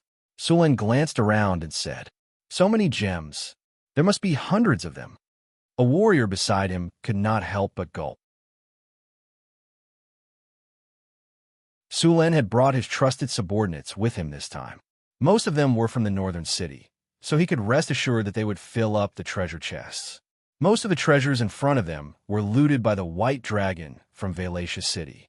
At that time, the White Dragon had moved all the treasures in the city. This White Dragon's wealth was more than many red dragons and gold dragons. Pack up all the treasures and bring them back. No one is allowed to hide them. If anyone dares to hide them, you know the consequences. When we return to San Filto City, I will reward you according to your contributions. Su Lin quickly finished the task. He let the soldiers collect the gold products while he checked the various magic materials and gems in the treasure chests. There were more common gems, such as rubies, sapphires, agates, emeralds, and so on. There were about hundreds of them. These gems were less valuable. Perhaps it was because this world was rich in minerals. Finally, there were about 100 diamonds, which the White Dragon liked to collect. These diamonds collected by the White Dragon were of high quality and large in size. They were very good magic materials. One of the diamonds was bigger than an egg. It was a crystal clear rose diamond. It was oval in shape and had not been polished at all. Soren held the beautiful rose pink diamond in his hand and estimated that it weighed about 60 grams. If this weight was in his previous world, it would probably be a rare treasure. If it was polished carefully, the price of this diamond would be very high. Of course, even in this world, it was quite rare. Basically, only the top nobles could have it. Su Lin planned to give this rose pink diamond to the dwarven craftsman to polish. A pink diamond of this quality could be made into jewelry or sold at a very high price. Of course, Su Lin guessed that Hathaway and the others would not let him sell this gem. Su Lin put away the rose pink diamond and then continued to search the treasure chests. He wanted to see if there were any rare grade equipment as trophies. Unfortunately, he only found some low and mid-grade magic equipment. It seemed that the dragon did not care much about it. Dragons had very rich appraisal skills. The value of an item could be accurately estimated to the level of 1 copper in AR. Most of the time, the dragon would know the specific price at a glance. A successful dragon was usually a top-notch valuer. As this dragon had not been here for a long time, it rarely encountered adventurers, and naturally, it was difficult for it to collect high-value rare-grade equipment. Su Lin estimated that these rare-grade equipment were most likely obtained from the city of Adia. Normally, the more frequently a dragon was challenged, the more it would have. The more loot it collected, the more valuable it would be. The white dragon, which was directly killed by Su Luan, didn't collect many rare-grade equipment. After all, the Pinochet dragons did not know how to make equipment. Most of the equipment in the dragon nest was left behind by adventurers who wanted to be dragon slayers. Of course, the gold dragons and silver dragons of the metal dragons liked magic, so they also mastered the ability to make rare-grade equipment. Many of the gold dragons' collections were very shocking. As for the red dragon queen of the southern seas, Su Lin estimated that she should be the richest person in this realm. No, a dragon. As for those who dared to have designs on this treasure chest, they were either burned to ashes or thrown to the bottom of the sea to feed the fish. In addition to these treasures, Su Lun also collected magic plants around the dragon's nest. Due to the special environment in the dragon's nest, some dragonized plants would grow, the most famous of which was the dragon saliva. It was said that this plant was mutated when the dragon's saliva dripped on the ground while it was sleeping. The dragon grass could be used to calm the nerves. The ambergris made from this material was very effective. For wizards, it could increase the efficiency of their meditation and increase the duration of their meditation. Other than the dragon grass, there was also the dragon scale grass. This plant was also mutated by the radiation around the dragon nest. The dragon scale grass was also a precious magic material. It could be used to make many potions. Su Lin planned to try growing it in the mysterious realm. Although there was no white dragon, Su Lin had a red dragon as his mount. After collecting everything, the entire battlefield was cleaned up. Even some of the dragon blood that had been sprayed out was collected and prepared to be used as fertilizer.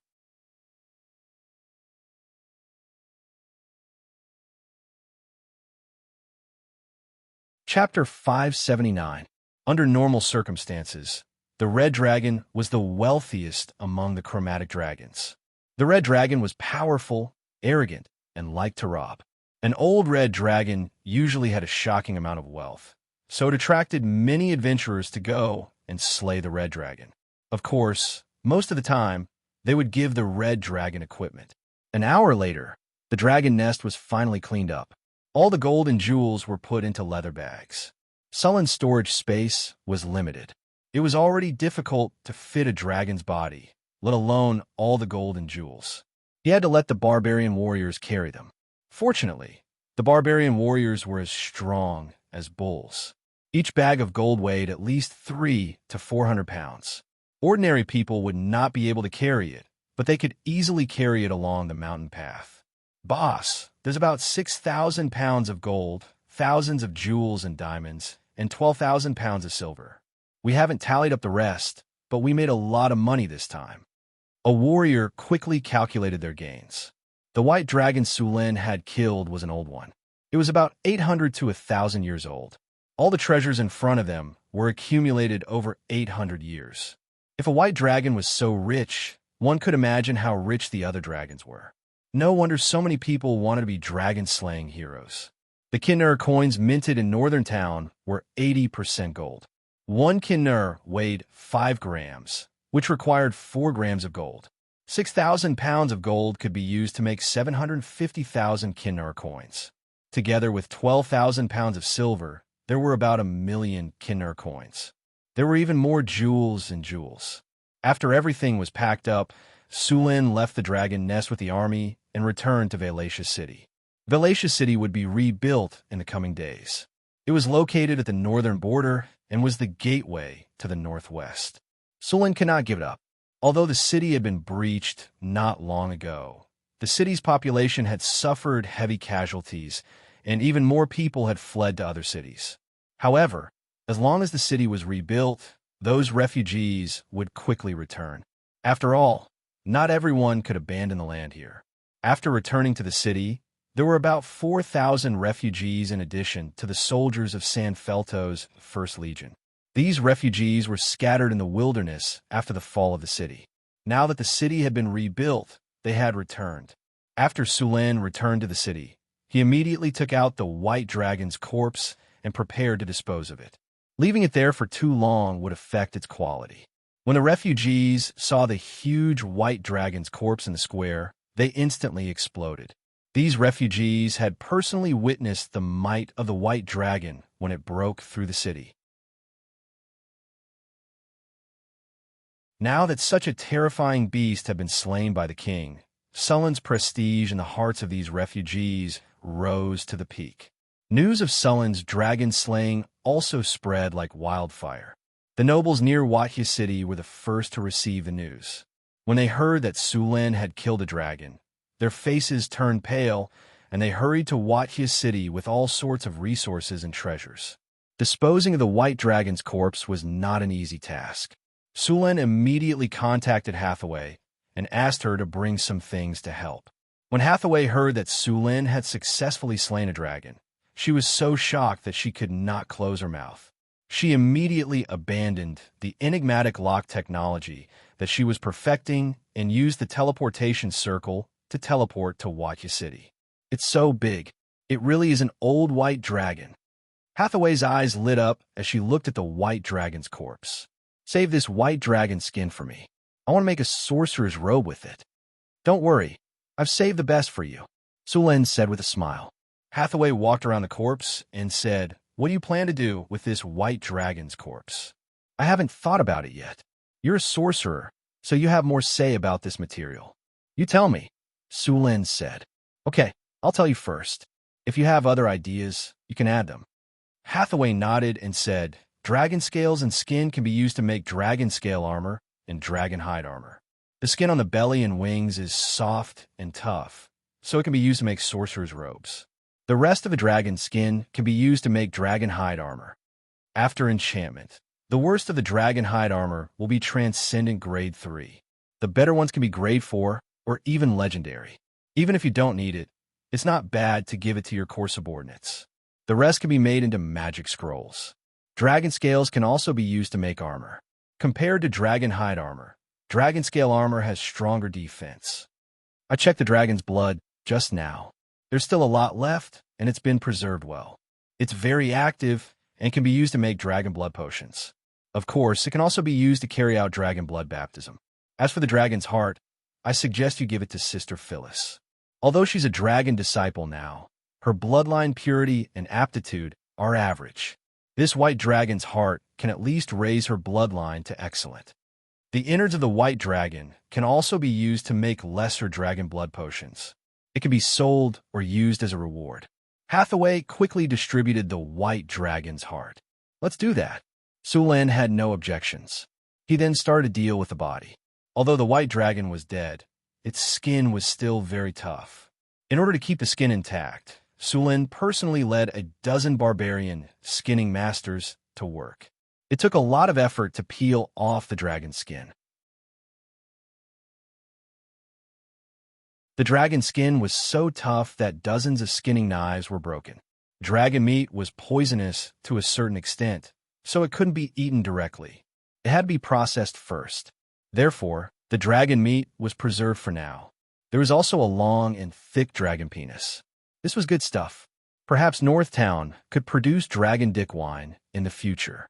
Next were the dragon's tendons, teeth, and bones. Sulan planned to use the dragon tendon to make a whip for Phyllis, the teeth to make a scimitar or dagger, and the bones to make a dragon bone staff. Of course, there were plenty of dragon bones in a dragon's body. However, not all of them were suitable for crafting magic staffs. These dragon bones were excellent materials for crafting legendary battleships. When the time came for crafting a legendary dragon bone battleship, it would be a surefire way to fight naval battles. Although a part of the dragon's wings would be used to make dragon robes, the rest would be enough to make sails. Since the dragon skeleton was used to make the dragon bones of a warship, the sails would be a good choice. All of the dragon's blood was extracted. The dragon's blood filled 7 large water tanks. Hathaway used a special crystal ball to preserve the dragon's blood. After all the parts of the dragon's body were cut up, only a complete dragon's head was left. Sulan didn't plan to make the dragon's head into a magical tool. It was better to keep it as a collector's item. Sulan planned to hang the dragon's head on a warship or the city walls of Northtown. Of course, he also took out the dragon crystal from the dragon's head.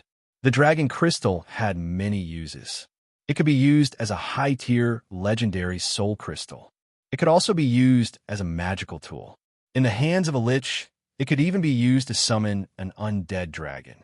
Su Lin planned to make the dragon crystal into a legendary construct.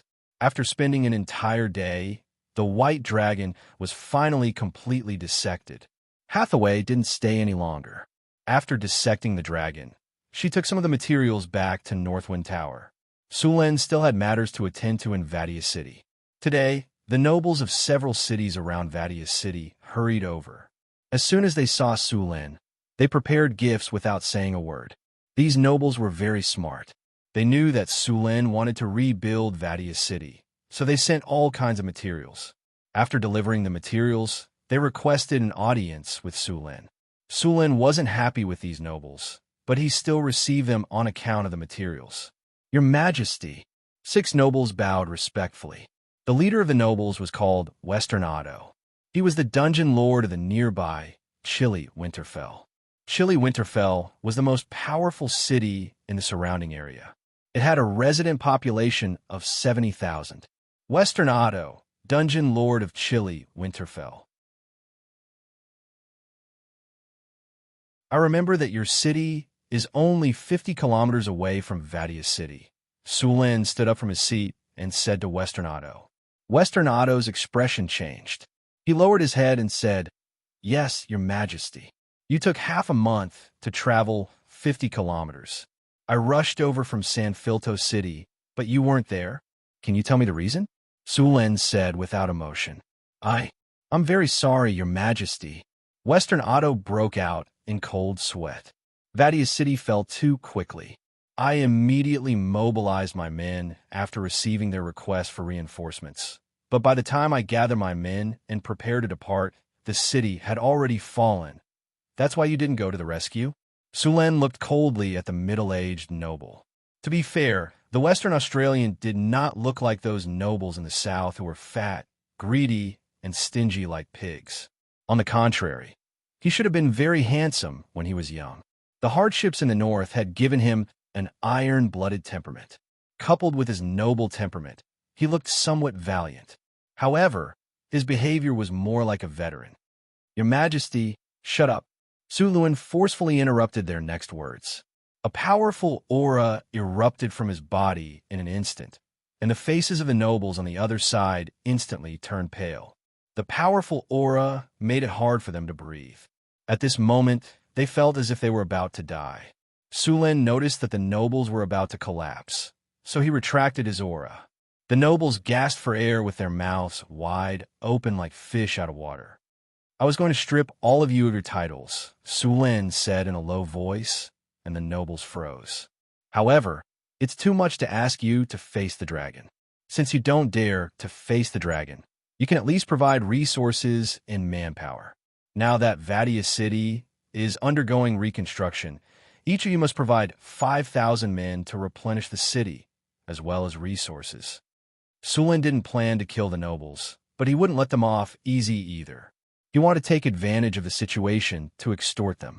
He wanted resources and other things, and, at the same time, he wanted to use this opportunity to reform the city. Rebuilding Vadia City would cost almost nothing, and the surrounding nobles would have to accept the reform. This was killing several birds with one stone for Su Lin. After hearing Su Lin's words, the nobles nodded in agreement, as if they had been pardoned. Su Lin waved his hand expressionlessly and told them to go back and prepare. Su Lin was very experienced in rebuilding a city, and there was a large group of experienced craftsmen in Northern Town City. After giving orders, Su Lin found a quiet room and went into seclusion. He hadn't used the system reward he received from killing the White Dragon, and Su Lin wanted to use it now. Although he received a lot of EXP from killing the White Dragon, he didn't level up. However, he still received one legendary attribute point. Opening the system panel, Su Lin chose to use it on Advanced Iron Will. A golden light shone, and Su Lin's eyes turned golden. His Advanced Iron Will had become Legendary Iron Will. Su Lin felt his mind become very clear at this moment. After upgrading Iron Will, Su Lin opened his inventory and checked the system reward. Apart from the 3 diamond treasure chests, Su Lin also received a dragon bone. This dragon bone was different from the one he received from cutting up the white dragon's body. The dragon bone in front of him was only a section of his spine. Su Lin used appraisal on the dragon bone. With a flash of light, the dragon bone's attributes appeared before his eyes. Dragon bone, the most essential part of the dragon's body. It contains the dragon's power. Wearing it will grant the wearer dragon's aura, red dragon, in its prime. The wearer's strength will increase by 5 up to 50. At the same time, it can be used as a supplementary material to upgrade weapons. Sullen's eyes lit up. This dragon bone could be used as a weapon upgrade material. In addition to the materials he received last time, he was one step closer to upgrading the Storm Battle Halberd. He planned to upgrade the Storm Battle Halberd to a divine artifact. After putting away the dragon bone, Su Lin took out the 3 diamond treasure chests and prepared to open them. A gorgeous light flashed, and Su Lin heard the system prompt sound in his ears. Congratulations, host. You have opened the diamond treasure chest. You have obtained the item Navy Camp Blueprint. Congratulations, host. You have opened the diamond treasure chest. You have obtained the item Moonlight Dew. Congratulations, host. You have opened the diamond treasure chest. You have obtained the item Ecosystem Information Technology. The Navy Camp Blueprint? Sullen's eyes lit up. This thing came at the right time. He was developing the trade route in Deepwater City. He was lacking a navy. Originally, he relied on Barbassa for training. Now that he had the Navy Camp Blueprint, he could train a navy on a large scale. Of course, this navy could also be considered a navy. With a stable source of soldiers, Su Lin would soon have a powerful navy.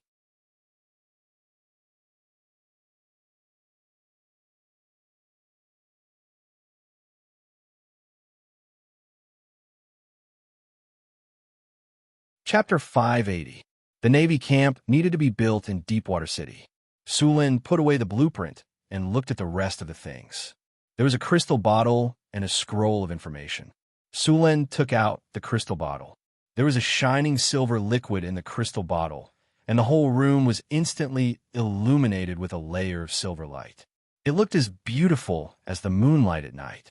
Countless starlight swayed in the crystal bottle. This small crystal bottle seemed to have contained the entire galaxy. It looked very beautiful. Moonlight Dew, the legendary magical dew condensed from the moon. It gathers a large amount of moonlight power. It has the magical effect of removing evil power, pollution, purifying blood, improving physical fitness, and speeding up the fusion of various energies. Su Lin checked the attributes of the Moonlight Dew with identification. This bottle of Moonlight Dew could remove pollution, which was good news for Su Lin. He had not absorbed the divinity crystal stone he got after killing the abomination, mainly because of the pollution and evil power on it.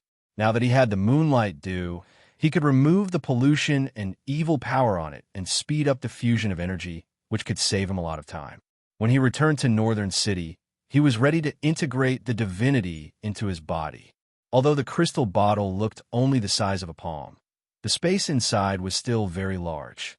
On the surface, it seemed to only contain 50 milliliters of Moonlight Dew, but in fact, its capacity was 1 cubic meter, which was enough for a bath. Not only was it enough for Su Lin, but it was also enough for Hathaway, Phyllis, and the others. After putting away the crystal bottle, Su Lin picked up the scroll next to it. The scroll looked like it was made of a material similar to gold foil. Its texture was soft like paper, but it was very tough. Su Lin clearly felt that this scroll contained a strange magic power. This scroll was actually a magic item. Using a magic item to record knowledge, Su Lin was suddenly very interested in this scroll. The most famous magic scrolls in history were the artifacts, the Nether Secret Scrolls. There were a total of 108 Nether Secret Scrolls, which recorded the knowledge of almost all schools. This set of artifacts created a glorious era, and even the Arcane Empire was established on the basis of these scrolls. It was the source of the rise of the Age of Thorium and the cornerstone of the birth of the great Arcanists. In the Age of Thorium, almost all spellcasters gain a lot of knowledge from this ancient scroll. The ancient Arcane Empire civilization started from here. Even now, Hathaway used a large number of spells that originated from the knowledge in the Nether Scrolls. The complete Netherese scrolls were divided into two parts, with a total of 108 golden scrolls. Legend had it that this scroll was written by the combined efforts of many ancient gods of order. The upper half of the Netherer scrolls had been destroyed during the Age of Thorium, while the lower half had been stolen. Their whereabouts were still unknown. Only a few scattered Netherer scrolls were preserved in the entire multiverse. This divine artifact contained the knowledge of the creation of the Mice energy core. Even the original floating city was built with the knowledge contained in it. In the Age of Thorium, the great arcanists even felt that as long as they read enough knowledge in the Netherer scrolls, it could help them directly become gods. It could be said that this was the origin of a powerful civilization. The Netherer scrolls not only contained a variety of mysterious and powerful knowledge, but these scrolls themselves were also powerful artifacts. When reading these scrolls, they could also obtain many powerful supreme magic abilities and talents, and even directly upgrade one's profession level. Of course, this artifact was so powerful, but not everyone could read it. After the experiments of the ancient arcane mathematicians, every time a scroll was read, one could upgrade one's level. The threshold for reading the scroll was very low, but most people could only read the first page. Generally, people with strong minds and developed brains could read up to the 8th page, while most wizards could only read up to the 5th page. As for reading all the Netherer scrolls, since the discovery of the Netherer scrolls until now, no human had accomplished this feat. As for those who thought they were clever and wanted to read more knowledge, they were either crazy or their brains exploded from the knowledge. Of course, there were also ways for humans to read more Netherer scrolls without going crazy, such as divinity or becoming a favorite of the gods.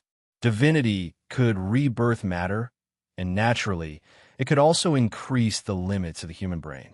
If someone claimed to have read the entire set of Netherese scrolls, they were either bragging or they were reading fake scrolls. There was a limit to how much a mortal could read, because the mortal brain could no longer contain this knowledge. It was impossible to continue reading after digesting it for a few years. Only gods could read a lot of them. The existing Netherer scrolls were basically incomplete, and the knowledge recorded in them was not very important. The scroll in Sullen's hand was a remnant of the Netherer scrolls. It recorded the knowledge of using spells to create a complete biosphere. As long as this knowledge was mastered, one could build a complete biosphere even in the astral plane. This technology seemed useless, but in fact it was an essential technology for the floating city. It was fine for the floating city in the prime material plane, as it did not require overly complicated ecosphere technology and could be replenished at any time and place. But once it entered the astral plane or went to other planes for interstellar colonization, this technology was too important. There were many planes whose environments were not suitable for human survival. There was no air, no gravity, no water, and no sunlight in the astral plane. Without the support of a biosphere system, except for powerful wizards, ordinary people would die if they entered. Therefore, biosphere technology was very important to the floating city. Only with a complete biosphere technology could the floating city drift in the astral plane for thousands of years without any supplies. Sulin picked up the scroll and looked at it.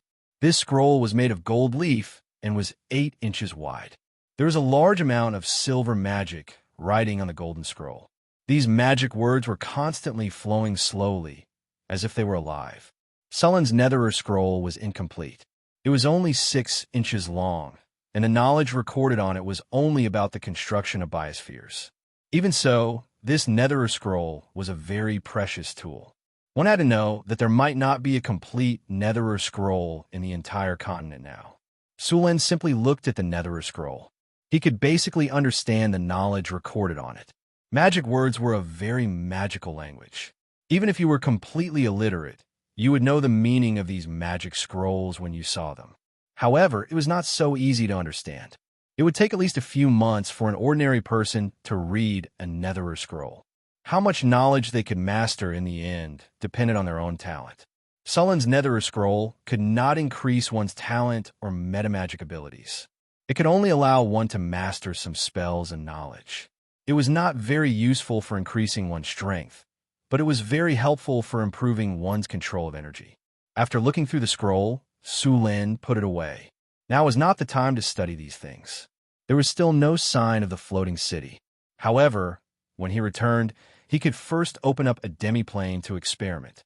Even if he built the floating city in the future, this demiplane could be connected to the floating city. After putting the scroll away again, Su Lin began to deal with the affairs of the city. After being taught a lesson by Su Lin, the surrounding nobles all became well-behaved. All kinds of resources were sent to the city, and the refugees who had escaped from the city were sent back.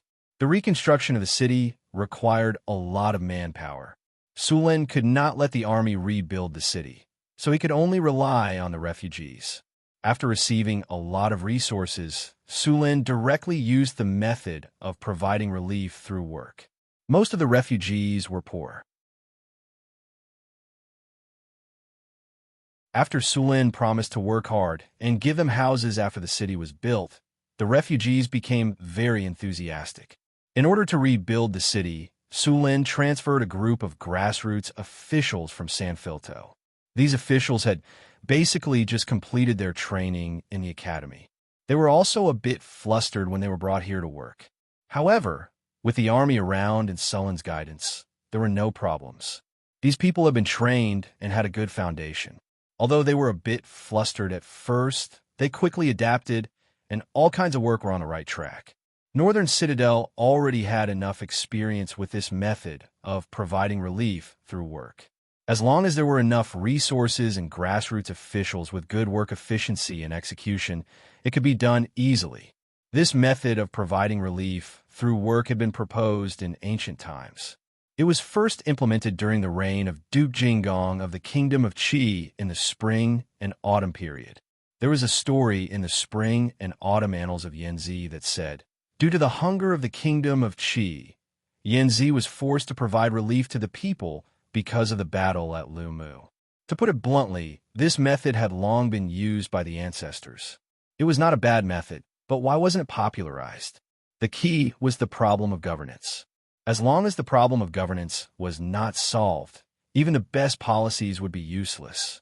Many times, the country would allocate a lot of food during disaster years, but in the end, it would be good if even a tenth of it reached the hands of the common people. People were very familiar with all kinds of tricks like burning the granaries and borrowing food from the Yin soldiers. Su Lin had the political education of the prison and the powerful supervision of the embroidered uniform guard. Those who dared to commit corruption were directly sent to the Eagle Castle to breed with the Harpies. Only such a strict system allowed the officials of Northern Citadel to fulfill the conditions of providing relief through work. Otherwise, according to the nature of the nobles of this era, they would be lucky if they did not sell the refugees as slaves.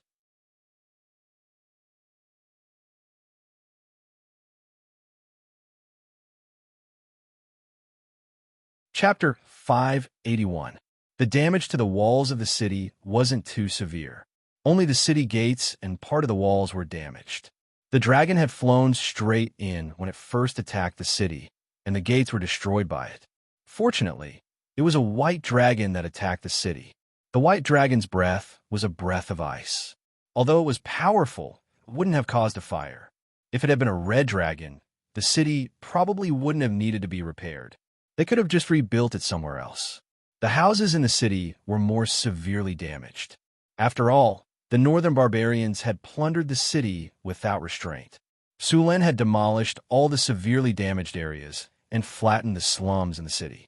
The city was rebuilt according to the model Su Lin had used to rebuild the other cities in the Kingdom of Florence. This saved a lot of work. As the city's restoration work began, the refugees who had escaped from the city began to return to their homes. Originally, there were 50,000 to 60,000 residents in the city. After a series of natural and man-made disasters, such as war and fleeing, Su Lin estimated that at most 30,000 people could return from the city. In addition to the people Sulan had forced from the surrounding nobles' territories, the final population of the city could reach 50,000 people. The city had basically recovered to its pre-war level. Apart from the refugees, Sulan also selected 500 able-bodied refugees to train the militia. The First Legion of San Fernando couldn't be stationed here for long. The soldiers in the city had either died or escaped, and there weren't many left. As a border city, it couldn't do without a sufficient army to defend it. Sulan had no choice but to start the training from scratch. Training a militia of 500 people wasn't difficult. Sulan's veterans could easily do the job. After the training, Sulan ordered the barbarian warriors to bring the militia to the wilderness as soon as possible so that they could become capable of fighting. Because the city had been conquered, the surrounding land was completely out of control. Many kobolds and goblins had become much more active in the wilderness.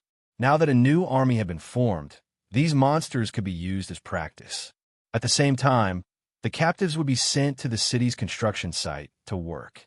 Restoring the city required a large amount of manpower, and the city of Xianxia did not have enough manpower.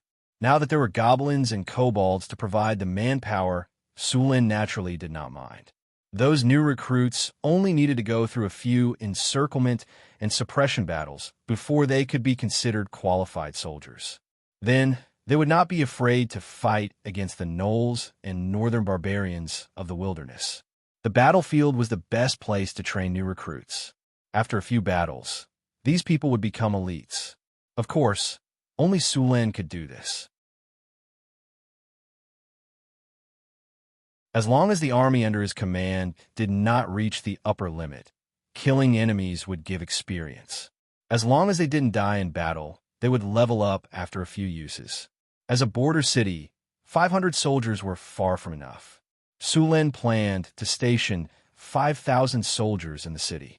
Of course, Xianxia alone would not be able to support so many soldiers, so the soldiers' pay and food were provided by the kingdom. The army was also directly under the kingdom's command. Sulan planned to expand the city to 100,000 people. Xianxia City had many mines, such as copper, iron, and coal. While it was not very big, it would be enough to supply the surrounding cities. Sulan had also checked the land outside the city. It was considered fertile, and the surrounding water was abundant. Just the plains near the city would be enough to support 100,000 people. Xianxia City was also the only way from the Northwest Desert Kingdom to Northgard City. As long as there were no problems, the city would soon prosper. After taking control of the city, the surrounding nobles would have no choice but to obey the king's orders. Sulan stayed in Xianxia City for half a month, then handed everything over to the newly appointed consul before returning to Northgard City. Northwind Tower, astrology platform. A beam of light rose, and Sulan's figure appeared on the astrology platform. "Master, welcome back." Half-elf maid Angela quickly appeared. Sulan patted Angela's head and asked, "Where are the others?" "Sister Hathaway is in the lab. Sister Alex has returned to Eagle Castle.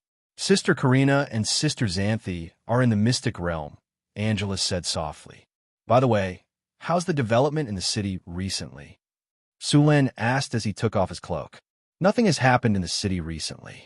A while ago, we gave the serfs the status of commoners according to your orders.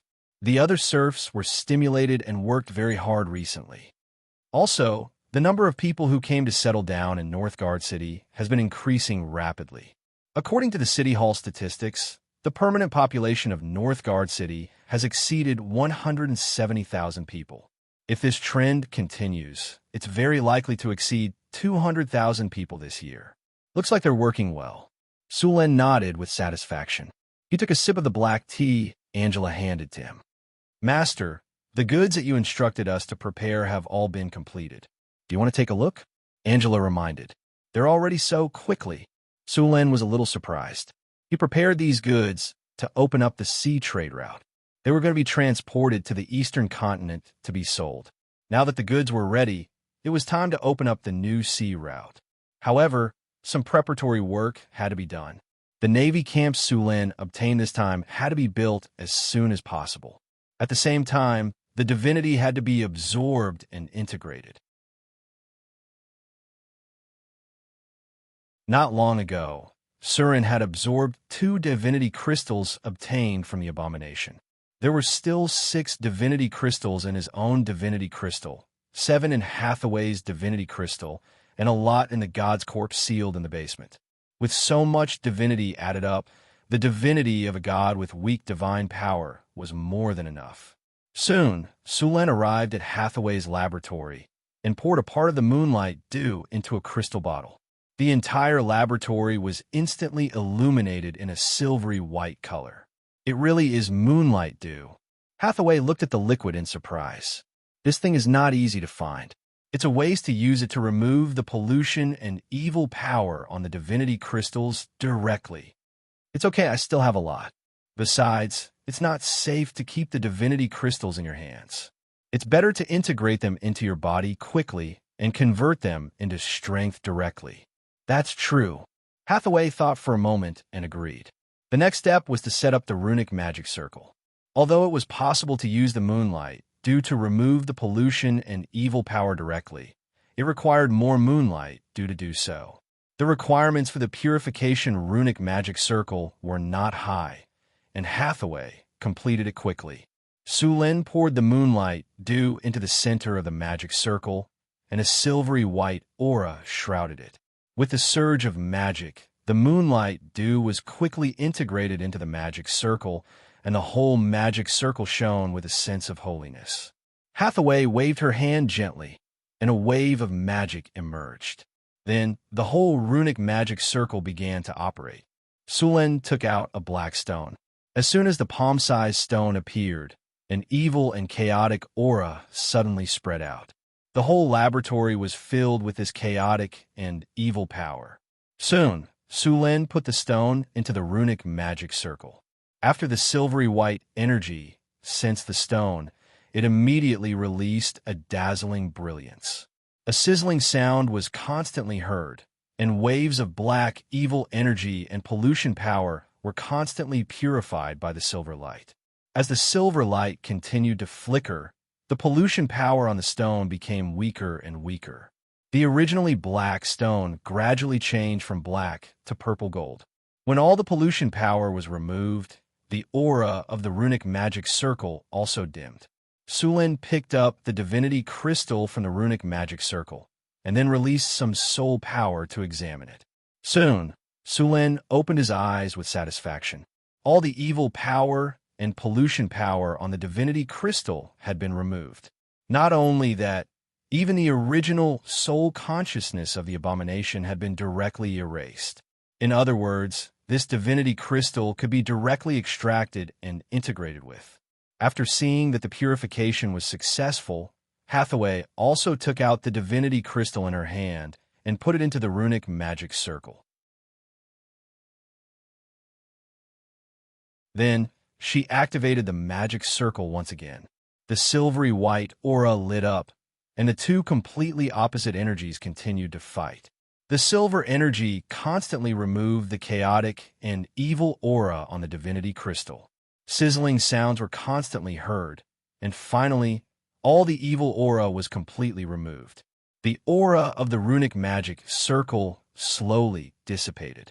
The moonlight dew in the runic magic circle had turned into a colorless and transparent liquid.